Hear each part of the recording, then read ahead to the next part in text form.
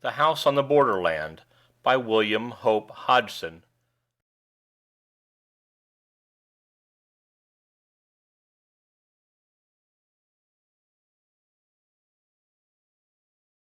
The Finding of the Manuscript. Right away in the west of Ireland lies a tiny hamlet called Crayton.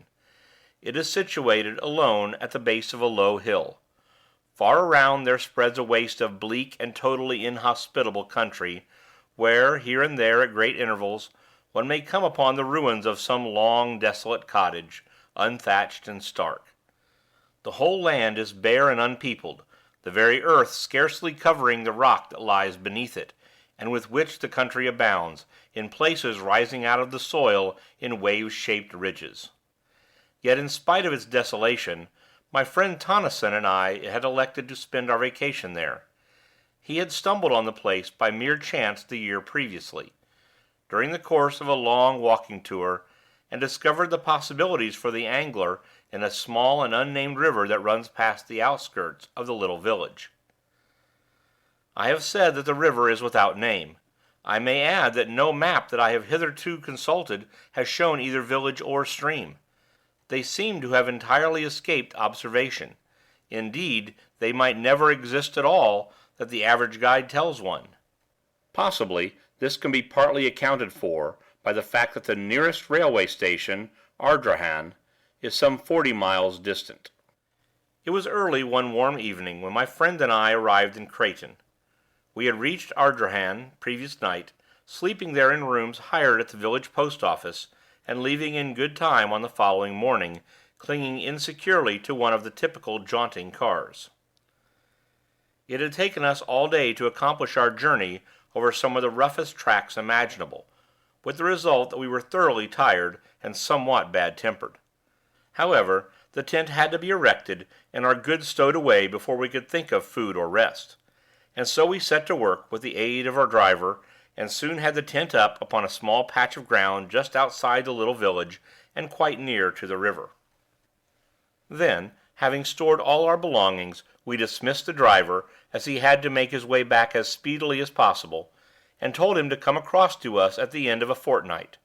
We had brought sufficient provisions to last us for that space of time, and water we could get from the stream. Fuel we did not need, as we had included a small oil stove among our outfit, and the weather was fine and warm. It was Tonneson's idea to camp out instead of getting lodgings in one of the cottages. As he put it, there was no joke in sleeping in a room with a numerous family of healthy Irish in one corner and the pigsty in the other, while overhead a ragged colony of roosting fowls distributed their blessings impartially, and the whole place so full of peat smoke that it made a fellow sneeze his head off just to put it inside the doorway. Tonneson had got the stove lit now, and was busy cutting slices of bacon into the frying-pan, so I took the kettle and walked down to the river for water. On the way I had to pass close to a little group of the village people, who eyed me curiously, but not in any unfriendly manner, though none of them ventured a word. As I returned with my kettle filled, I went up to them, and, after a friendly nod, to which they replied in like manner, I asked them casually about the fishing. But instead of answering, they just shook their heads silently and stared at me. I repeated the question, addressing more particularly a great gaunt fellow at my elbow, yet again I received no answer. Then the man turned to a comrade and said something rapidly in a language that I did not understand, and at once the whole crowd of them fell to jabbering in what, after a few moments, I guessed to be pure Irish. At the same time they cast many glances in my direction. For a minute, perhaps, they spoke amongst themselves thus. Then the man I had addressed faced round at me and said something. By the expression of his face I guessed that he, in turn, was questioning me, but now I had to shake my head, and indicate that I did not comprehend what it was they wanted to know, and so we stood looking at one another, until I heard Tonneson calling to me to hurry up with the kettle. Then, with a smile and a nod, I left them, and all in the little crowd smiled and nodded in return, though their faces still betrayed their puzzlement. It was evident, I reflected as I went towards the tent, that the inhabitants of these few huts in the wilderness did not know a word of English, and when I told Tonneson, He remarked that he was aware of the fact, and more, that it was not at all uncommon in that part of the country, where the people often lived and died in their isolated hamlets without ever coming in contact with the outside world. "I wish we had got the driver to interpret before us before he left," I remarked, as we sat down to our meal. "It seems so strange for the people of this place not even to know what we've come for." Tonneson grunted an assent, and thereafter was silent for a while. Later, after having satisfied our appetites somewhat, we began to talk, laying our plans for the morrow. Then, after a smoke, we closed the flap of the tent and prepared to turn in.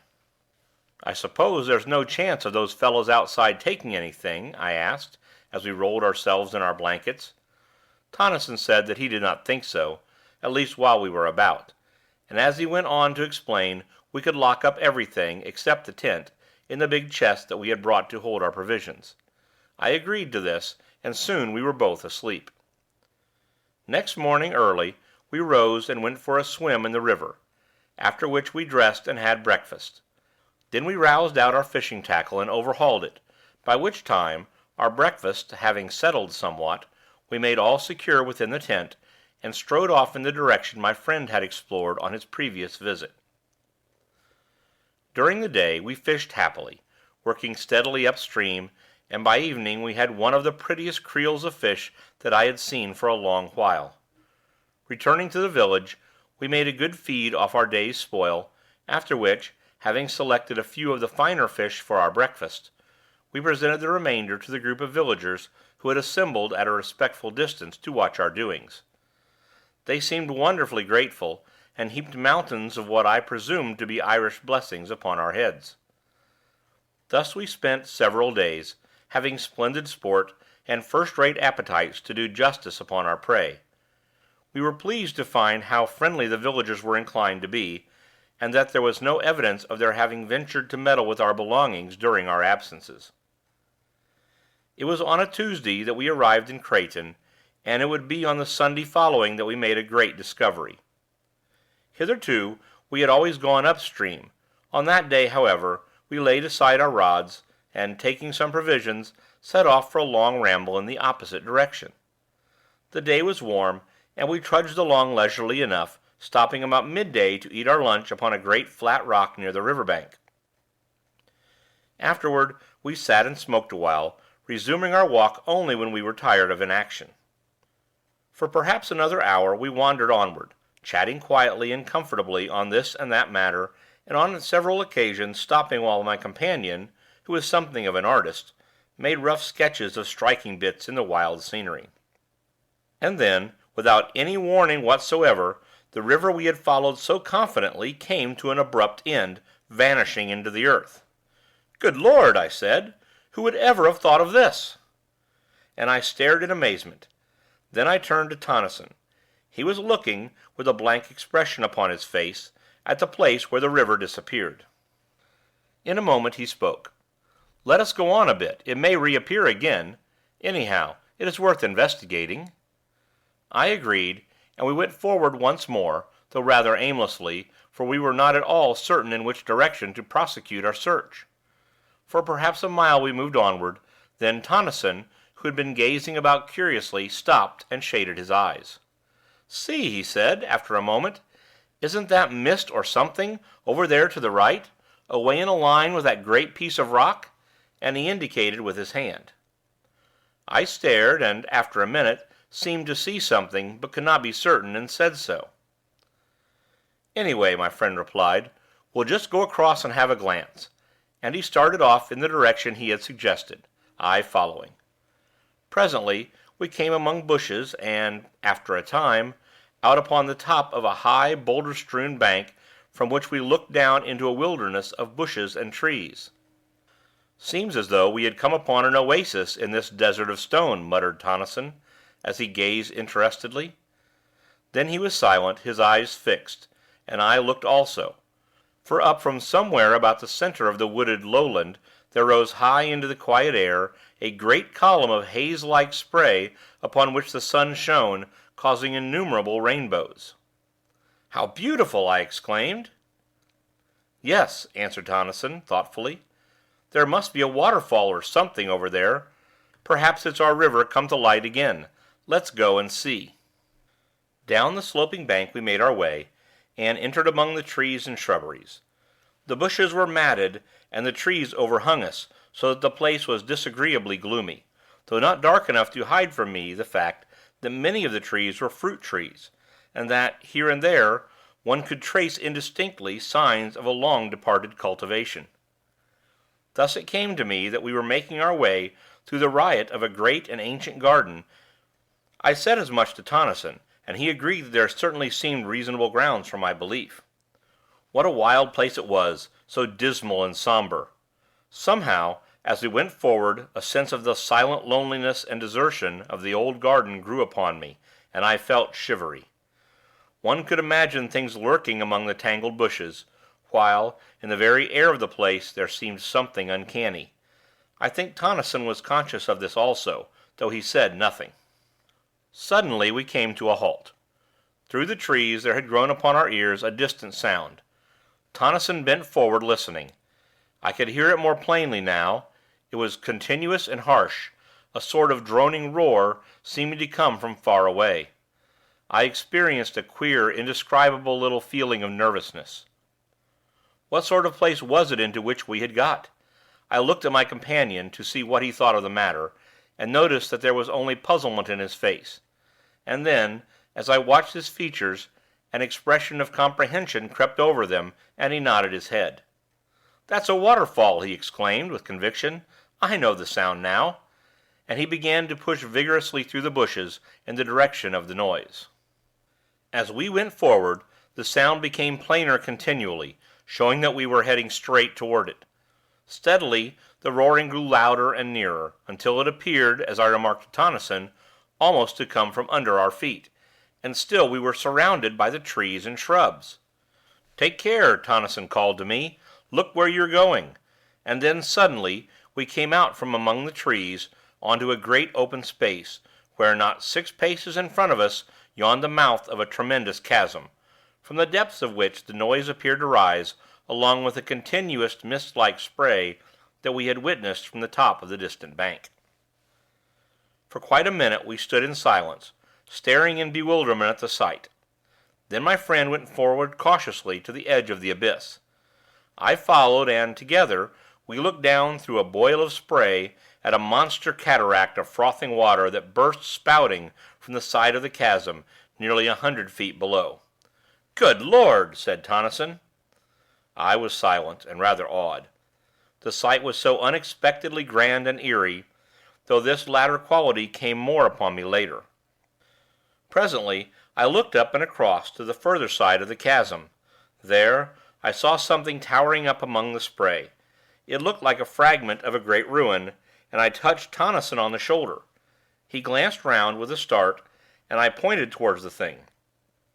His gaze followed my finger, and his eyes lighted up with a sudden flash of excitement as the object came within his field of view. "Come along!" he shouted above the uproar.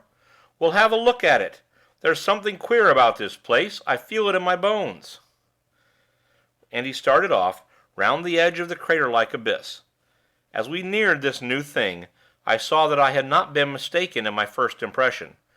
It was undoubtedly a portion of some ruined building, yet now I made out that it was not built upon the edge of the chasm itself, as I had first supposed, but perched almost at the extreme end of a huge spur of rock that jutted out some 50 or 60 feet over the abyss.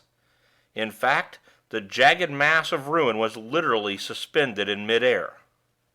Arriving opposite it, we walked out onto the projecting arm of rock, and I must confess to having felt an intolerable sense of terror as I looked down from that dizzy perch into the unknown depths below us, into the deeps from which there rose ever the thunder of the falling water and the shroud of rising spray. Reaching the ruin, we clambered round it cautiously, and on the further side came upon a mass of fallen stones and rubble. The ruin itself seemed to me, as I proceeded now to examine it minutely, to be a portion of the outer wall of some prodigious structure. It was so thick and substantially built, yet what was it doing in such a position I could by no means conjecture. Where was the rest of the house, or castle, or whatever there had been? I went back to the outer side of the wall, and thence to the edge of the chasm, leaving Tonneson rooting systematically among the heaps of stones and rubbish on the outer side. Then I commenced to examine the surface of the ground near the edge of the abyss, to see whether there were not left other remnants of the building to which the fragment of ruin evidently belonged. But though I scrutinized the earth with the greatest care, I could see no signs of anything to show that there had ever been a building erected on the spot, and I grew more puzzled than ever. Then I heard a cry from Tonneson. He was shouting my name excitedly, and without delay I hurried along the rocky promontory to the ruin. I wondered whether he had hurt himself, and then the thought came that perhaps he had found something. I reached the crumbled wall and climbed round. There I found Tonneson standing within a small excavation that he had made among the debris. He was brushing the dirt from something that looked like a book, much crumpled and dilapidated, and opening his mouth every second or two to bellow my name. As soon as he saw that I had come, he handed his prize to me, telling me to put it into my satchel so as to protect it from the damp, while he continued his explorations. This I did, first, however, running the pages through my fingers, and noting that they were closely filled with neat, old-fashioned writing which was quite legible, save in one portion where many of the pages were almost destroyed, being muddied and crumpled, as though the book had been doubled back at that part. This, I found out from Tonneson, was actually as he had discovered it, and the damage was due, probably, to the fall of masonry upon the opened part. Curiously enough, the book was fairly dry, which I attributed to its having been so securely buried among the ruins. Having put the volume away safely, I turned to and gave Tonneson a hand with his self-imposed task of excavating. Yet, though we put in over an hour's hard work, turning over the whole of the upheaped stones and rubbish, we came upon nothing more than some fragments of broken wood that might have been parts of a desk or table, and so we gave up searching, and went back along the rock once more to the safety of the land. The next thing we did was to make a complete tour of the tremendous chasm, which we were able to observe was in the form of an almost perfect circle, save for where the ruin-crowned spur of rock jutted out, spoiling its symmetry. The abyss was, as Tonneson put it, like nothing so much as a gigantic well or pit going sheer down into the bowels of the earth. For some time longer we continued to stare about us, and then, noticing that there was a clear space away to the north of the chasm, we bent our steps in that direction. Here, distant from the mouth of the mighty pit by some hundreds of yards, we came upon a great lake of silent water, silent, that is, save in one place where there was a continuous bubbling and gurgling. Now, being away from the noise of the spouting cataract, we were able to hear one another speak without having to shout at the tops of our voices, and I asked Tonneson what he thought of the place. I told him that I didn't like it, and the sooner we were out of it the better I should be pleased. He nodded in reply, and glanced at the woods behind furtively. I asked him if he had seen or heard anything. He made no answer, but stood silent as though listening, and I kept quiet also. Suddenly he spoke. "Hark!" he said sharply. I looked at him, and then away among the trees and bushes, holding my breath involuntarily. A minute came and went in strained silence, yet I could hear nothing, and I turned to Tonneson to say as much, and then, even as I opened my lips to speak, there came a strange wailing noise out of the wood on our left. It appeared to float through the trees, and there was a rustle of stirring leaves, and then silence. All at once Tonneson spoke, and put his hand on my shoulder. "Let us get out of here," he said, and began to move slowly toward where the surrounding trees and bushes seemed thinnest. As I followed him, it came to me suddenly that the sun was low, and that there was a raw sense of chilliness in the air. Tonneson said nothing further, but kept on steadily. We were among the trees now, and I glanced around nervously, but saw nothing, save the quiet branches and trunks and the tangled bushes. Onward we went, and no sound broke the silence, except the occasional snapping of a twig under our feet as we moved forward. Yet, in spite of the quietness, I had a horrible feeling that we were not alone, and I kept so close to Tonneson that twice I kicked his heels clumsily, though he said nothing. A minute, and then another, and we reached the confines of the woods, coming out at last upon the bare rockiness of the countryside. Only then was I able to shake off the haunting dread that had followed me among the trees. Once, as we moved away, there seemed to come again a distant sound of wailing, and I said to myself that it was the wind, yet the evening was breathless. Presently Tonneson began to talk. "Look you," he said with decision, "I would not spend the night in that place for all the wealth the world holds. There is something unholy, diabolical about it. It came to me all in a moment just after you spoke. It seemed to me that the woods were full of vile things, you know." "Yes," I answered, and looked back towards the place, but it was hidden from us by a rise in the ground. "There's the book," I said, and I put my hand into the satchel. "You've got it safely?" he questioned, with a sudden access of anxiety. "Yes," I replied. "Perhaps," he continued, "we shall learn something from it when we get back to the tent. We had better hurry, too. We're a long way off still, and I don't fancy now being caught out here in the dark." It was 2 hours later when we reached the tent, and without delay we set to work to prepare a meal, for we had eaten nothing since our lunch at midday. Supper over, we cleared the things out of the way and lit our pipes. Then Tonneson asked me to get the manuscript out of my satchel.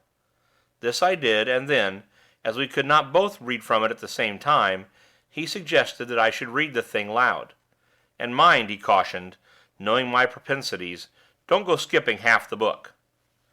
Yet, had he but known what it contained, he would have realized how needless such advice was, for once at least. And there, seated in the opening of our little tent, I began the strange tale of the house on the Borderland, for such was the title of the manuscript. This is told in the following pages.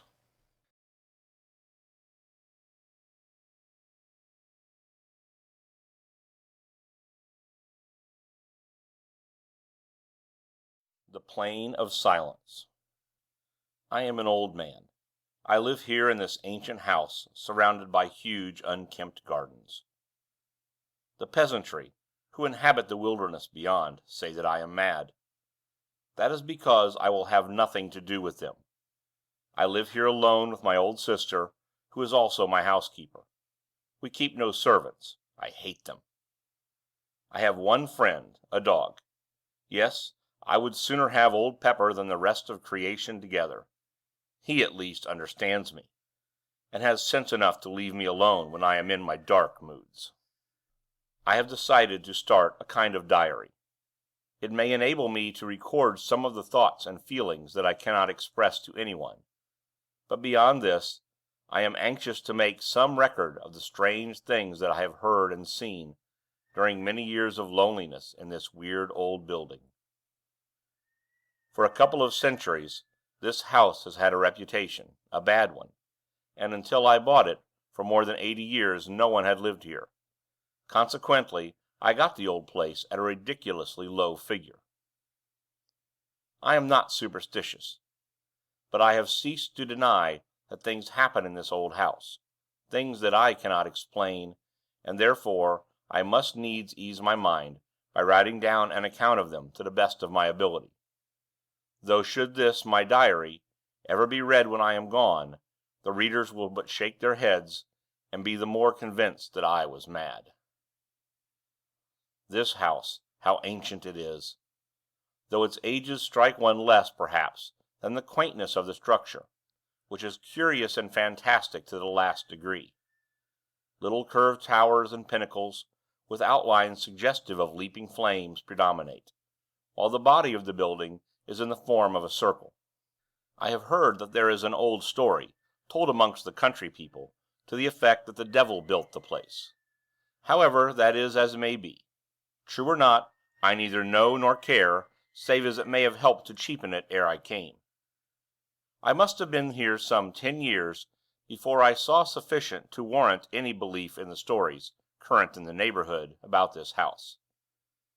It is true that I had, on at least a dozen occasions, seen, vaguely, things that puzzled me, and perhaps had felt more than I had seen. Then, as the years passed, bringing age upon me, I became often aware of something unseen, yet unmistakably present, in the empty rooms and corridors. Still, it was, as I have said, many years before I saw any real manifestations of the so-called supernatural. It was not Halloween. If I were telling a story for amusement's sake, I should probably place it on that night of nights, but this is a true record of my own experiences, and I would not put pen to paper to amuse anyone. No. It was after midnight on the morning of the 21st day of January. I was sitting reading, as is often my custom, in my study. Pepper lay sleeping near my chair. Without warning, the flames of the 2 candles went low, and then shone with a ghastly green effulgence. I looked up quickly, and as I did so I saw the light sink into a dull ruddy tint, so that the rooms glowed with a strange heavy crimson twilight that gave the shadows behind the chairs and tables a double depth of blackness. And wherever the light struck, it was as though luminous blood had been splashed over the room. Down on the floor I heard a faint, frightened whimper, and something pressed itself in between my 2 feet. It was Pepper, cowering under my dressing gown. Pepper, usually as brave as a lion. It was this movement of the dog's, I think, that gave me the first twinge of real fear. I had been considerably startled when the lights burnt first green and then red, but had been momentarily under the impression that the change was due to some influx of noxious gas into the room.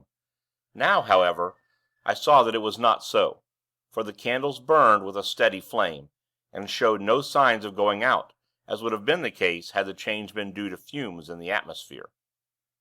I did not move. I felt distinctly frightened, but could think of nothing better to do than wait. For perhaps a minute I kept my glance about the room nervously. Then I noticed that the lights had commenced to sink very slowly, until presently they showed minute specks of red fire, like the gleamings of rubies in the darkness. Still I sat watching, while a sort of dreamy indifference seemed to steal over me, banishing altogether the fear that had begun to grip me. Away in the far end of the old-fashioned room I became conscious of a faint glow. Steadily it grew, filling the room with gleams of quivering green light. Then they sank quickly and changed, even as the candle flames had done, into a deep, somber crimson that strengthened and lit up the room with a flood of awful glory. The light came from the end wall, and grew ever brighter until its intolerable glare caused my eyes acute pain, and involuntarily I closed them. It may have been a few seconds before I was able to open them. The first thing I noticed was that the light had decreased greatly, so that it no longer tried my eyes. Then, as it grew still duller, I was aware, all at once, that, instead of looking at the redness, I was staring through it, and through the wall beyond. Gradually, as I became more accustomed to the idea, I realized that I was looking out onto a vast plain, lit with the same gloomy twilight that pervaded the room. The immensity of this plain scarcely can be conceived. In no part could I perceive its confines. It seemed to broaden and spread out, so that the eye failed to perceive any limitations. Slowly the details of the nearer portions began to grow clear. Then, in a moment almost, the light died away, and the vision, if vision it were, faded and was gone. Suddenly I became conscious that I was no longer in the chair. Instead, I seemed to be hovering above it, and looking down at a dim something huddled and silent. In a little while a cold blast struck me, and I was outside in the night, floating, like a bubble, up through the darkness. As I moved, an icy coldness seemed to enfold me, so that I shivered. After a time, I looked to right and left, and saw the intolerable blackness of the night, pierced by remote gleams of fire. Onward, outward I drove. Once I glanced behind and saw the earth, a small crescent of blue light, receding away to my left. Further off, the sun, a splash of white flame, burned vividly against the dark. An indefinite period passed. Then, for the last time, I saw the earth, an enduring globule of radiant blue, swimming in an eternity of ether. And there I, a fragile flake of soul dust, flickered silently across the void from the distant blue into the expanse of the unknown. A great while seemed to pass over me, and now I could nowhere see anything. I had passed beyond the fixed stars, and plunged into the huge blackness that waits beyond. All this time I had experienced little save a sense of lightness and cold discomfort. Now, however, the atrocious darkness seemed to creep into my soul, and I became filled with fear and despair. What was going to become of me? Where was I going? Even as the thoughts were formed, there grew against the impalpable blackness that wrapped me a faint tinge of blood. It seemed extraordinarily remote and mist-like, yet at once the feeling of oppression was lightened, and I no longer despaired. Slowly the distant redness became plainer and larger, until, as I drew nearer, it spread out into a great somber glare, dull and tremendous. Still I fled onward, and presently I had come so close that it seemed to stretch beneath me, like a great ocean of somber red. I could see little, save that it appeared to spread out interminably in all directions. In a further space I found that I was descending upon it, and soon I sank into a great sea of sullen, red-hued clouds. Slowly I emerged from these, and there, below me, I saw the stupendous plain that I had seen from my room in this house that stands upon the borders of the silences. Presently I landed and stood, surrounded by a great waste of loneliness. The place was lit with a gloomy twilight that gave an impression of indescribable desolation. Afar to my right, within the sky, there burnt a gigantic ring of dull red fire, from the outer edge of which were projected huge writhing flames, darted and jagged. The interior of this ring was black as the gloom of the outer night. I comprehended at once that it was from this extraordinary sun that the place derived its doleful light. From that strange source of light I glanced down again to my surroundings. Everywhere I looked I saw nothing but the same flat weariness of interminable plain. Nowhere could I descry any signs of life, not even the ruins of some ancient habitation. Gradually I found that I was being borne forward, floating across the flat waste. For what seemed an eternity I moved onward. I was unaware of any great sense of impatience, though some curiosity and a vast wonder were with me continually. Always I saw around me the breadth of that enormous plain, and always I searched for some new thing to break its monotony, but there was no change, only loneliness, silence, and desert. Presently, in a half-conscious manner, I noticed that there was a faint mistiness, ruddy in hue, lying over its surface. Still, when I looked more intently, I was unable to say that it was really mist, for it appeared to blend with the plain, giving it a peculiar unrealness, and conveying to the senses the idea of unsubstantiality. Gradually I began to weary with the sameness of the thing, yet it was a great time before I perceived any signs of the place towards which I was being conveyed. At first I saw it far ahead, like a long hillock on the surface of the plain. Then, as I drew nearer, I perceived that I had been mistaken, for instead of a low hill, I made out now a chain of great mountains, whose distant peaks towered up into the red gloom until they were almost lost to sight.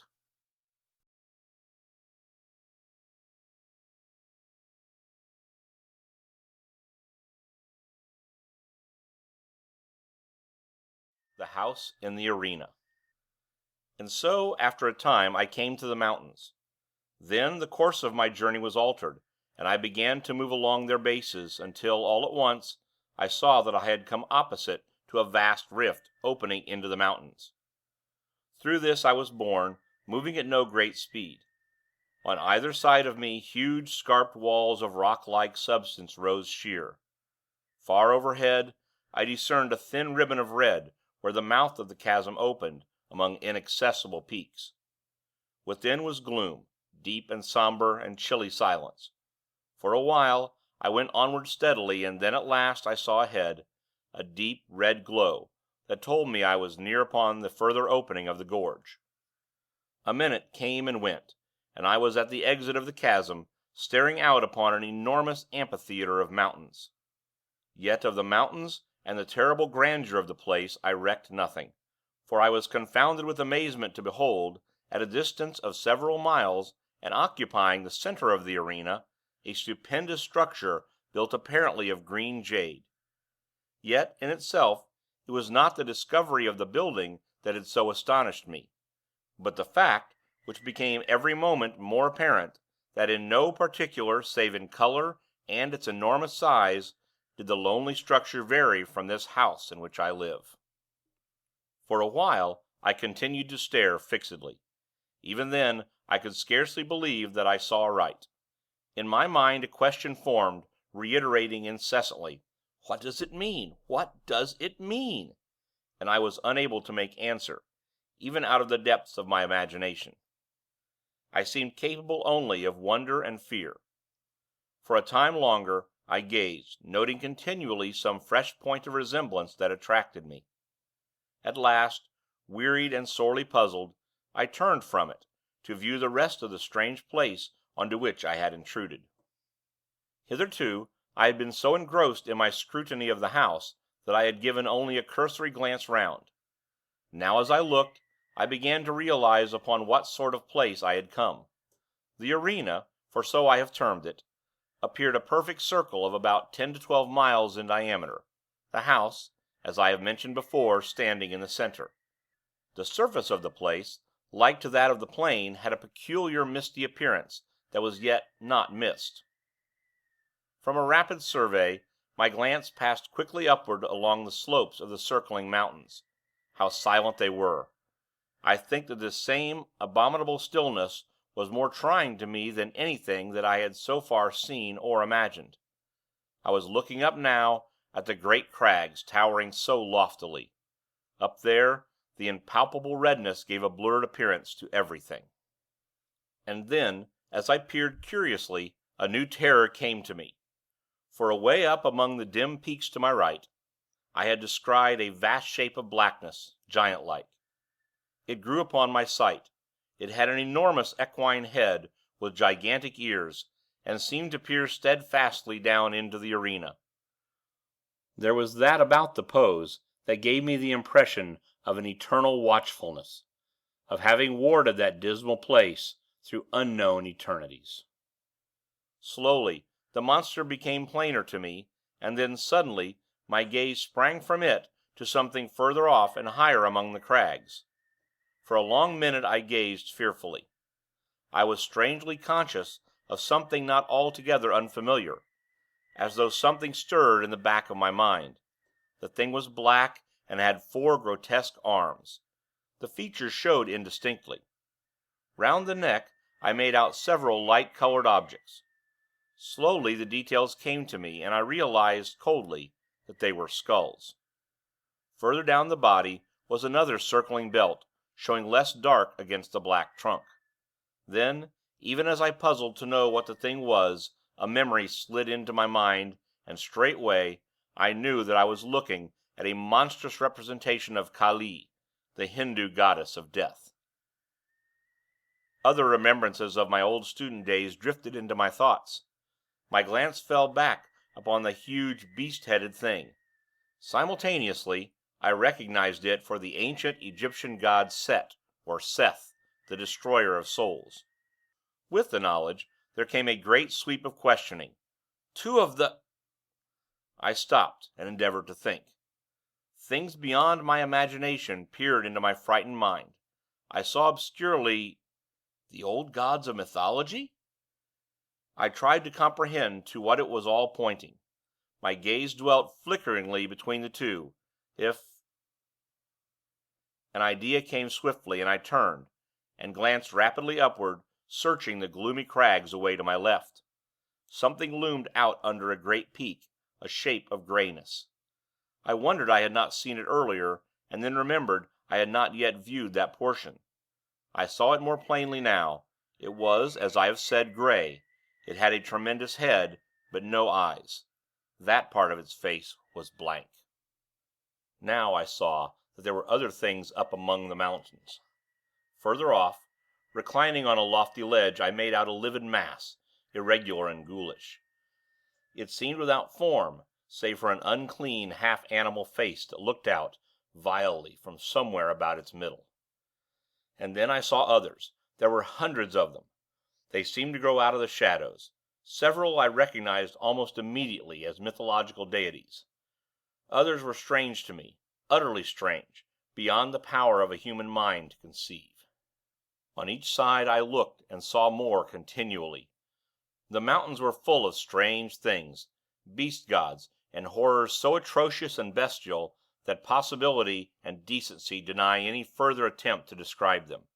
And I was filled with a terrible sense of overwhelming horror and fear and repugnance, yet in spite of these, I wondered exceedingly.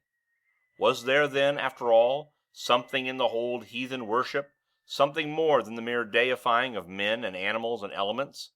The thought gripped me. Was there? Later a question repeated itself. What were they, those beast gods and the others? At first they had appeared to me just sculptured monsters placed indiscriminately among the inaccessible peaks and precipices of the surrounding mountains. Now, as I scrutinized them with greater intentness, my mind began to reach out to fresh conclusions. There was something about them, an indescribable sort of silent vitality that suggested, to my broadening consciousness, a state of life in death. A something that was by no means life as we understand it, but rather an inhuman form of existence that well might be likened to a deathless trance, a condition in which it was possible to imagine their continuing eternally. Immortal. The word rose in my thoughts unbidden, and straightway I grew to wondering whether this might be the immortality of the gods. And then, in the midst of my wondering and musing, something happened. Until then, I had been staying just within the shadow of the exit of the great rift.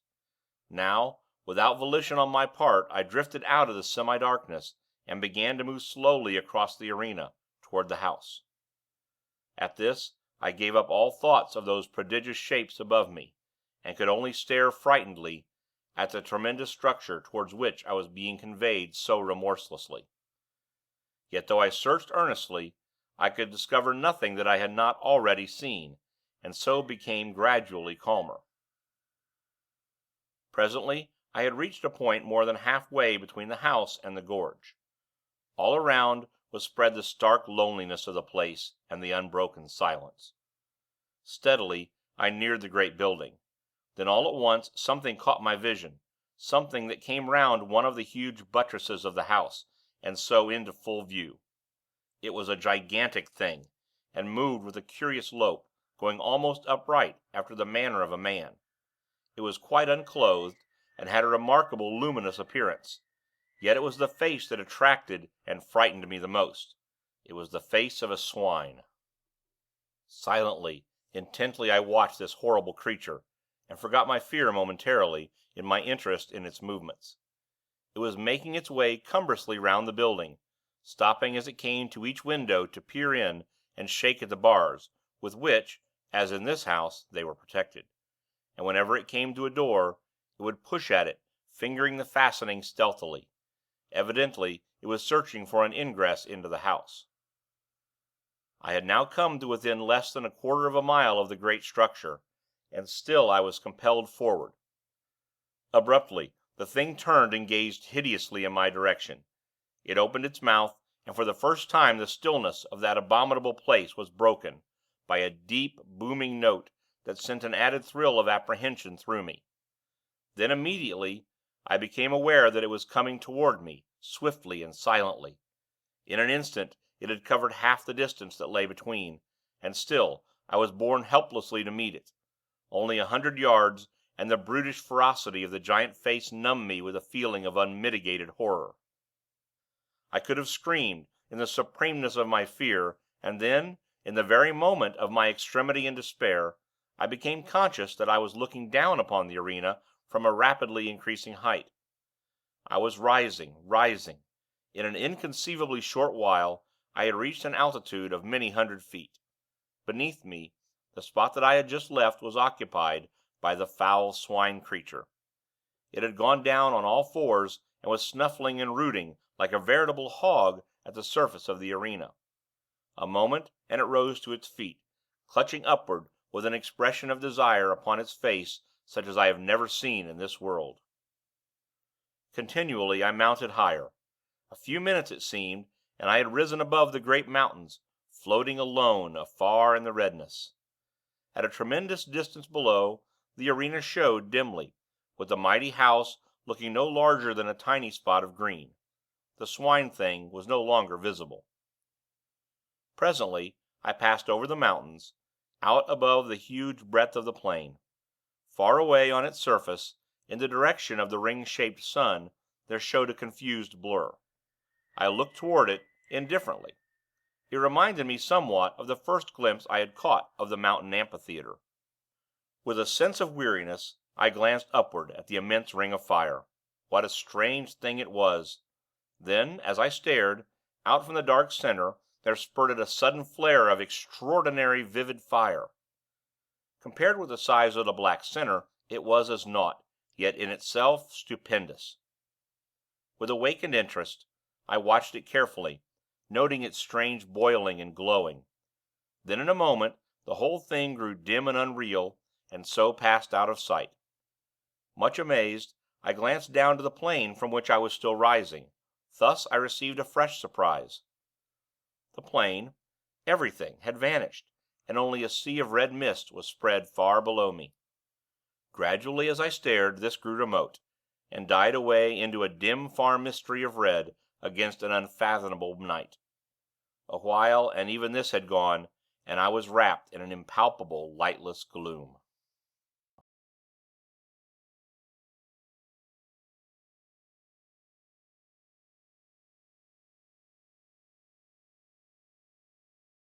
The earth.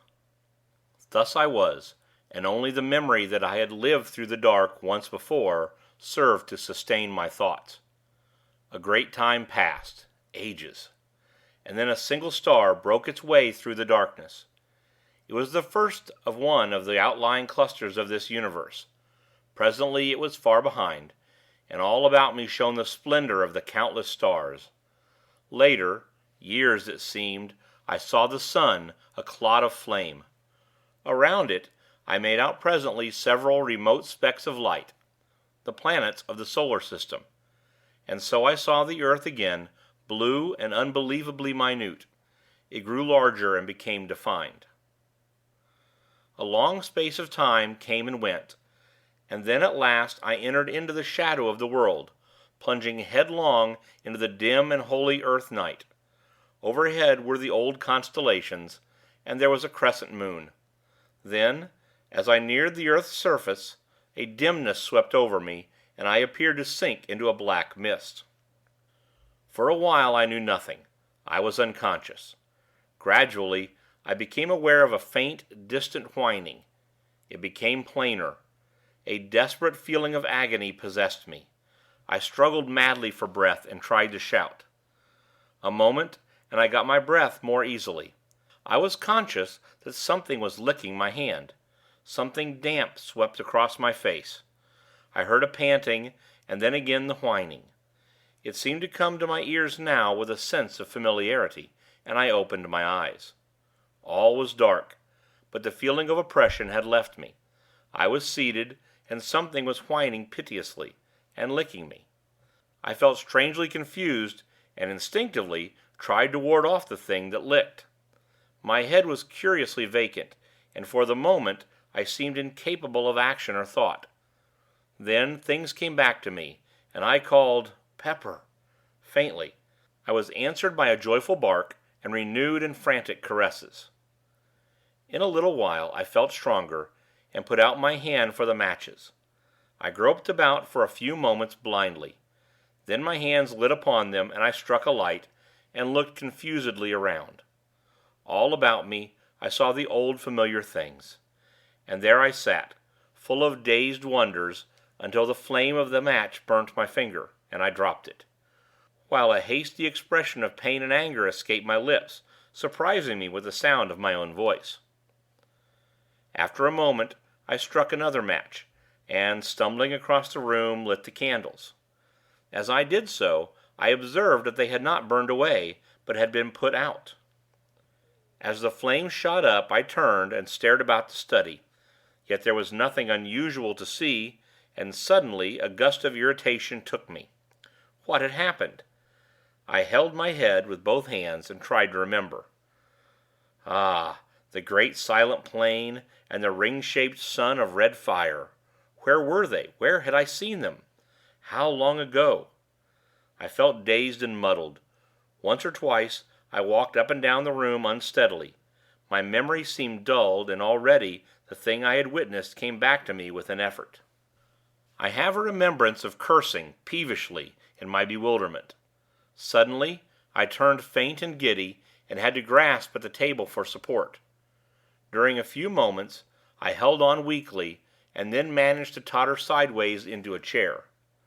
After a little time, I felt somewhat better, and succeeded in reaching the cupboard where, usually, I keep brandy and biscuits. I poured myself out a little of the stimulant, and drank it off. Then, taking a handful of biscuits, I returned to my chair and began to devour them ravenously. I was vaguely surprised at my hunger. I felt as though I had eaten nothing for an uncountably long while. As I ate, my glance roved about the room, taking in its various details, and still searching, though almost unconsciously, for something tangible on which to take hold amongst the invisible mysteries that encompassed me. Surely, I thought, there must be something. And, in the same instant, my gaze dwelt upon the face of the clock in the opposite corner. Therewith I stopped eating and just stared. For though its ticking indicated most certainly that it was still going, the hands were pointing to a little before the hour of midnight, whereas it was, as well I knew, considerably after that time when I had witnessed the first of the strange happenings I have just described. For perhaps a moment I was astounded and puzzled. Had the hour been the same as when I had last seen the clock, I should have concluded that the hands had stuck in one place, while the internal mechanism went on as usual, but that would in no way account for the hands having traveled backward. Then, even as I turned the matter over in my wearied brain, the thought flashed upon me that it was now close upon the morning of the 22nd, and that I had been unconscious to the visible world through the greater portion of the last 24 hours. The thought occupied my attention for a full minute. Then I commenced to eat again. I was still very hungry. During breakfast next morning, I inquired casually of my sister regarding the date, and found my surmise correct.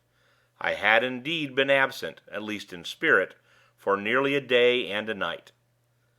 My sister asked me no questions, for it is not by any means the first time that I have kept to my study for a whole day, and sometimes a couple of days at a time, when I have been particularly engrossed in my books or work. And so the days pass on, and I am still filled with a wonder to know the meaning of all that I saw on that memorable night. Yet well I know that my curiosity is little likely to be satisfied.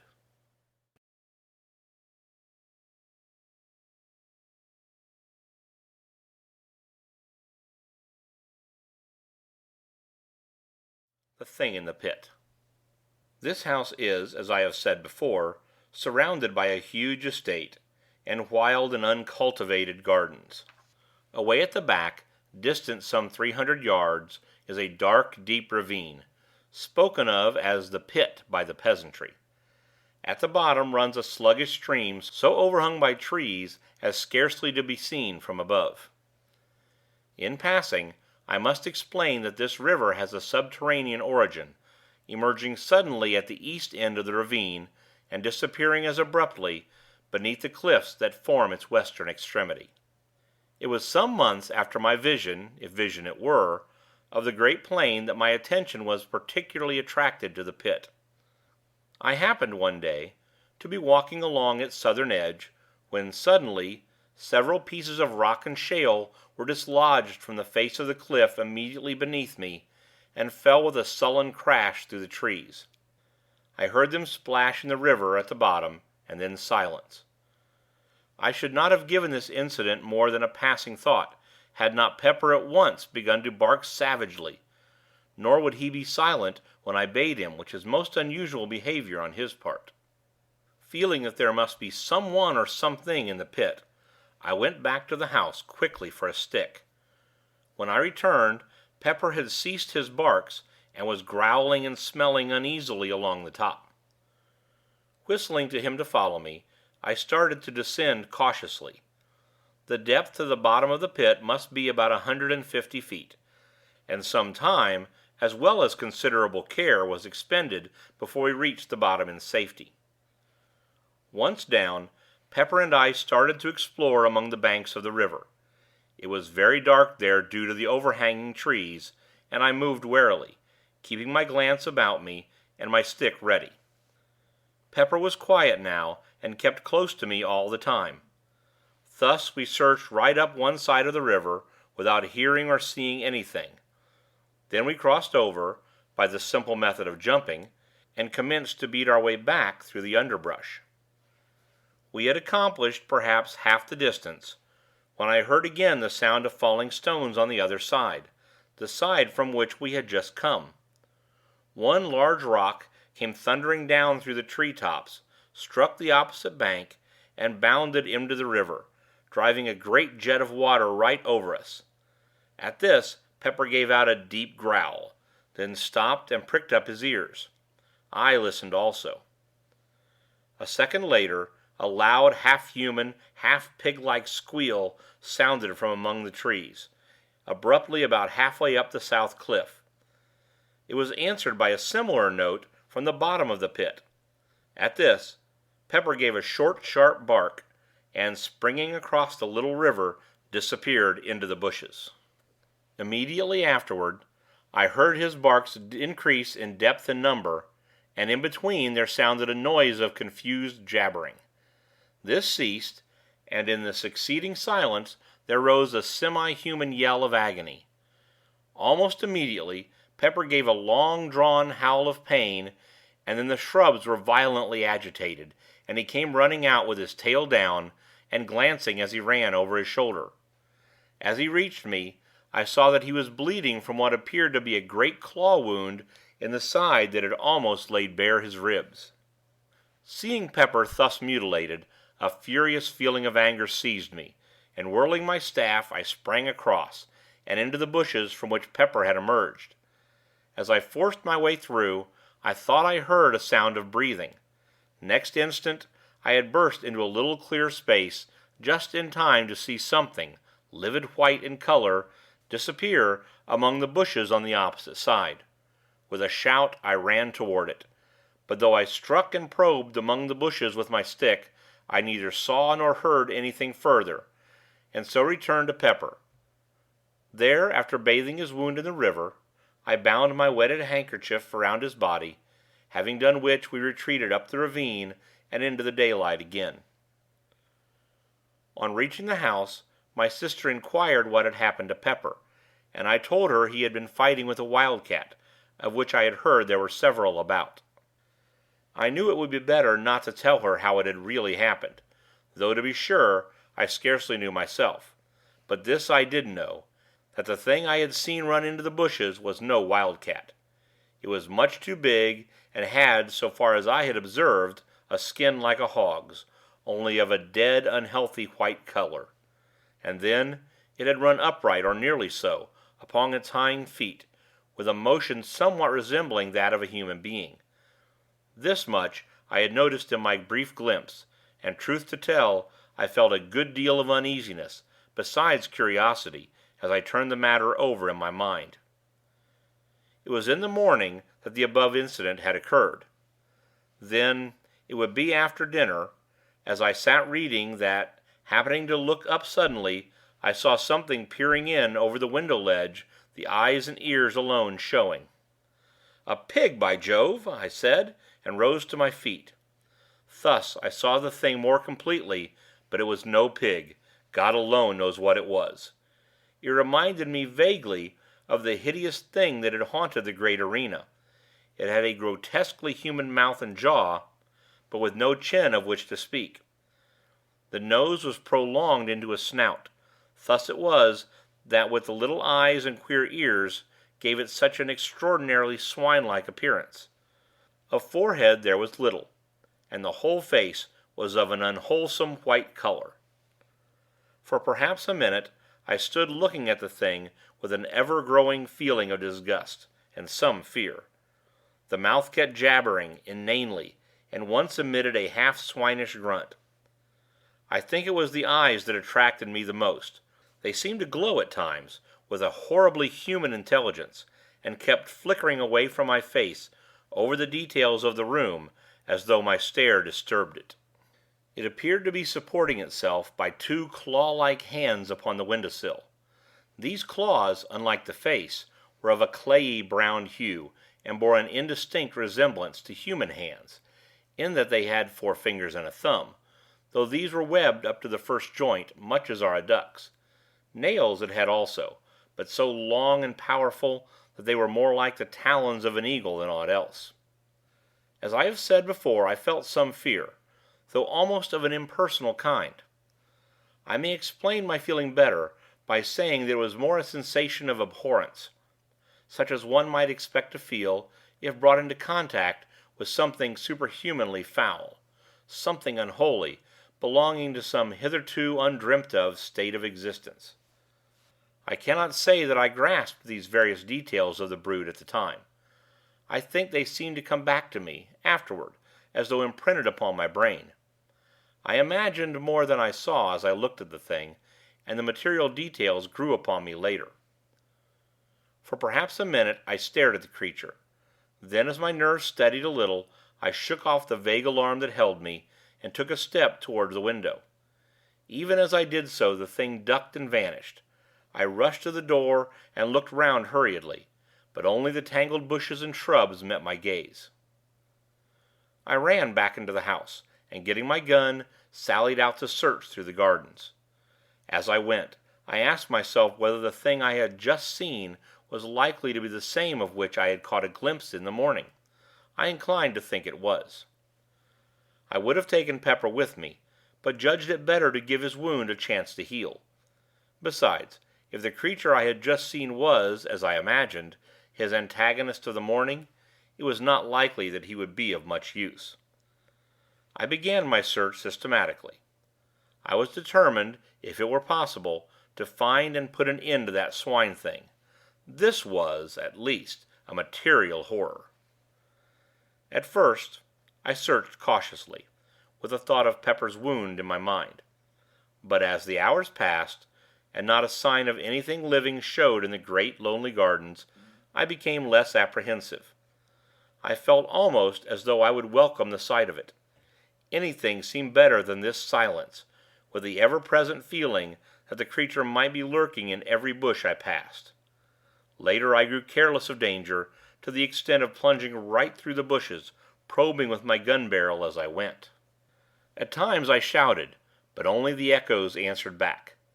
I thought thus perhaps to frighten or stir the creature to showing itself, but only succeeded in bringing my sister Mary out, to know what was the matter.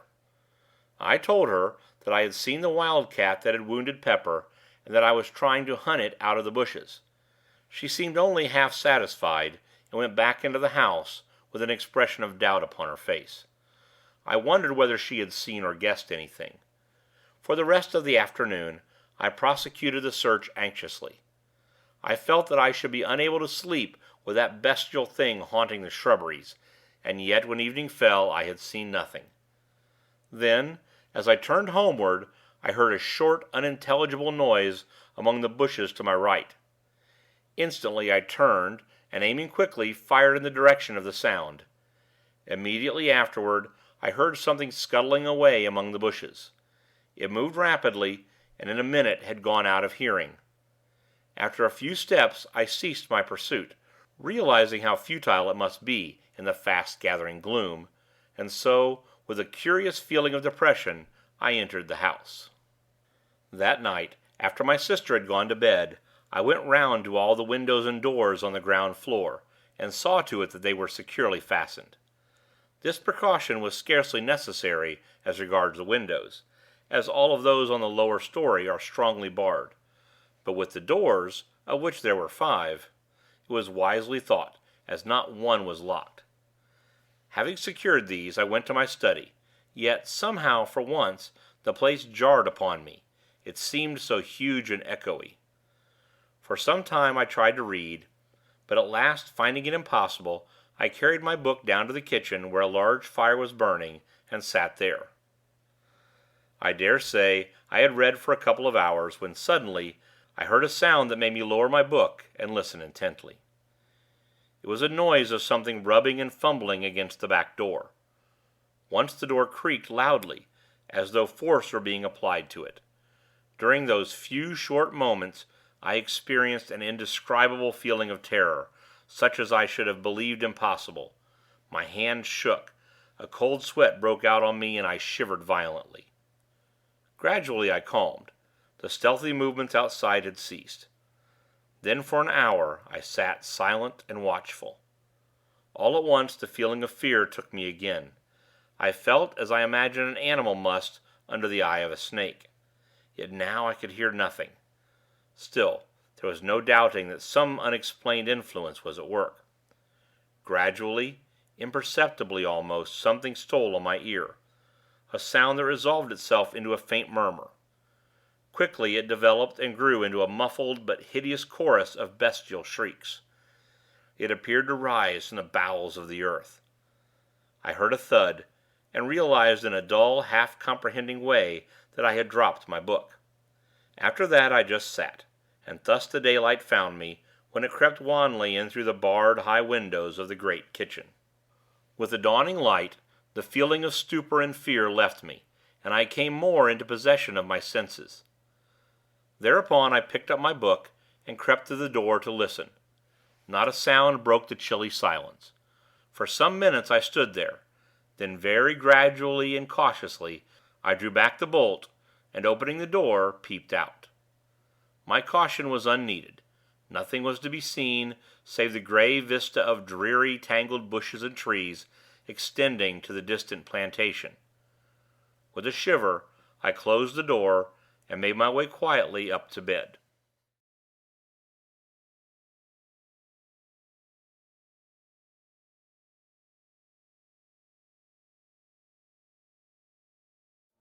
The Swine-Things. It was evening, a week later. My sister sat in the garden knitting. I was walking up and down reading. My gun leant up against the wall of the house, for since the advent of that strange thing in the gardens, I had deemed it wise to take precautions. Yet through the whole week there had been nothing to alarm me, either by sight or sound, so that I was able to look back calmly to the incident, though still with a sense of unmitigated wonder and curiosity. I was, as I have just said, walking up and down, and somewhat engrossed in my book. Suddenly I heard a crash, away in the direction of the pit. With a quick movement, I turned and saw a tremendous column of dust rising high in the evening air. My sister had risen to her feet, with a sharp exclamation of surprise and fright. Telling her to stay where she was, I snatched up my gun and ran toward the pit. As I neared it, I heard a dull rumbling sound that grew quickly into a roar, split with deeper crashes, and up from the pit drove a fresh volume of dust. The noise ceased, though the dust still rose tumultuously. I reached the edge and looked down, but could see nothing save a boil of dust clouds swirling hither and thither. The air was so full of the small particles that they blinded and choked me, and finally I had to run out from the smother to breathe. Gradually the suspended matter sank, and hung in a panoply over the mouth of the pit. I could only guess at what had happened. That there had been a landslip of some kind I had little doubt, but the cause was beyond my knowledge, and yet, even then, I had half imaginings, for already the thought had come to me of those falling rocks and that thing in the bottom of the pit. But in the first minutes of confusion, I failed to reach the natural conclusion to which the catastrophe pointed. Slowly the dust subsided, until presently I was able to approach the edge and look down. For a while I peered impotently, trying to see through the reek.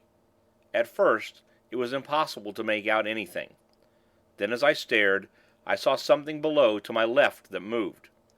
I looked intently toward it, and presently made out another, and then another, 3 dim shapes that appeared to be climbing up the side of the pit. I could see them only indistinctly. Even as I stared and wondered, I heard a rattle of stones somewhere to my right. I glanced across, but could see nothing.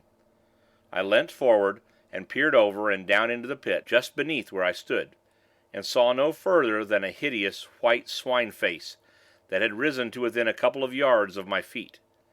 Below it I could make out several others. As the thing saw me, it gave a sudden uncouth squeal, which was answered from all parts of the pit. At that, a gust of horror and fear shook me, and bending down, I discharged my gun right into its face. Straightway the creature disappeared, with a clatter of loose earth and stones. There was a momentary silence, to which probably I owe my life, for during it I heard a quick patter of many feet, and turning sharply saw a troop of the creatures coming towards me at a run. Instantly I raised my gun and fired at the foremost, who plunged headlong with a hideous howling. Then I turned to run. More than half-way from the house to the pit, I saw my sister. She was coming toward me. I could not see her face distinctly, as the dusk had fallen, but there was fear in her voice as she called to know why I was shooting. "Run!" I shouted in reply. "Run for your life!" Without more ado, she turned and fled, picking up her skirts with both hands. As I followed, I gave a glance behind. The brutes were running on their hind legs, at times dropping on all fours. I think it must have been the terror in my voice that spurred Mary to run so, for I feel convinced that she had not, as yet, seen those hell creatures that pursued. On we went, my sister leading.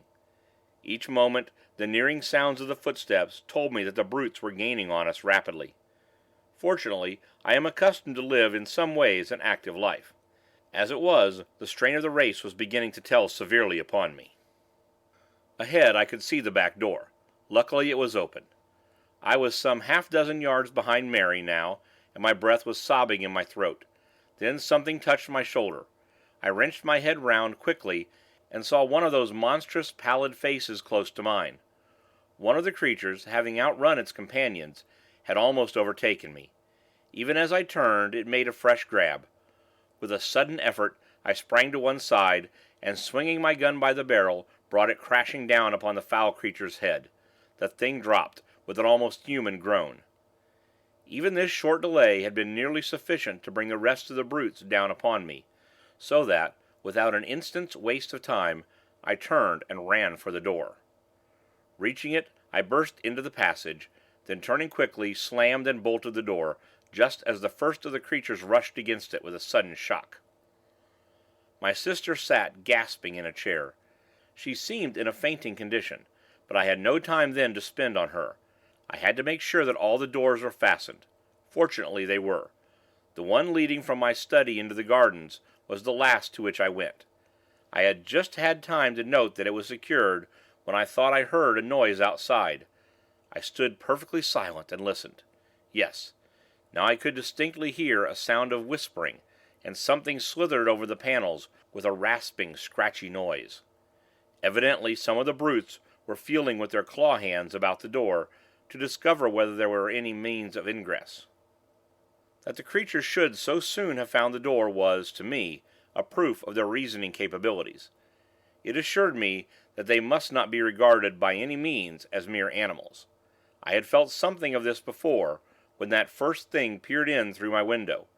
Then I had applied the term superhuman to it, with an almost instinctive knowledge that the creature was something different from the brute beast. Something beyond human, yet in no good sense, but rather as something foul and hostile to the great and good in humanity. In a word, as something intelligent and yet inhuman. The very thought of the creatures filled me with revulsion. Now I bethought me of my sister, and going to the cupboard, I got out a flask of brandy and a wine-glass. Taking these, I went down to the kitchen, carrying a lighted candle with me. She was not sitting in the chair, but had fallen out, and was lying upon the floor, face downward. Very gently I turned her over, and raised her head somewhat. Then I poured a little of the brandy between her lips. After a while she shivered slightly. A little later she gave several gasps, and opened her eyes. In a dreamy, unrealizing way she looked at me. Then her eyes closed slowly, and I gave her a little more of the brandy. For perhaps a minute longer she lay silent, breathing quickly.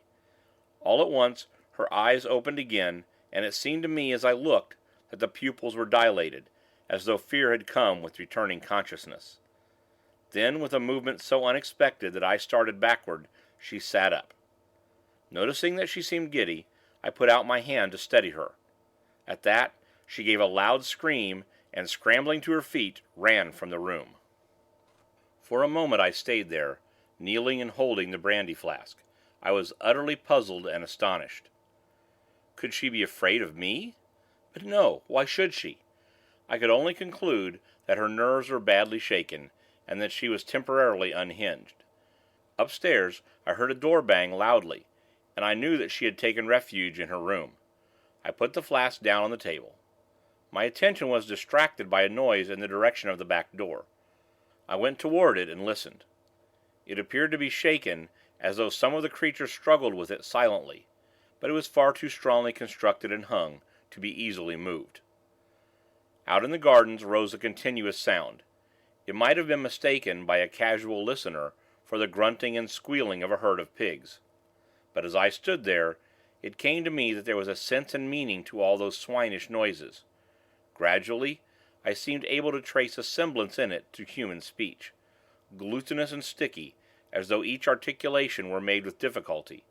Yet nevertheless, I was becoming convinced that it was no mere medley of sounds, but a rapid interchange of ideas. By this time, it had grown quite dark in the passages, and from these there came all the varied cries and groans of which an old house is so full after nightfall. It is, no doubt, because things are then quieter, and one has more leisure to hear. Also, there may be something in the theory that the sudden change of temperature at sundown affects the structure of the house somewhat, causing it to contract and settle, as it were, for the night. However, this is as may be, but on that night in particular I would gladly have been quit of so many eerie noises. It seemed to me that each crack and creak was the coming of one of those things along the dark corridors, though I knew in my heart that this could not be, for I had seen myself that all the doors were secure. Gradually, however, these sounds grew on my nerves to such an extent that, were it only to punish my cowardice, I felt I must make the round of my basement again, and, if anything were there, face it. And then I would go up to my study, for I knew sleep was out of the question, with the house surrounded by creatures, half beasts, half something else, and entirely unholy. Taking the kitchen lamp down from its hook, I made my way from cellar to cellar, and room to room, through pantry and coal-hole, along passages, and into the 101 little blind alleys and hidden nooks that formed the basement of the old house. Then, when I knew I had been in every corner and cranny large enough to conceal aught of any size, I made my way to the stairs. With my foot on the first step, I paused. It seemed to me I heard a movement, apparently from the buttery, which is to the left of the staircase. It had been one of the first places I searched, and yet I felt certain my ears had not deceived me. My nerves were strung now, and with hardly any hesitation I stepped up to the door, holding the lamp above my head. In a glance I saw that the place was empty, save for the heavy stone slabs, supported by brick pillars, and I was about to leave it, convinced that I had been mistaken, when in turning my light was flashed back from two bright spots outside the window and high up. For a few moments I stood there staring, then they moved, revolving slowly and throwing out alternate scintillations of green and red, at least so it appeared to me. I knew then that they were eyes. Slowly I traced the shadowy outline of one of the things. It appeared to be holding on to the bars of the window, and its attitude suggested climbing. I went nearer to the window and held the light higher. There was no need to be afraid of the creature. The bars were strong, and there was little danger of its being able to move them. And then, suddenly, in spite of the knowledge that the brute could not reach to harm me, I had a return of the horrible sensation of fear that had assailed me on that night a week previously. It was the same feeling of helpless, shuddering fright. I realized dimly that the creature's eyes were looking into mine with a steady, compelling stare. I tried to turn away, but could not. I seemed, now, to see this window through a mist. Then, I thought other eyes came and peered, and yet others, until a whole galaxy of malignant staring orbs seemed to hold me in thrall. My head began to swim and throb violently.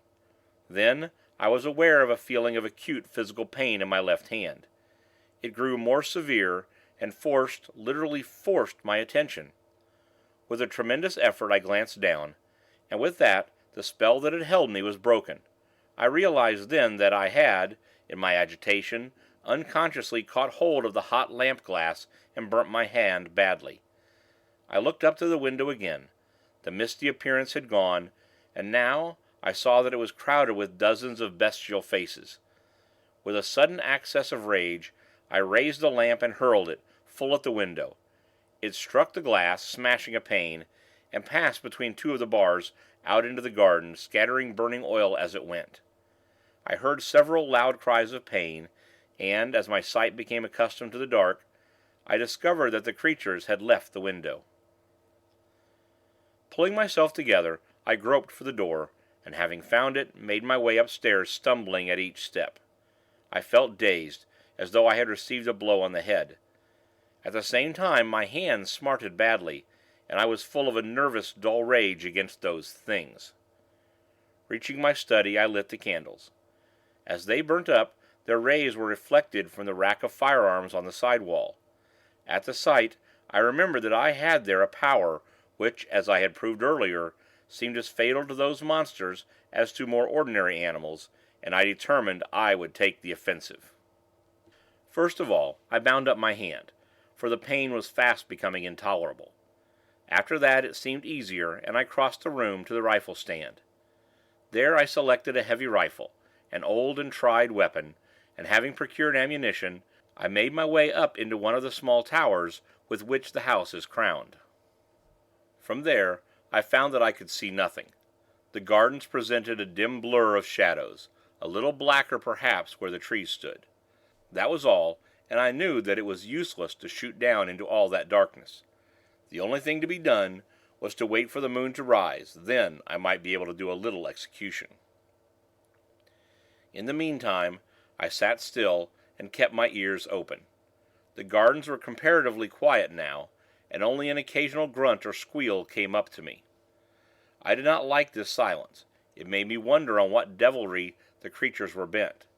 Twice I left the tower and took a walk through the house, but everything was silent. Once I heard a noise from the direction of the pit, as though more earth had fallen.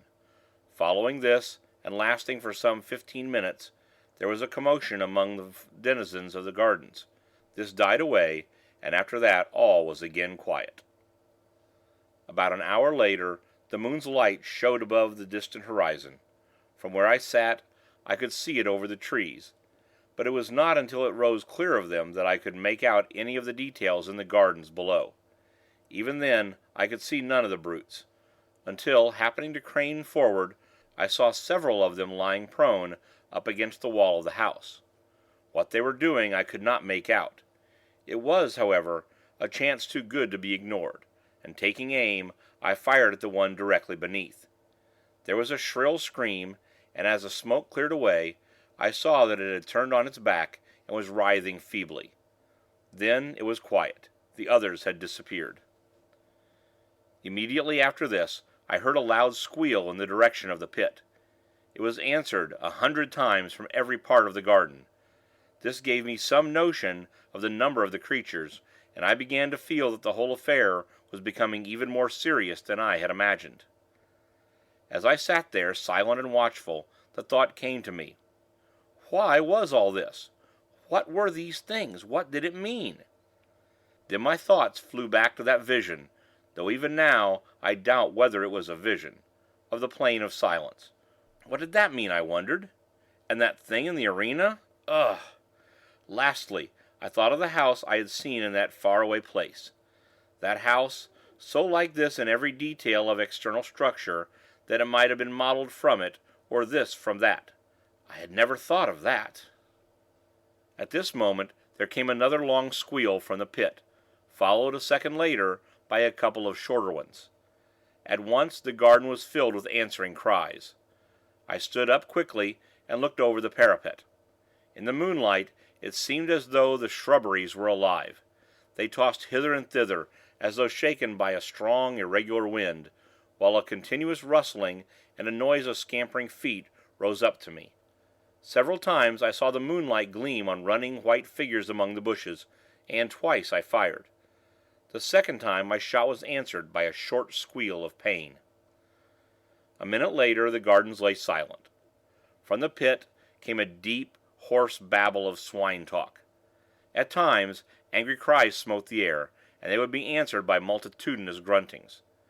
It occurred to me that they were holding some kind of a council, perhaps to discuss the problem of entering the house. Also, I thought that they seemed much enraged, probably by my successful shots.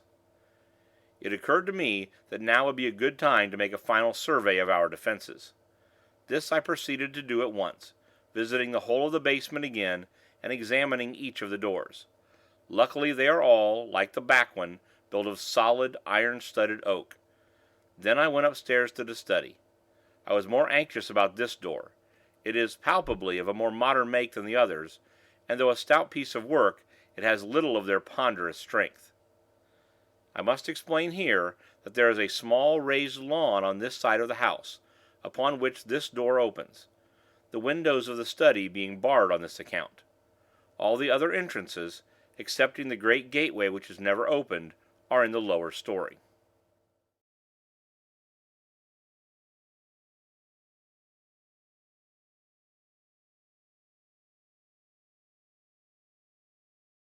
The attack. I spent some time puzzling how to strengthen the study door. Finally, I went down to the kitchen, and with some trouble brought up several heavy pieces of timber. These I wedged up slantwise against it from the floor, nailing them top and bottom. For half an hour I worked hard, and at last got it shored to my mind. Then, feeling easier, I resumed my coat, which I had laid aside, and proceeded to attend to one or two matters before returning to the tower. It was whilst thus employed that I heard a fumbling at the door, and the latch was tried. Keeping silence, I waited. Soon I heard several of the creatures outside. They were grunting to one another softly. Then for a moment there was quietness. Suddenly there sounded a quick low grunt, and the door creaked under a tremendous pressure. It would have burst inward but for the supports I had placed. The strain ceased as quickly as it had begun, and there was more talk. Presently one of the things squealed softly, and I heard the sound of others approaching. There was a short confabulation, then again silence, and I realized that they had called several more to assist. Feeling that now was the supreme moment, I stood ready with my rifle presented. If the door gave, I would at least slay as many as possible.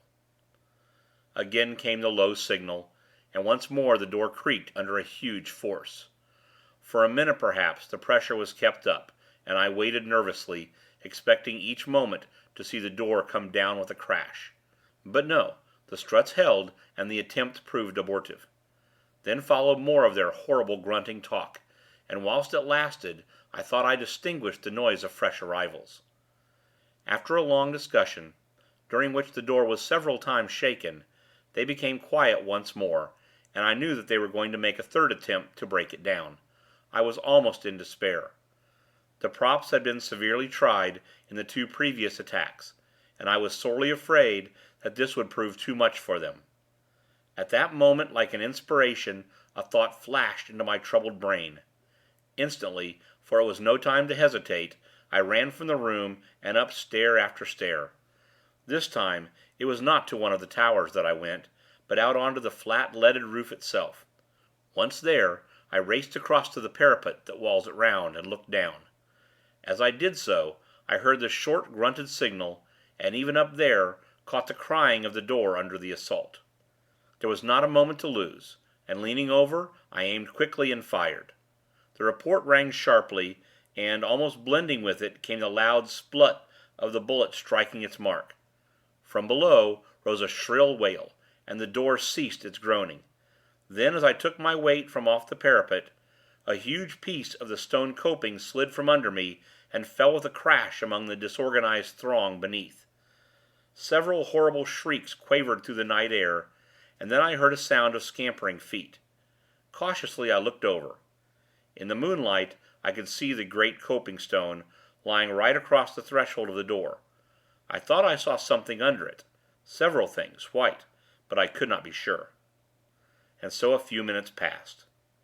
As I stared, I saw something come round out of the shadow of the house.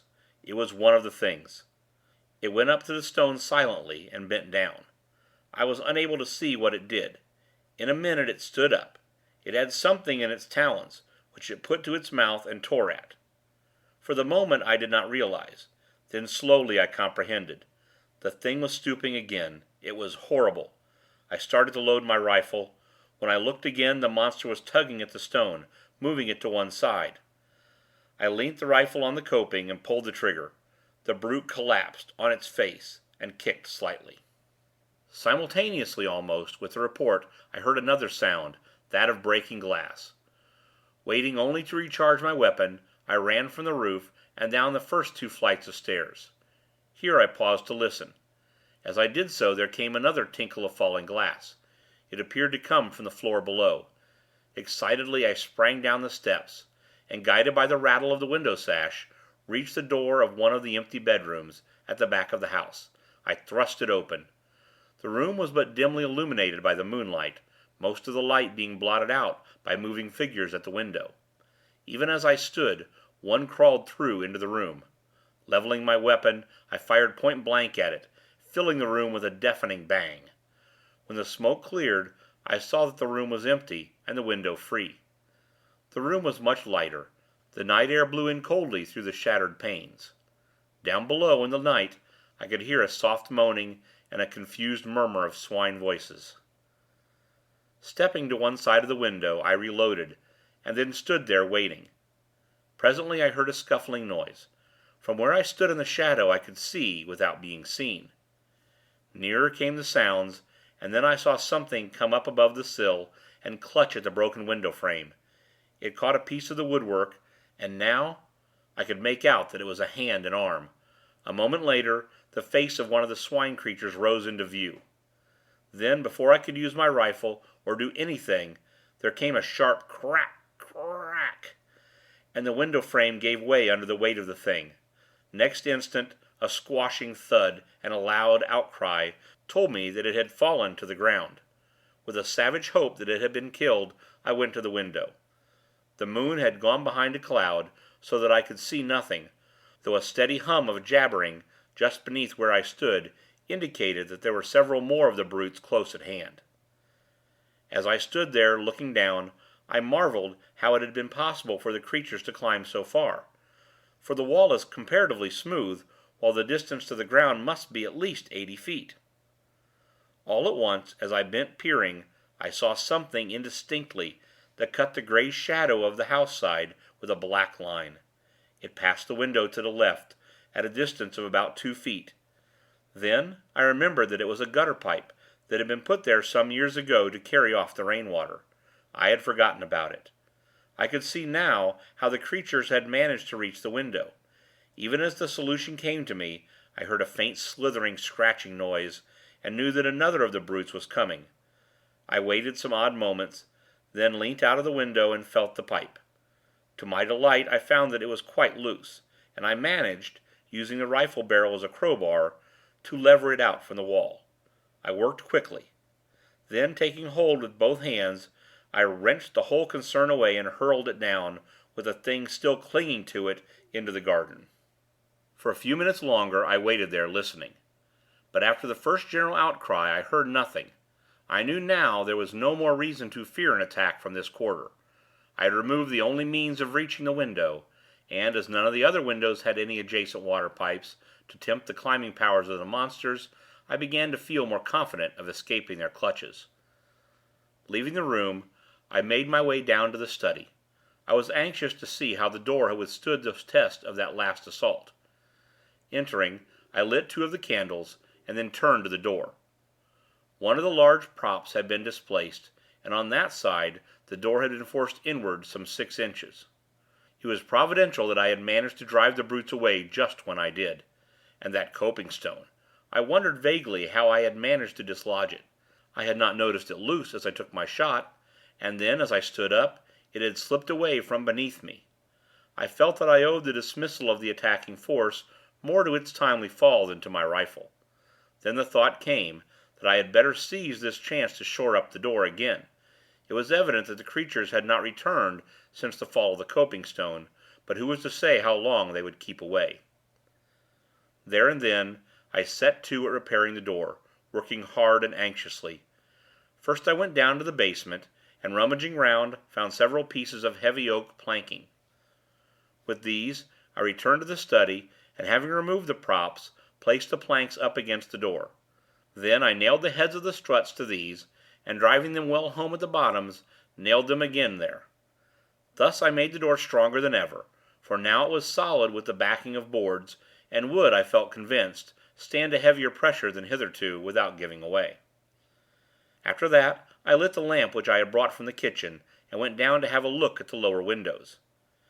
Now that I had seen an instance of the strength the creatures possessed, I felt considerable anxiety about the windows on the ground floor, in spite of the fact that they were so strongly barred. I went first to the buttery, having a vivid remembrance of my last adventure there. The place was chilly, and the wind, sighing in through the broken glass, produced an eerie note. Apart from the general air of dismalness, the place was as I had left it on the night before. Going up to the window, I examined the bars closely, noting as I did so their comfortable thickness. Still, as I looked more intently, it seemed to me that the middle bar was bent slightly from the straight. Yet it was but trifling, and it might have been so for years. I had never before noticed them particularly. I put my hand through the broken window and shook the bar. It was as firm as a rock. Perhaps the creatures had tried to start it, and finding it beyond their power, ceased from the effort. After that, I went round to each of the windows in turn, examining them with careful attention, but nowhere else could I trace anything to show that there had been any tampering. Having finished my survey, I went back to the study, and poured myself out a little brandy, then to the tower to watch.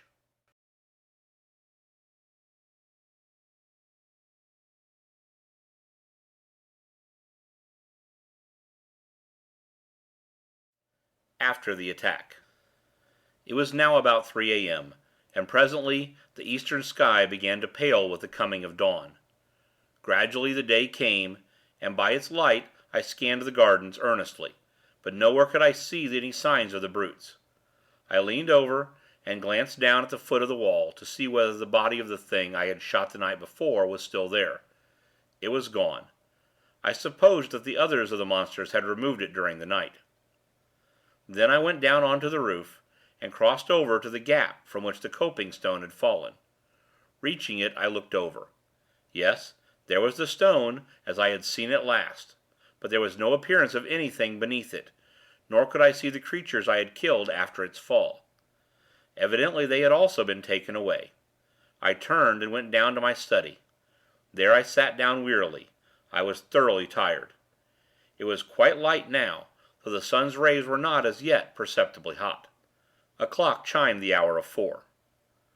I awoke with a start and looked round hurriedly. The clock in the corner indicated that it was 3 o'clock. It was already afternoon. I must have slept for nearly 11 hours. With a jerky movement, I sat forward in the chair and listened. The house was perfectly silent. Slowly I stood up and yawned. I felt desperately tired still, and sat down again, wondering what it was that had waked me. It must have been the clock striking, I concluded presently, and was commencing to doze off, when a sudden noise brought me back once more to life. It was the sound of a step, as of a person moving cautiously down the corridor toward my study. In an instant I was on my feet and grasping my rifle. Noiselessly I waited. Had the creatures broken in whilst I slept? Even as I questioned, the steps reached my door, halted momentarily, and then continued down the passage. Silently I tiptoed to the door and peeped out. Then I experienced such a feeling of relief as must a reprieved criminal. It was my sister. She was going towards the stairs. I stepped into the hall, and was about to call her when it occurred to me that it was very queer she should have crept past my door in that stealthy manner. I was puzzled, and for one brief moment the thought occupied my mind that it was not she, but some fresh mystery of the house. Then, as I caught a glimpse of her old petticoat, the thought passed as quickly as it had come, and I half laughed. There could be no mistaking that ancient garment. Yet I wondered what she was doing, and, remembering her condition of mind on the previous day, I felt it might be best to follow quietly, taking care not to alarm her, and see what she was going to do. If she behaved rationally, well and good; if not, I should have to take steps to restrain her. I could run no unnecessary risks under the danger that threatened us. Quickly I reached the head of the stairs, and paused a moment. Then I heard a sound that sent me leaping down at a mad rate. It was the rattle of bolts being unshot. That foolish sister of mine was actually unbarring the back door. Just as her hand was on the last bolt, I reached her. She had not seen me, and the first thing she knew I had hold of her arm. She glanced up quickly, like a frightened animal, and screamed aloud. "Come, Mary," I said sternly. "What is the meaning of this nonsense? Do you mean to tell me you don't understand the nature, that you try to throw our 2 lives away in this fashion?" To this she replied nothing, only trembled violently, gasping and sobbing as though in the last extremity of fear. Through some minutes I reasoned with her, pointed out the need for caution, and asking her to be brave. There was little to be afraid of now, I explained, and I tried to believe that I spoke the truth, but she must be sensible, and not attempt to leave the house for a few days. At last I ceased in despair.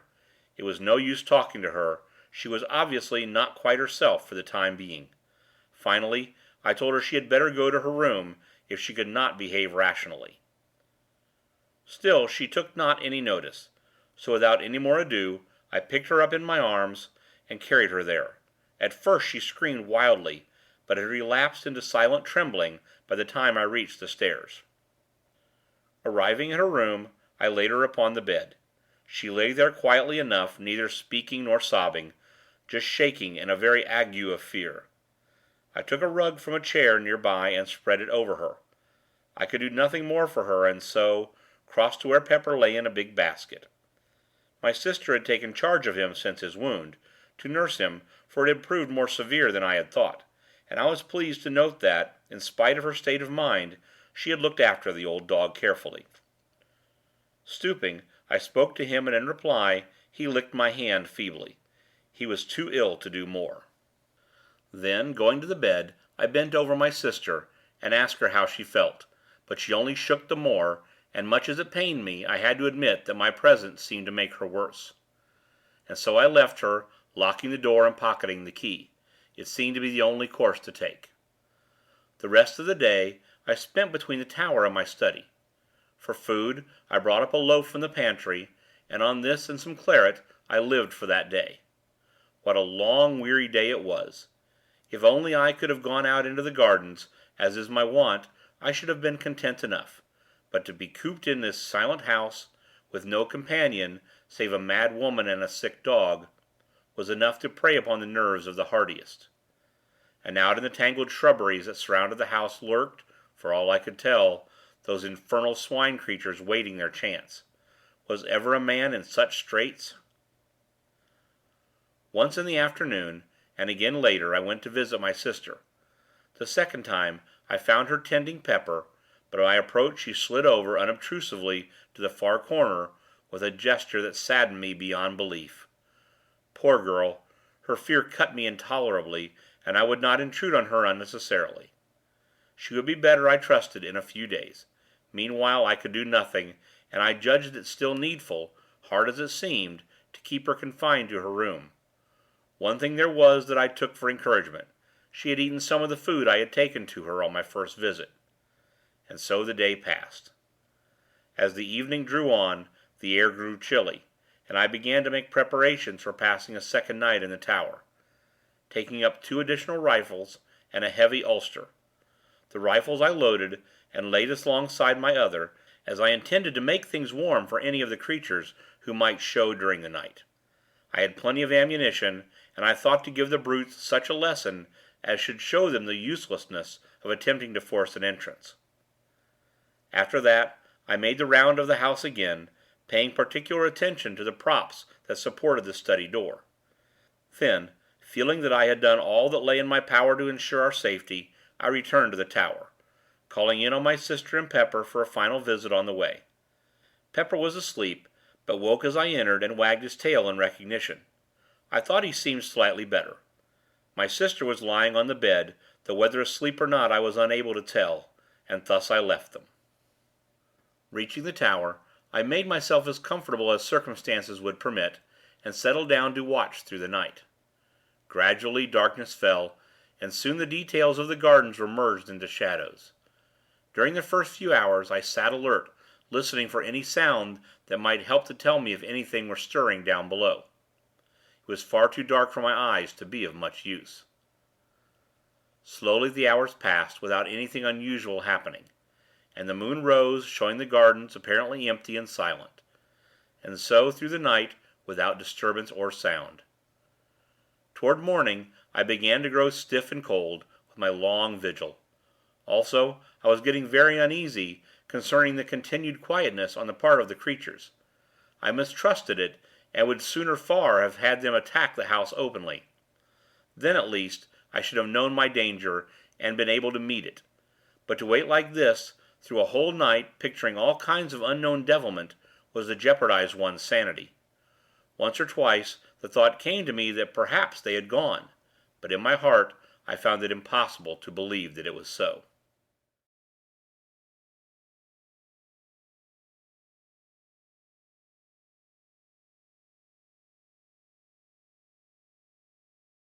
In the cellars.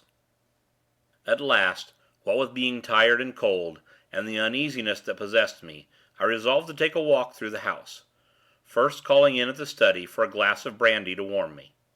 This I did, and while there I examined the door carefully, but found all as I had left it the night before. The day was just breaking as I left the tower, though it was still too dark in the house to be able to see without a light, and I took one of the study candles with me on my round.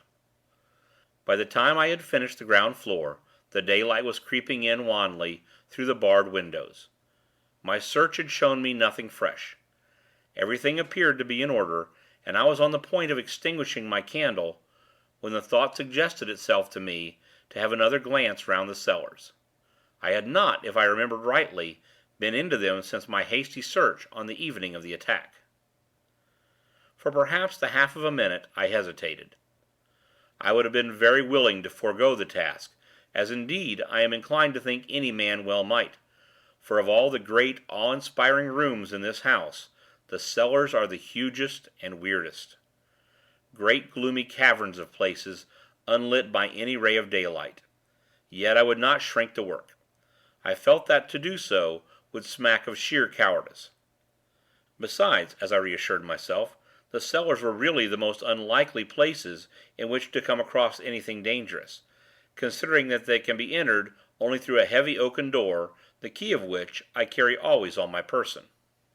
It is in the smallest of these places that I keep my wine, a gloomy hole close to the foot of the cellar stairs, and beyond which I have seldom proceeded. Indeed, save for the rummage round already mentioned, I doubt whether I had ever, before, been right through the cellars. As I unlocked the great door at the top of the steps, I paused, nervously, a moment, at the strange, desolate smell that assailed my nostrils. Then, throwing the barrel of my weapon forward, I descended, slowly, into the darkness of the underground regions. Reaching the bottom of the stairs, I stood for a moment and listened. All was silent, save for a faint drip, drip of water falling, drop by drop, somewhere to my left. As I stood, I noticed how quietly the candle burnt, never a flicker nor flare, so utterly windless was the place. Quietly, I moved from cellar to cellar. I had but a very dim memory of their arrangement. The impressions left by my first search were blurred. I had recollections of a succession of great cellars, and of one, greater than the rest, the roof of which was upheld by pillars. Beyond that my mind was hazy, and predominated by a sense of cold and darkness and shadows. Now, however, it was different, for although nervous, I was sufficiently collected to be able to look about me, and note the structure and size of the different vaults I entered. Of course, with the amount of light given by my candle, it was not possible to examine each place minutely, but I was enabled to notice, as I went along, that the walls appeared to be built with wonderful precision and finish, while here and there an occasional massive pillar shot up to support the vaulted roof. Thus I came at last to the great cellar that I remembered. It is reached through a huge arched entrance on which I observed strange fantastic carvings which threw queer shadows under the light of my candle. As I stood and examined these thoughtfully, it occurred to me how strange it was that I should be so little acquainted with my own house. Yet this may be easily understood when one realizes the size of this ancient pile, and the fact that only my sister and I live in it, occupying a few of the rooms such as are wont to decide. Holding the light high, I passed on into the cellar, and keeping to the right, paced slowly up until I reached the further end. I walked quietly and looked cautiously about as I went, but so far as the light showed, I saw nothing unusual. At the top, I turned to the left, still keeping to the wall, and so continued until I had traversed the whole of the vast chamber. As I moved along, I noticed that the floor was composed of solid rock, in places covered with a damp mold, in others bare, or almost so, save for a thin coating of light gray dust. I had halted at the doorway. Now, however, I turned, and made my way up the center of the place, passing among the pillars, and glancing to right and left as I moved. About halfway up the cellar, I stubbed my foot against something that gave out a metallic sound. Stooping quickly, I held my candle, and saw that the object I had kicked was a large metal ring. Bending lower, I cleared the dust from around it, and presently discovered that it was attached to a ponderous trap door, black with age.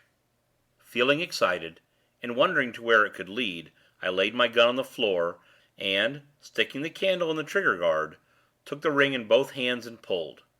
The trap creaked loudly, the sound echoing vaguely through the huge place, and opened heavily. Propping the edge on my knee, I reached for the candle and held it in the opening, moving it right and left. But I could see nothing. I was puzzled and surprised. There were no signs of steps, nor even the appearance of there ever having been any. Nothing, save an empty blackness. I might have been looking down into a bottomless, sideless well. Then, even as I stared, full of perplexity, I seemed to hear, far down, as though from untold depths, a faint whisper of sound. I bent my head quickly, more into the opening, and listened intently. It may have been fancy, but I could have sworn to hear a soft titter that grew into a hideous chuckling, faint and distant. Startled, I leapt backward, letting the trap fall with a hollow clang that filled the place with echoes. Even then, I seemed to hear that mocking, suggestive laughter, but this, I knew, must be my imagination. The sound I had heard was far too slight to penetrate through the cumbrous trap. For a full minute, I stood there quivering, glancing nervously behind and before, but the great cellar was silent as a grave, and gradually I shook off the frightened sensation.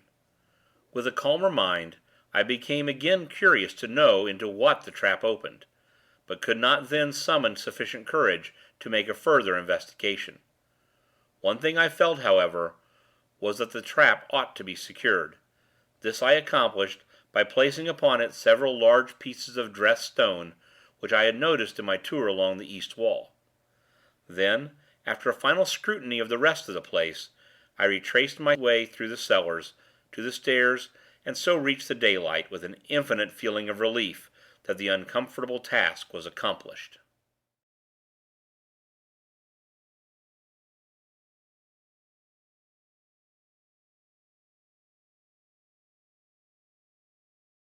The time of waiting. The sun was now warm and shining brightly, forming a wondrous contrast to the dark and dismal cellars, and it was with comparatively light feelings that I made my way up to the tower to survey the gardens. There I found everything quiet, and after a few minutes went down to Mary's room. Here, having knocked and received a reply, I unlocked the door. My sister was sitting quietly on the bed, as though waiting. She seemed quite herself again, and made no attempt to move away as I approached. Yet I observed that she scanned my face anxiously, as though in doubt, and had but half assured in her mind that there was nothing to fear from me. To my questions as to how she felt, she replied sanely enough that she was hungry and would like to go down to prepare breakfast if I did not mind. For a minute I meditated whether it would be safe to let her out. Finally I told her that she might go, on condition that she promised not to attempt to leave the house or meddle with any of the outer doors. At my mention of the doors, a sudden look of fright crossed her face, but she said nothing, save to give the required promise, and then left the room silently. Crossing the floor, I approached Pepper. He had waked as I entered, but, beyond a slight yelp of pleasure, and a soft rapping with his tail, had kept quiet. Now, as I patted him, he made an attempt to stand up, and succeeded only to fall back on his side with a little yowl of pain. I spoke to him and bade him lie still. I was greatly delighted with his improvement, and also with the natural kindness of my sister's heart in taking such good care of him, in spite of her condition of mind. After a while I left him, and went downstairs to my study.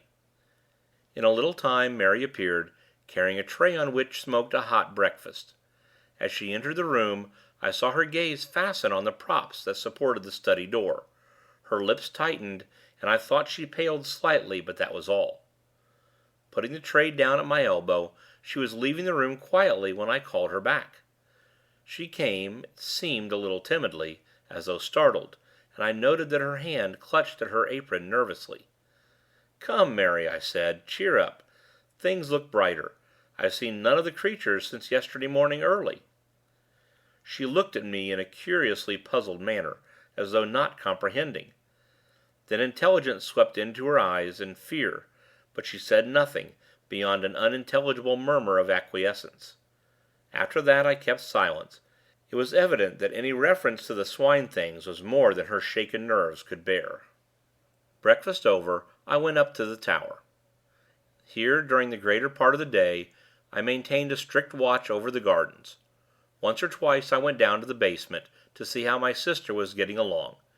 Each time I found her quiet and curiously submissive. Indeed, on the last occasion, she even ventured to address me, on her own account, with regard to some household matter that needed attention.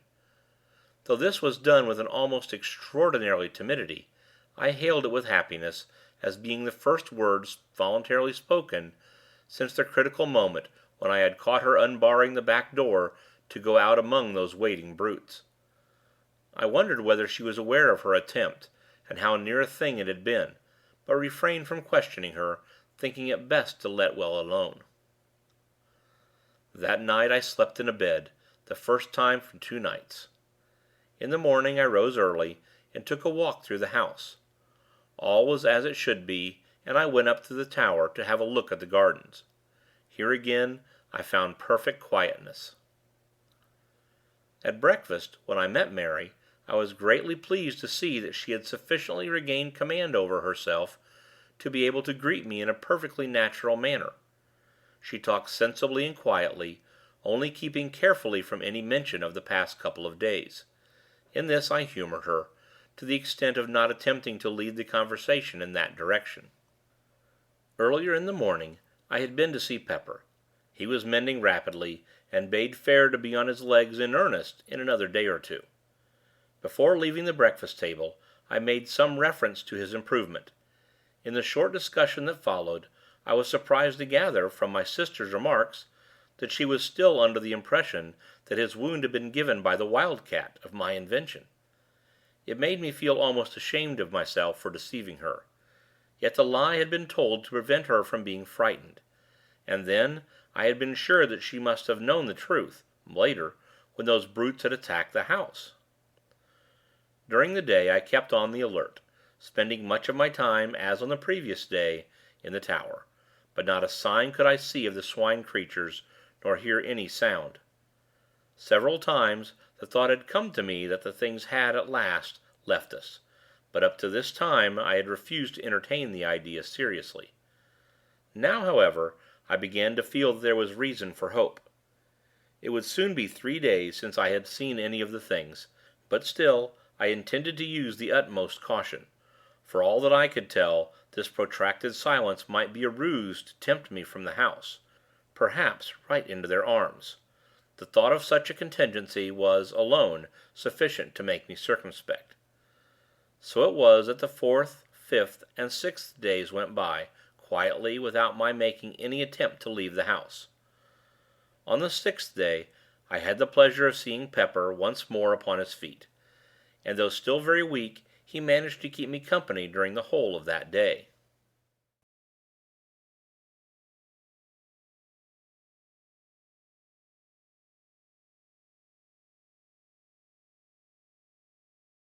The searching of the gardens.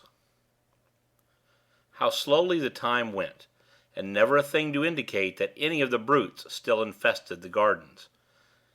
It was on the 9th day that, finally, I decided to run the risk, if any were there, and sally out. With this purpose in view, I loaded one of the shotguns carefully, choosing it as being more deadly than a rifle at close quarters; and then, after a final scrutiny of the grounds from the tower, I called Pepper to follow me, and made my way down to the basement. At the door, I must confess to hesitating a moment. The thought of what might be awaiting me among the dark shrubberies was by no means calculated to encourage my resolution. It was but a second, though, and then I had drawn the bolts, and was standing on the path outside the door. Pepper followed, stopping at the doorstep to sniff suspiciously, and carrying his nose up and down the jambs as though following a scent.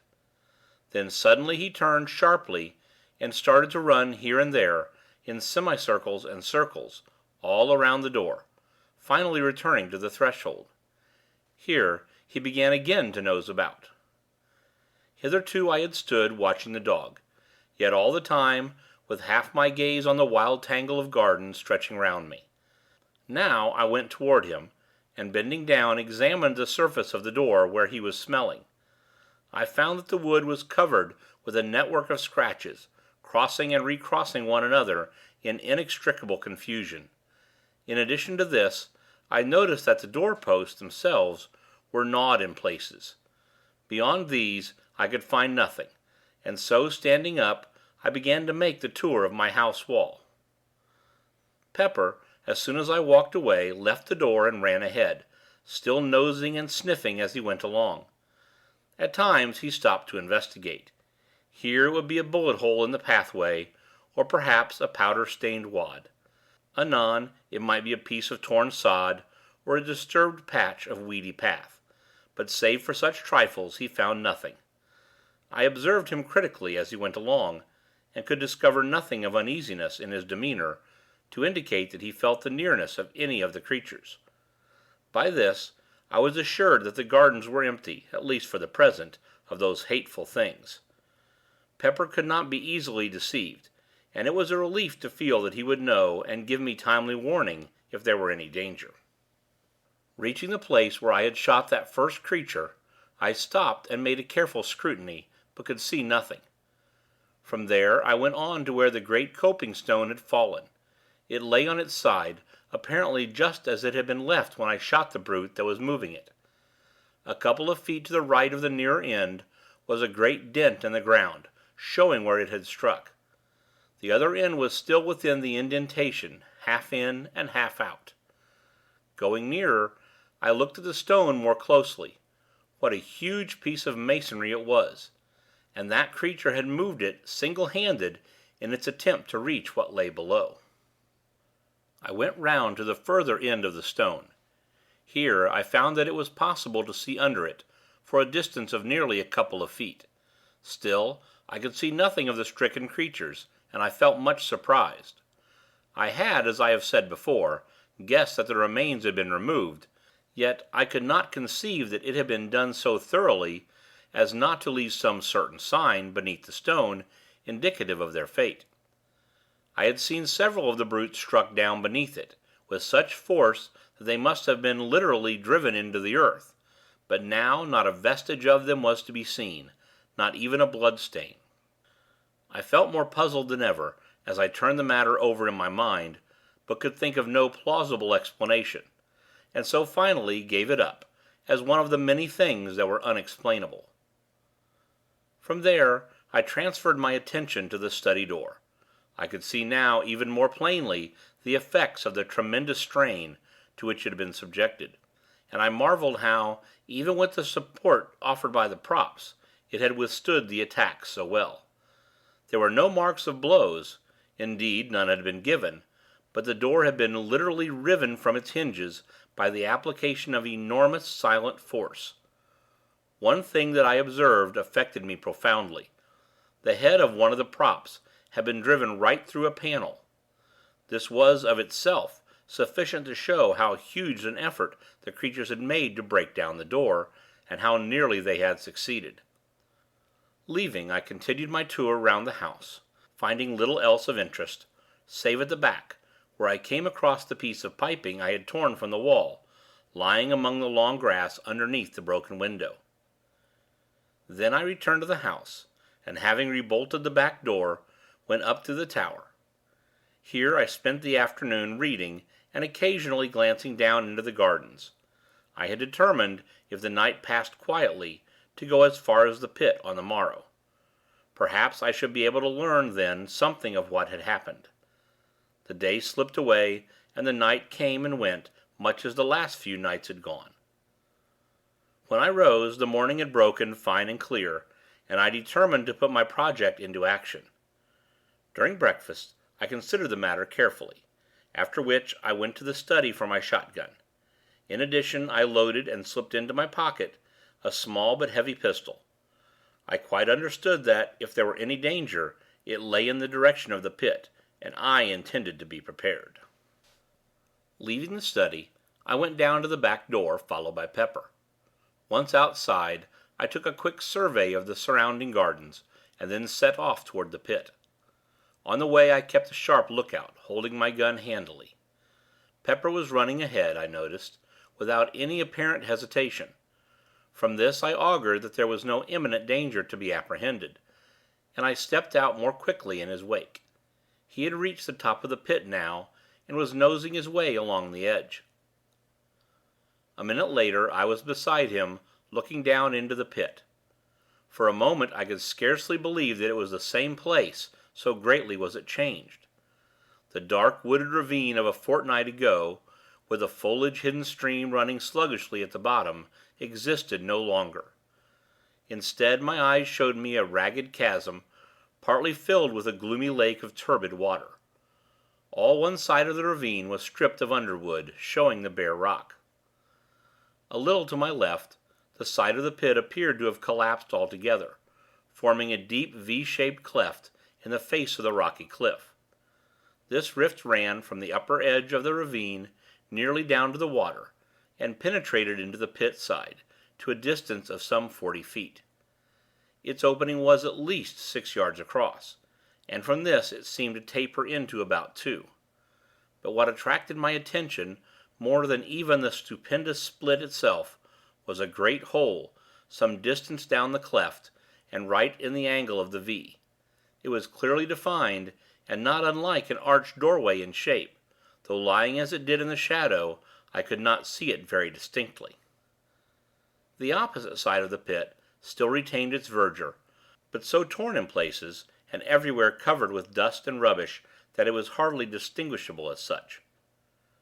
My first impression that there had been a landslip was, I began to see, not sufficient of itself to account for all the changes I witnessed.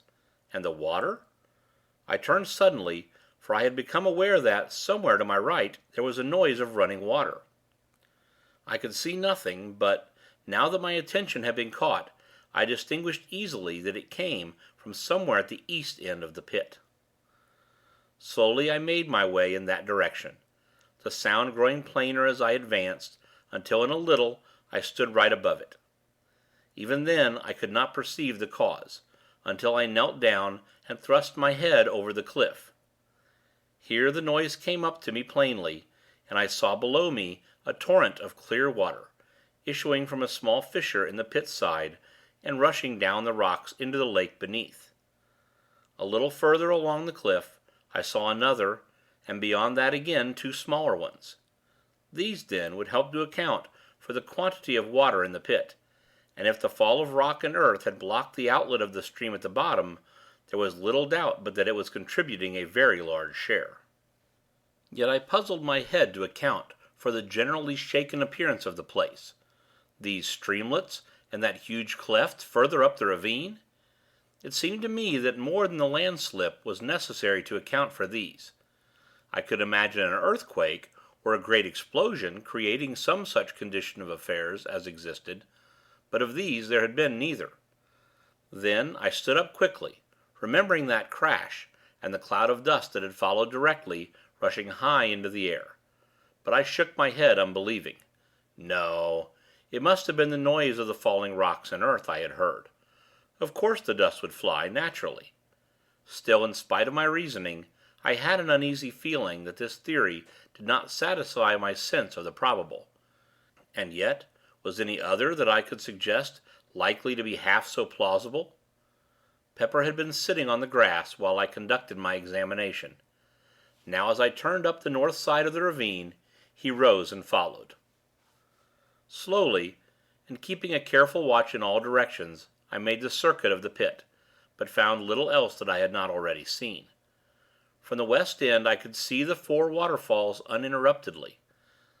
They were some considerable distance up from the surface of the lake, about 50 feet, I calculated. For a little while longer I loitered about, keeping my eyes and ears open, but still without seeing or hearing anything suspicious. The whole place was wonderfully quiet. Indeed, save for the continuous murmur of the water at the top end, no sound of any description broke the silence. All this while, Pepper had shown no signs of uneasiness. This seemed to me to indicate that, for the time being at least, there was none of the swine creatures in the vicinity.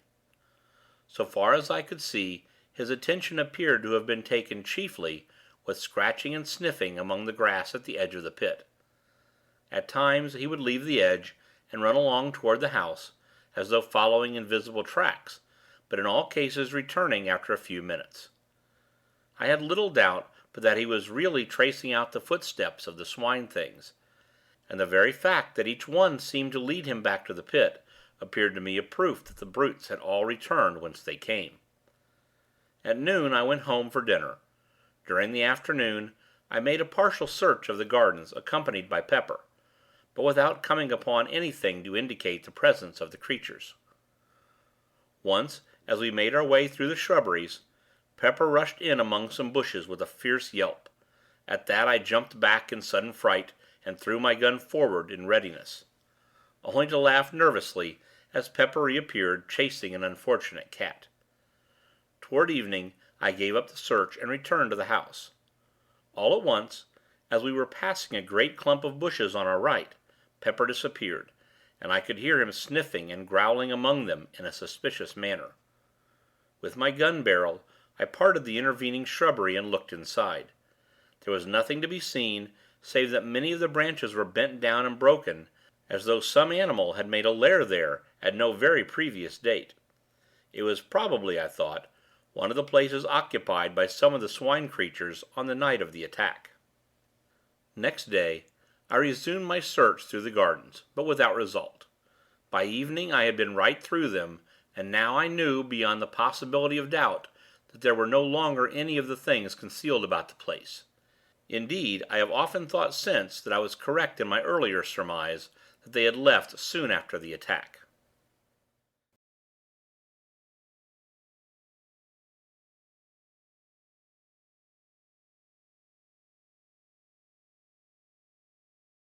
The Subterranean Pit. Another week came and went, during which I spent a great deal of my time about the pit mouth. I had come to the conclusion a few days earlier that the arched hole in the angle of the great rift was the place through which the Swine-Things had made their exit, from some unholy places in the bowels of the world. How near the probable truth this went, I was to learn later. It may be easily understood that I was tremendously curious, though in a frightened way, to know to what infernal place that hole led, though, so far, the idea had not struck me seriously of making an investigation. I was far too much imbued with a sense of horror of the swine creatures to think of venturing, willingly, where there was any chance of coming into contact with them. Gradually, however, as time passed, this feeling grew insensibly less, so that when, a few days later, the thought occurred to me that it might be possible to clamber down and have a look into the hole, I was not so exceedingly averse to it as I might have been imagined. Still, I do not think, even then, that I really intended to try any such foolhardy adventure. For all that I could tell, it might be certain death to enter that doleful-looking opening. And yet, such is the pertinacity of human curiosity, that at last my chief desire was but to discover what lay beyond that gloomy entrance. Slowly, as the days slid by, my fear of the Swine-Things became an emotion of the past, more an unpleasant, incredible memory than aught else. Thus a day came when, throwing thoughts and fancies adrift, I procured a rope from the house, and having made it fast to a stout tree at the top of the rift, and some little distance back from the pit edge, let the other end down into the cleft, until it dangled right across the mouth of the dark hole. Then, cautiously, and with many misgivings as to whether it was not a mad act that I was attempting, I climbed slowly down, using the rope as a support, until I reached the hole. Here, still holding on to the rope, I stood and peered in. All was perfectly dark, and not a sound came to me. Yet a moment later, it seemed that I could hear something. I held my breath and listened, but all was silent as the grave, and I breathed freely once more. At the same instant, I heard the sound again. It was like a noise of labored breathing, deep and sharp drawn. For a short second I stood petrified, not able to move. But now the sounds had ceased again, and I could hear nothing. As I stood there anxiously, my foot dislodged a pebble, which fell inward into the dark with a hollow chink. At once the noise was taken up and repeated a score of times, each succeeding echo being fainter, and seeming to travel away from me, as though into a remote distance. Then, as the silence fell again, I heard that stealthy breathing. For each respiration I made, I could hear an answering breath. The sounds appeared to be coming nearer, and then I heard several others, but fainter and more distant. Why I did not grip the rope and spring up out of danger, I cannot say. It was as though I had been paralyzed. I broke out into a profuse sweat, and tried to moisten my lips with my tongue. My throat had gone suddenly dry, and I coughed huskily. It came back to me, in a dozen horrible, throaty tones, mockingly. I peered helplessly into the gloom, but still nothing showed. I had a strange, choky sensation, and again I coughed, dryly. Again the echo took it up, rising and falling grotesquely, and dying slowly into a muffled silence.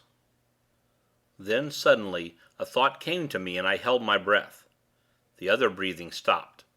I breathed again, and once more it recommenced. But now I no longer feared. I knew that the strange sounds were not made by any lurking swine creature, but were simply the echo of my own respirations. Yet I had received such a fright that I was glad to scramble up the rift and haul up the rope. I was far too shaken and nervous to think of entering that dark hole then, and so returned to the house. I felt more myself next morning, but even then I could not summon up sufficient courage to explore the place. All this time the water in the pit had been creeping slowly up, and now stood but a little below the opening. At the rate at which it was rising, it would be level with the floor in less than another week, and I realized that, unless I carried out my investigations soon, I should probably never do so at all, as the water would rise and rise until the opening itself was submerged. It may have been that this thought stirred me to act, but whatever it was, a couple of days later saw me standing at the top of the cleft, fully equipped for the task. This time I was resolved to conquer my shirking, and go right through with the matter. With this intention I had brought, in addition to the rope, a bundle of candles, meaning to use them as a torch; also my double-barreled shotgun. In my belt I had a heavy horse pistol loaded with buckshot. As before, I fastened the rope to the tree. Then, having tied my gun across my shoulders with a piece of stout cord, I lowered myself over the edge of the pit. At this movement, Pepper, who had been eyeing my actions watchfully, rose to his feet and ran to me with a half bark, half wail, it seemed to me, of warning. But I was resolved on my enterprise, and bade him lie down. I would much have liked to take him with me, but this was next to impossible in the existing circumstances. As my face dropped level with the pit edge, he licked me right across the mouth, and then, seizing my sleeve between his teeth, began to pull back strongly. It was very evident that he did not want me to go. Yet, having made up my mind, I had no intention of giving up the attempt, and with a sharp word to Pepper to release me, I continued my descent, leaving the poor old fellow at the top, barking and crying like a forsaken pup. Carefully, I lowered myself from projection to projection. I knew that a slip might mean a wetting. Reaching the entrance, I let go the rope and untied the gun from my shoulders. Then, with a last look at the sky, which I noticed was clouding over rapidly, I went forward a couple of paces so as to be shielded from the wind, and lit one of the candles. Holding it above my head, and grasping my gun firmly, I began to move on, slowly, throwing my glances in all directions. For the first minute, I could hear the melancholy sound of Pepper's howling, coming down to me. Gradually, as I penetrated further into the darkness, it grew fainter, until in a little while I could hear nothing. The path tended downward somewhat and to the left. Thence it kept on, still running to the left, until I found that it was leading me right in the direction of the house. Very cautiously I moved onward, stopping every few steps to listen. I had gone perhaps 100 yards, when suddenly it seemed to me that I caught a faint sound, somewhere along the passage behind. With my heart thudding rapidly, I listened. The noise grew plainer, and appeared to be approaching rapidly. I could hear it distinctly now. It was the soft padding of running feet. In the first moments of fright I stood irresolute, not knowing whether to go forward or backward. Then, with a sudden realization of the best thing to do, I backed up to the rocky wall on my right, and holding the candle above my head, waited, gun in hand, cursing my foolhardy curiosity for bringing me into such a strait. I had not long to wait, but a few seconds before two eyes reflected back from the gloom the rays of my candle. I raised my gun, using my right hand only, and aimed quickly. Even as I did so, something leapt out of the darkness with a blustering bark of joy that woke the echoes like thunder. It was Pepper. How he had contrived to scramble down the cleft I could not conceive. As I brushed my hand nervously over his coat, I noticed that he was dripping, and concluded that he must have tried to follow me and fallen into the water, from which he would not find it very difficult to climb. Having waited a minute or so to steady myself, I proceeded along the way, Pepper following quietly. I was curiously glad to have the old fellow with me. He was company, and somehow, with him at my heels, I was less afraid. Also, I knew how quickly his keen ears would detect the presence of any unwelcome creature, should there be such amid the darkness that wrapped us. For some minutes we went slowly along, the path still leading straight toward the house. Soon, I concluded, we should be standing right beneath it, did the path but carry far enough. I led the way cautiously for another 50 yards or so, then I stopped and held the light high, and reason enough I had to be thankful that I did so, for there, not 3 paces forward, the path vanished, and in place showed a hollow blackness that sent sudden fear through me. Very cautiously I crept forward and peered down, but could see nothing. Then I crossed to the left of the passage to see whether there might be any continuation of the path. Here, right against the wall, I found that a narrow track, some 3 feet wide, led onward. Carefully I stepped on to it, but had not gone far before I regretted venturing thereon. For after a few paces the already narrow way resolved itself into a mere ledge, with, on the one side, the solid unyielding rock, towering up in a great wall to the unseen roof, and on the other that yawning chasm. I could not help reflecting how helpless I was should I be attacked there, with no room to turn, and where even the recoil of my weapon might be sufficient to drive me headlong into the depths below. To my great relief, a little farther on the track suddenly broadened out again to its original breadth. Gradually, as I went onward, I noticed that the path trended steadily to the right, and so after some minutes I discovered that I was not going forward, but simply circling the huge abyss. I had evidently come to the end of the great passage. 5 minutes later, I stood on the spot from which I had started, having been completely round what I guessed now to be a vast pit, the mouth of which must be at least 100 yards across. For some little time I stood there, lost in perplexing thought. "What does it all mean?" was the cry that had begun to reiterate through my brain. A sudden idea struck me, and I searched round for a piece of stone. Presently I found a bit of rock, about the size of a small loaf. Sticking the candle upright in a crevice of the floor, I went back from the edge somewhat, and taking a short run, launched the stone forward into the chasm, my idea being to throw it far enough to keep it clear of the sides. Then I stooped forward and listened, but though I kept perfectly quiet, for at least a full minute, no sound came back to me from out of the dark. I knew then that the depth of the hole must be immense, for the stone, had it struck anything, was large enough to have set the echoes of that weird place whispering for an indefinite period. Even as it was, the cavern had given back the sounds of my footfalls multitudinously. The place was awesome, and I would willingly have retraced my steps, and left the mystery of its solitudes unresolved, only to do so meant admitting defeat. Then a thought came, to try to get a view of the abyss. It occurred to me that, if I placed my candles round the edge of the hole, I should be able to get at least some dim sight of the place. I found, on counting, that I had brought 15 candles in the bundle, my first intention having been, as I have already said, to make a torch of the lot. These I proceeded to place round the pit mouth, with an interval of about 20 yards between each. Having completed the circle, I stood in the passage and endeavored to get an idea of how the place looked, but I discovered immediately that they were totally insufficient for my purpose. They did little more than make the gloom visible. One thing they did, however, and that was, they confirmed my opinion of the size of the opening, and although they showed me nothing that I wanted to see, yet the contrast they afforded to the heavy darkness pleased me curiously. It was as though 15 tiny stars shone through the subterranean night. Then, even as I stood, Pepper gave a sudden howl that was taken up by the echoes, and repeated with ghastly variations, dying away slowly. With a quick movement, I held aloft the one candle that I had kept, and glanced down at the dog. At that same moment I seemed to hear a noise, like a diabolical chuckle, rise up from the hitherto silent depths of the pit. I started, then I recollected that it was, probably, the echo of Pepper's howl. Pepper had moved away from me up the passage a few steps.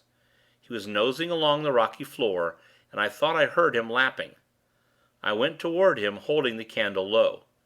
As I moved, I heard my boot go sop, sop, and the light was reflected from something that glistened, and crept past my feet, swiftly toward the pit. I bent lower and looked, then gave vent to an expression of surprise.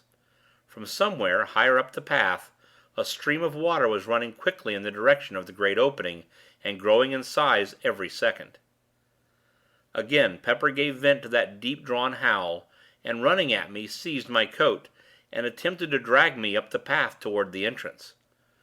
With a nervous gesture, I shook him off, and crossed quickly over to the left-hand wall. If anything were coming, I was going to have the wall at my back.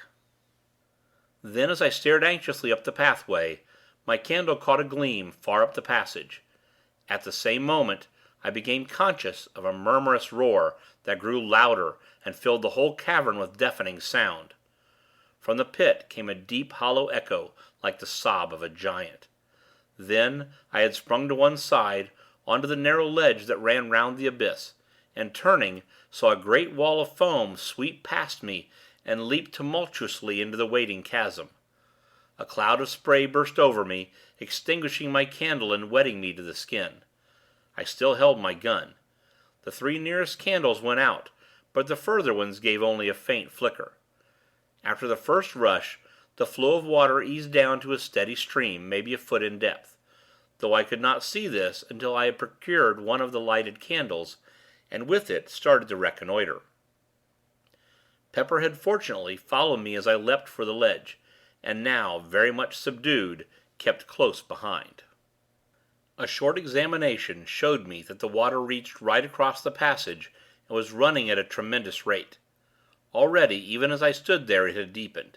I could make only a guess at what had happened. Evidently the water in the ravine had broken into the passage by some means. If that were the case, it would go on increasing in volume until I should find it impossible to leave the place. The thought was frightening. It was evident that I must make my exit as hurriedly as possible. Taking my gun by the stock, I sounded the water. It was a little under knee deep. The noise it made, plunging down into the pit, was deafening. Then, with a call to Pepper, I stepped out into the flood, using the gun as a staff. Instantly, the water boiled up over my knees and nearly to the tops of my thighs with the speed at which it was racing. For one short moment, I nearly lost my footing, but the thought of what lay behind stimulated me to a fierce endeavor, and step by step I made headway. Of Pepper I knew nothing at first. I had all I could do to keep on my legs, and was overjoyed when he appeared beside me. He was wading manfully along. He is a big dog, with longish thin legs, and I suppose the water had less grasp on them than upon mine. Anyway, he managed a great deal better than I did, going ahead of me like a guide, and wittingly, or otherwise, helping somewhat to break the force of the water. On we went, step by step, struggling and gasping, until somewhere about 100 yards had been safely traversed. Then, whether it was because I was taking less care, or that there was a slippery place on the rocky floor, I cannot say, but suddenly I slipped, and fell on my face. Instantly the water leapt over me in a cataract, hurling me down toward that bottomless hole at a frightful speed. Frantically I struggled, but it was impossible to get a footing. I was helpless, gasping and drowning. All at once something gripped my coat and brought me to a standstill. It was Pepper. Missing me, he must have raced back through the dark turmoil to find me, and then caught and held me until I was able to get to my feet. I have a dim recollection of having seen, momentarily, the gleams of several lights, but of this I have never been quite sure. If my impressions are correct, I must have been washed down to the very brink of that awful chasm before Pepper managed to bring me to a standstill, and the lights, of course, could only have been the distant flames of the candles I had left burning. But, as I have said, I am not by any means sure. My eyes were full of water, and I had been badly shaken. And there I was, without my helpful gun, without light, and sadly confused, with the water deepening, depending solely upon my old friend Pepper to help me out of that hellish place. I was facing the torrent. Naturally, it was the only way in which I could have sustained my position a moment, for even old Pepper could not have held me long against that terrific strain, without assistance, however blind, from me. Perhaps a minute passed, during which it was touch and go with me, then, gradually, I recommenced my tortuous way up the passage. And so began the grimmest fight with death, from which ever I hoped to emerge victorious. Slowly, furiously, almost hopelessly, I strove, and that faithful Pepper led me, dragged me, upward and onward, until at last, ahead I saw a gleam of blessed light. It was the entrance. Only a few yards further, and I reached the opening, with the water surging and boiling hungrily around my loins. And now I understood the cause of the catastrophe. It was raining heavily, literally in torrents. The surface of the lake was level with the bottom of the opening; nay, more than level, it was above it. Evidently the rain had swollen the lake, and caused this premature rise, for at the rate the ravine had been filling, it would not have reached the entrance for a couple more days. Luckily the rope by which I had descended was streaming into the opening, upon the inrushing waters. Seizing the end, I knotted it securely round Pepper's body, then, summoning up the last remnant of my strength, I commenced to swarm up the side of the cliff. I reached the pit edge in the last stage of exhaustion, yet I had to make one more effort and haul Pepper into safety. Slowly and wearily I hauled on the rope. Once or twice it seemed that I should have to give up, for Pepper is a weighty dog, and I was utterly done. Yet to let go would have meant certain death to the old fellow, and the thought spurred me to greater exertions. I have but a very hazy remembrance of the end. I recall pulling through moments that lagged strangely.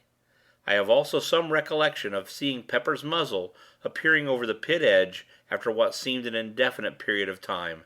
Then all grew suddenly dark.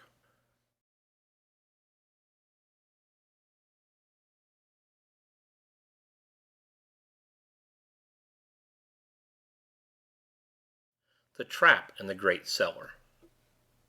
I supposed I must have swooned, for the next thing I remember, I opened my eyes, and all was dusk. I was lying on my back, with one leg doubled under the other, and Pepper was licking my ears. I felt horribly stiff, and my leg was numb from the knee downward. For a few minutes I lay thus in a dazed condition. Then slowly I struggled to a sitting position, and looked about me. It had stopped raining, but the trees still dripped dismally. From the pit came a continuous murmur of running water. I felt cold and shivery. My clothes were sodden, and I ached all over. Very slowly the life came back into my numbed leg, and after a little I essayed to stand up. This I managed at the second attempt, but I was still very tottery and peculiarly weak. It seemed to me that I was going to be ill, and I made shift to stumble my way toward the house. My steps were erratic, and my head confused. At each step that I took, sharp pains shot through my limbs. I had gone, perhaps, some 30 paces, when a cry from Pepper drew my attention, and I turned stiffly toward him. The old dog was trying to follow me, but could come no further owing to the rope, which with I had hauled him up, still being tied round his body, the other end not having been unfastened from the tree. For a moment I fumbled with the knots, weakly, but they were wet and hard, and I could do nothing. Then I remembered my knife, and in a minute the rope was cut. How I reached the house I scarcely know, and, of the days that followed, I remember still less. Of one thing I am certain, that had it not been for my sister's untiring love and nursing, I had not been writing at this moment. When I recovered my senses, it was to find that I had been in bed for nearly 2 weeks. Yet another week passed, before I was strong enough to totter out to the gardens. Even then, I was not able to walk so far as the pit. I would have liked to ask my sister how high the water had risen, but felt it was wiser not to mention the subject to her. Indeed, since then, I have made a rule never to speak to her about the strange things that happen in this great old house. It was not until a couple of days later that I managed to get across to the pit. There I found that, in my few weeks' absence, there had been wrought a wondrous change. Instead of the 3 parts filled ravine, I looked out upon a great lake, whose placid surface reflected the light coldly. The water had risen to within 6 feet of the pit edge. Only in one part was the lake disturbed, and that was above the place where, far down under the silent waters, yawned the entrance to the vast underground pit. Here there was continuous bubbling, and occasionally a curious sort of sobbing gurgle would find its way up from the depth. Beyond these, there was nothing to tell of the things that were hidden beneath. As I stood there, it came to me how wonderfully things had worked out. The entrance to the place whence the swine creatures had come was sealed up, by a power that made me feel there was nothing more to fear from them.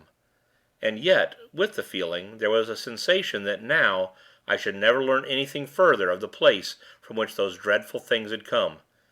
It was completely shut off and concealed from human curiosity forever. Strange, in the knowledge of that underground hell-hole, how apposite had been the naming of the pit.